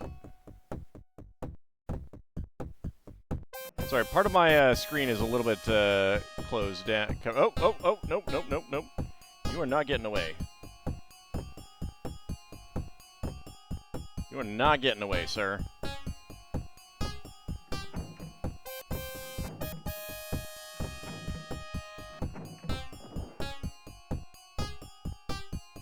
Alright. She's burning? Okay, that's what that was.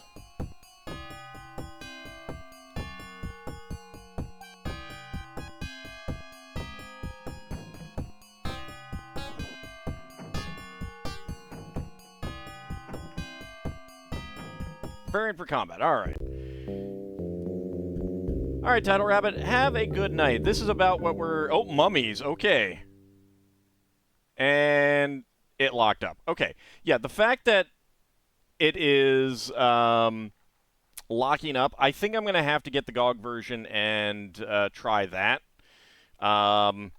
We got a ship combat, though. So if I can get everything converted over, then I can try that with the other version. If it still doesn't work, then I will probably just try syncing it and see if that works, because this version, it seems like every single time it is locking up. I'll do some extra research as well, but I think that is where we're going to wrap up this stream anyway. But Because, yeah, I'll check the Steam forums, but I suspect I'm going to have to get the GOG version. I mean, it's a few bucks. It's not a big deal. Not that concerned about it. You guys gave me a lot of gift subs and stuff like that in September, so I appreciate that. 1,000 bits in case I need to buy the GOG version. Aw, thanks. But yeah, I'll definitely check the stuff and see if there is anything that will indicate a fix, or if I just need to get a different version. Let's go ahead and bring a raid on over to Hungrygoria. She is playing some Faxanadu. And I think that she's playing for charity. So I want to thank you guys for coming on out. We will be back next week for more of this. We will be back on Monday for more Tears of the Kingdom. Wednesday for more retro gaming and Lego building. Friday, we will be back for some more Final Fantasy V Pixel Remaster and some Lego building, starting something new. Next Saturday, we will be back to a double dose of Spelljammer, and hopefully I will have figured out a way to get around this. That said, I don't know if I want to fight mummies, so we will see. But I want to thank you guys for coming on out. I shall see you next time. See you then, everyone.